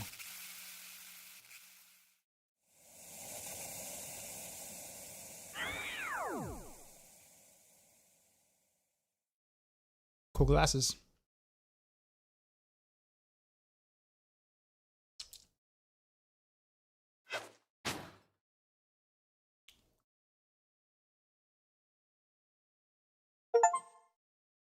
You got all the shards way out. I must be like real close to the end.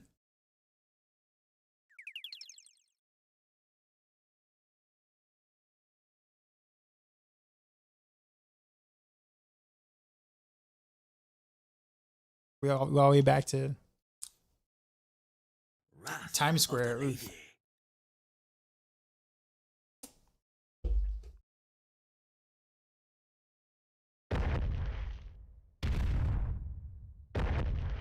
Oh wow. Statue of Tyranny? Liberty nowhere, okay.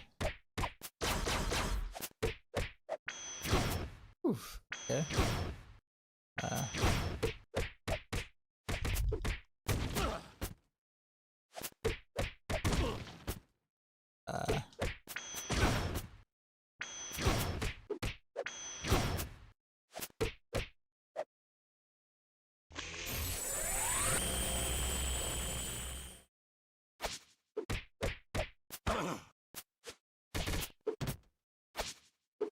What if I can like throw them into her?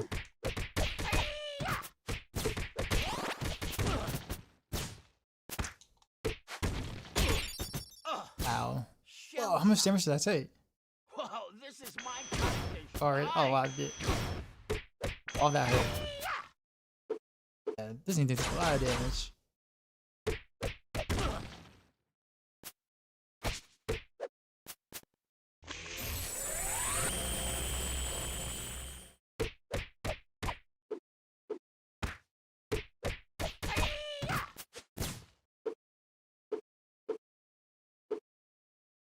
Can't do that.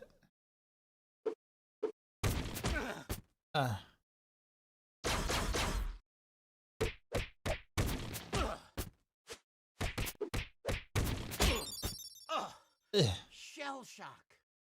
I'm probably gonna fail this time around.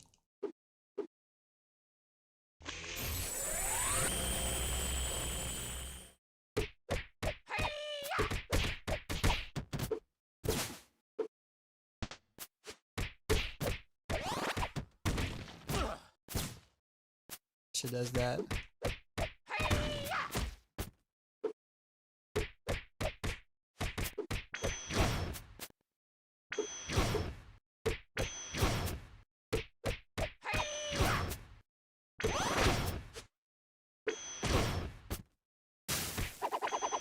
Oh, we're out of range.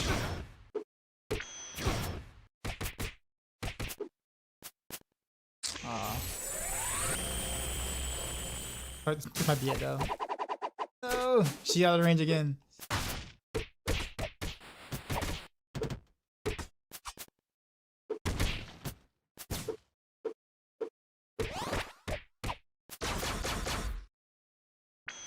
In the range real quick. There we go, got her. That was like, that's close. I almost lost that.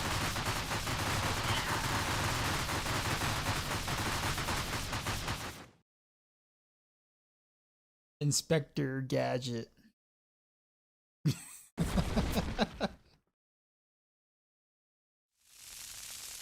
Shredder's back. Okay. And I have like no health left.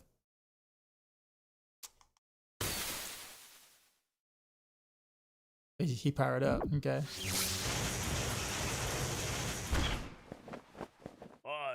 Super Shredder. I have no health left, by the way, so I'm like dead. Oh, I feel seasick. I didn't even get a hit in. Whoa, this is my time to shine. Whoa. Oh, Okay. I feel seasick. Dude, he's just like.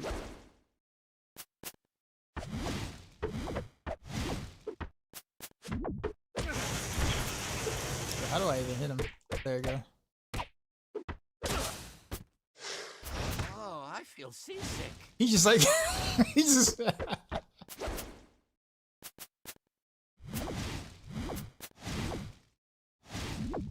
Let me just learn to fight, because I am definitely not gonna beat him this round. So let me like figure out what his moves are. Is that Shell shock. Yeah, it's over. I was like, Oh ain't no way. I was. Wrath of the lady. Dude, turn it up, man. He put a Zarbon on me, man. For those who remember Frieza Saga versus Vegeta. Initially. Rule the earth with an iron fist. Oh man, wait. So I gotta. I only get 3 lives with this. Yeah, this is gonna be pretty challenging.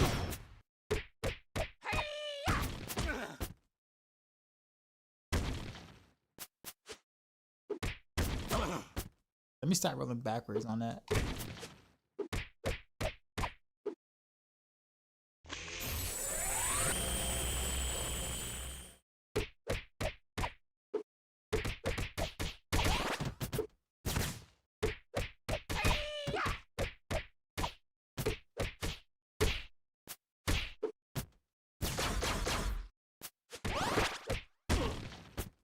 Ah.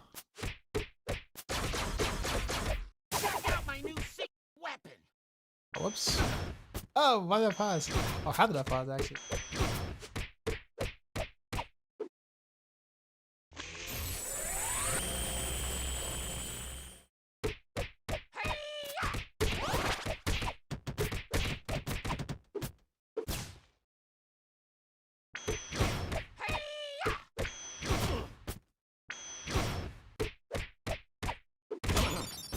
Oh, I dodged. Shell shock. I know I dodged. Hi guys, did you miss me?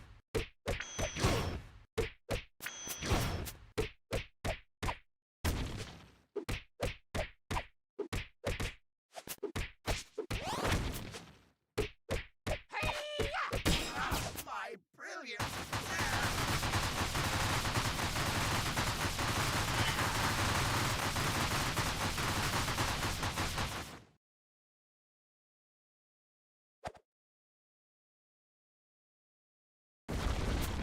A real fight.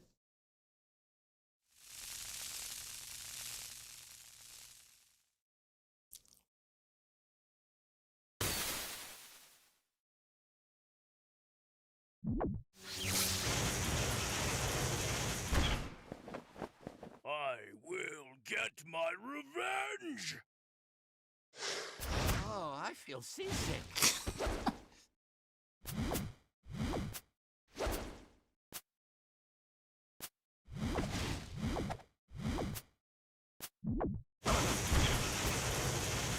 I can only hit him.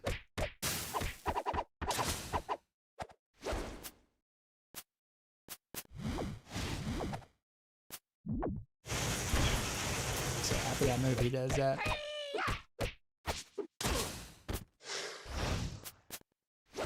I can't get too greedy though.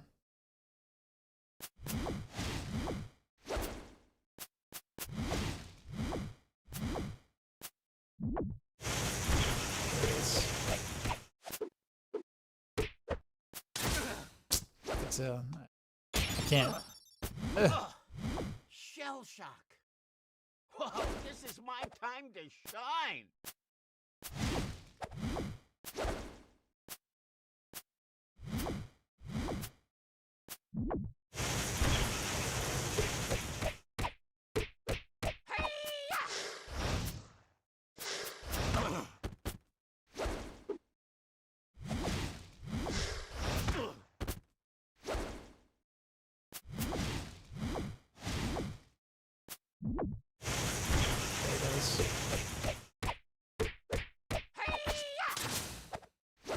Okay, so if I do that, then that, I'm alright.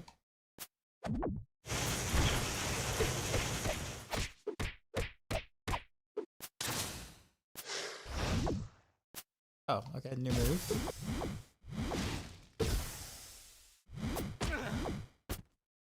Ready.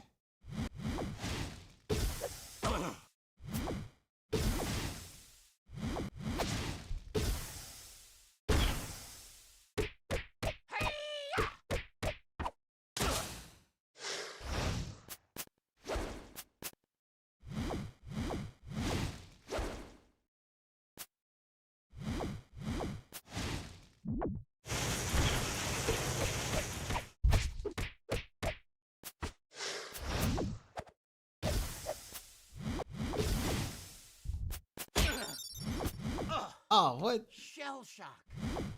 Hi guys, did you miss me?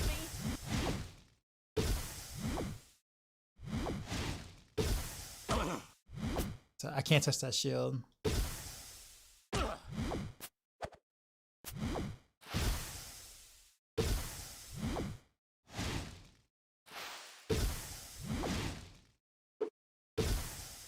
I'm not killing it fast enough.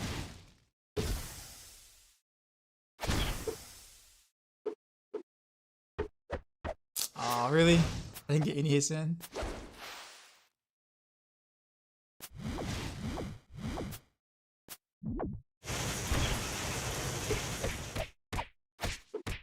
No! Yeah. My revenge? Impossible.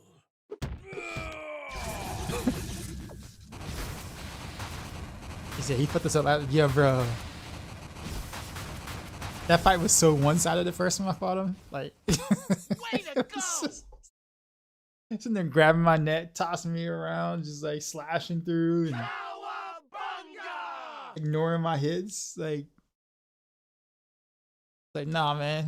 None of this is fair. New York can rest easy even more. Oh, it's Vernon.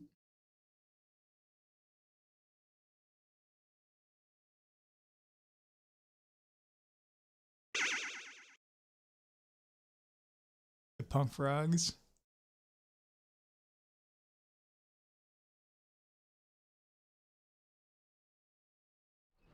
So the punk frogs got the credit for it.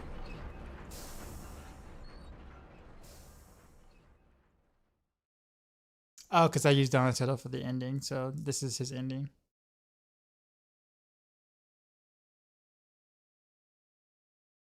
It's a nice night for a party for his family forever. Hey, Casey Jones.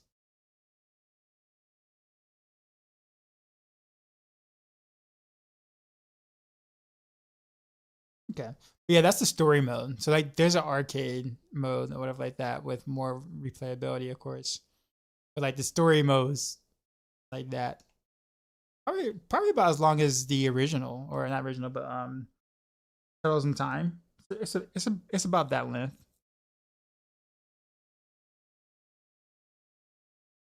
But yeah, there's an arcade mode which I'm about to try a little bit of.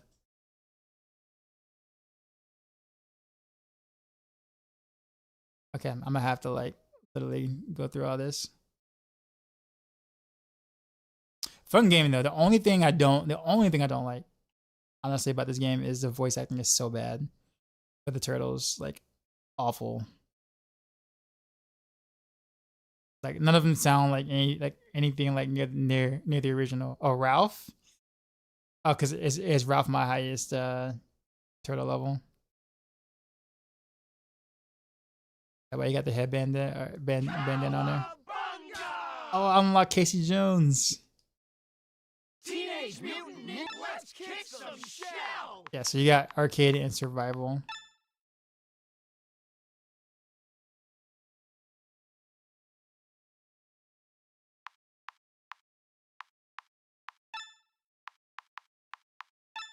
Let's do gnarly.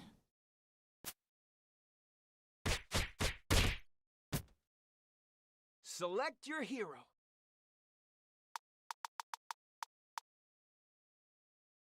Oh, he's got some range. Let's bust some crime. All right, his voice isn't that bad compared to the others. Okay, so I guess this is the Job breaking news. Okay, so this is basically story mode, but arcade style. Where you only have 3 lives for like the whole thing.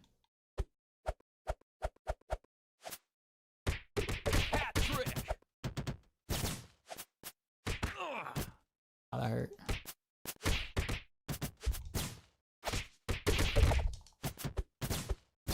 Casey Jones, you got some moves. Is that a headbutt?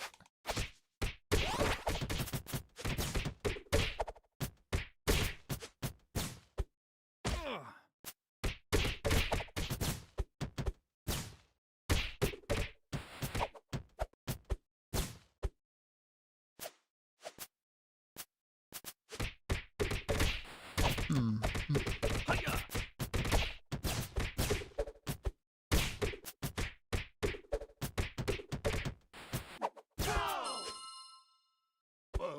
I'll teach you a lesson. Oh wow, he just Hat trick.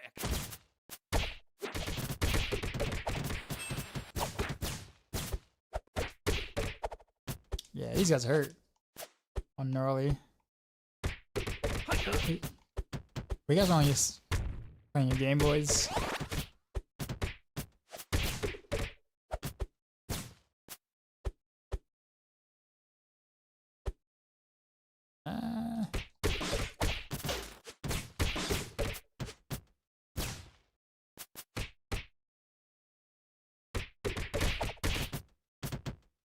Do something, do something, do something, do something, do something. You do got that range though.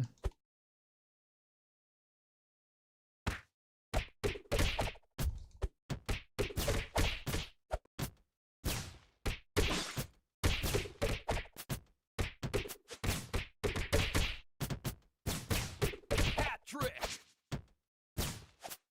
Fastball scum. But man, they hurt. They do way more damage. We cooking for real. Like literally. Low blow. You just jab me in the face. All right, let's waste those. Got DC. So patch is coming? No, not yet. It's like midnight Blizzard time, so a patch is not coming yet. They're not even at the office.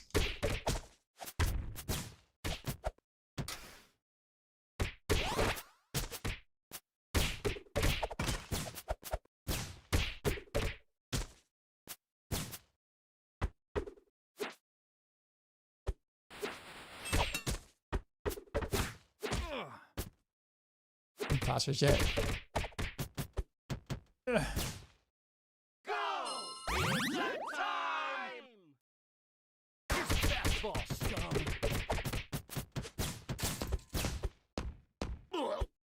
Here's a fastball scum.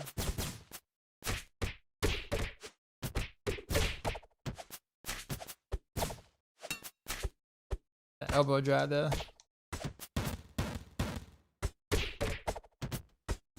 Hat trick.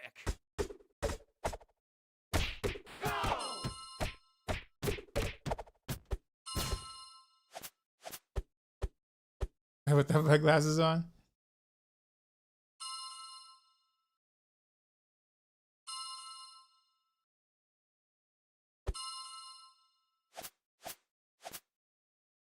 Alley-oop.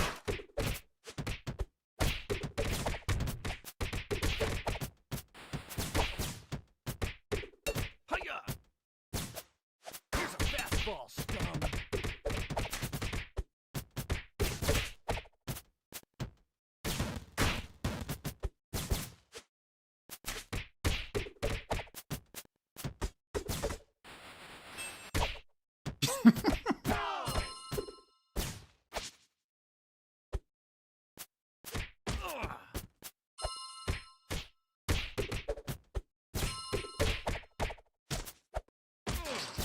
Oster right there. By that.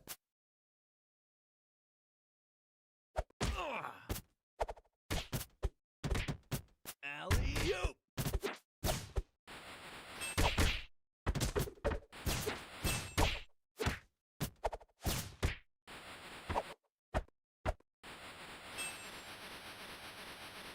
Gonna wait for me? You gonna wait? You sure you're gonna wait? Sure everybody gonna wait?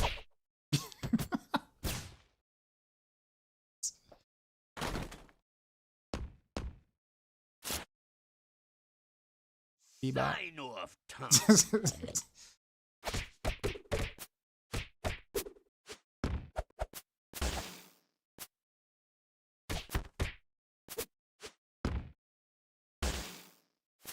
Low-life vermin, take this.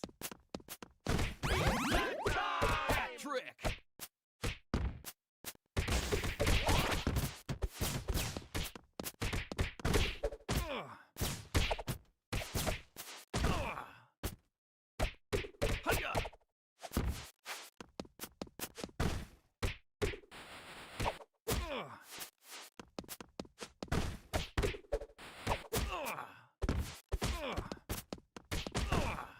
Oh wow.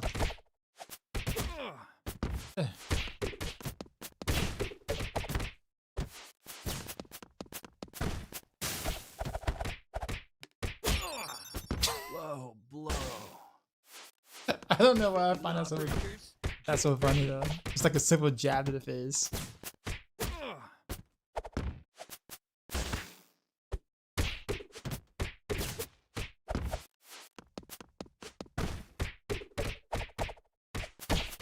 My snout hurts.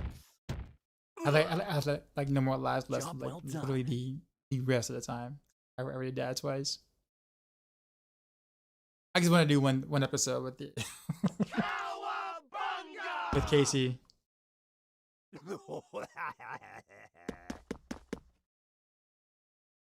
You snooze, you lose, turtles. Like Rocksteady and Bebop's voices aren't Big Apple, that bad. 3 p.m. But the Turtles voice acting is so bad. Like they could just use AI. I'm surprised they didn't just do that.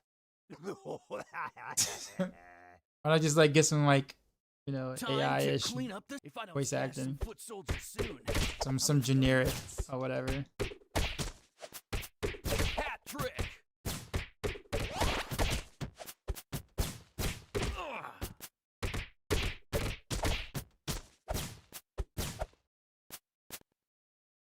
Alright. We're gonna return to the main.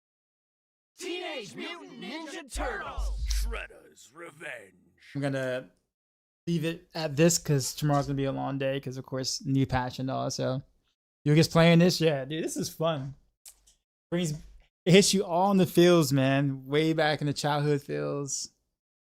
But the gameplay is so much fun. Like I said, the only thing I don't like about this game, the only thing, is literally the voice acting is so bad. But outside of that, game's a banger. Where to go? Where am I gonna send you guys tonight? Went to sell kittens yesterday.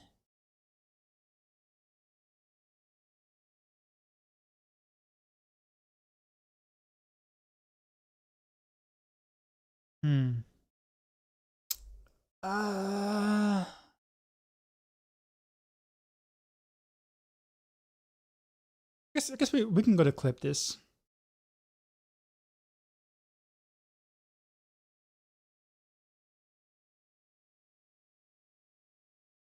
Days for sure. Yeah, man. We're gonna so I probably won't be playing any more Turtles or anything like that for like I guess a chunk of this week just because there's a lot going on in Diabloverse.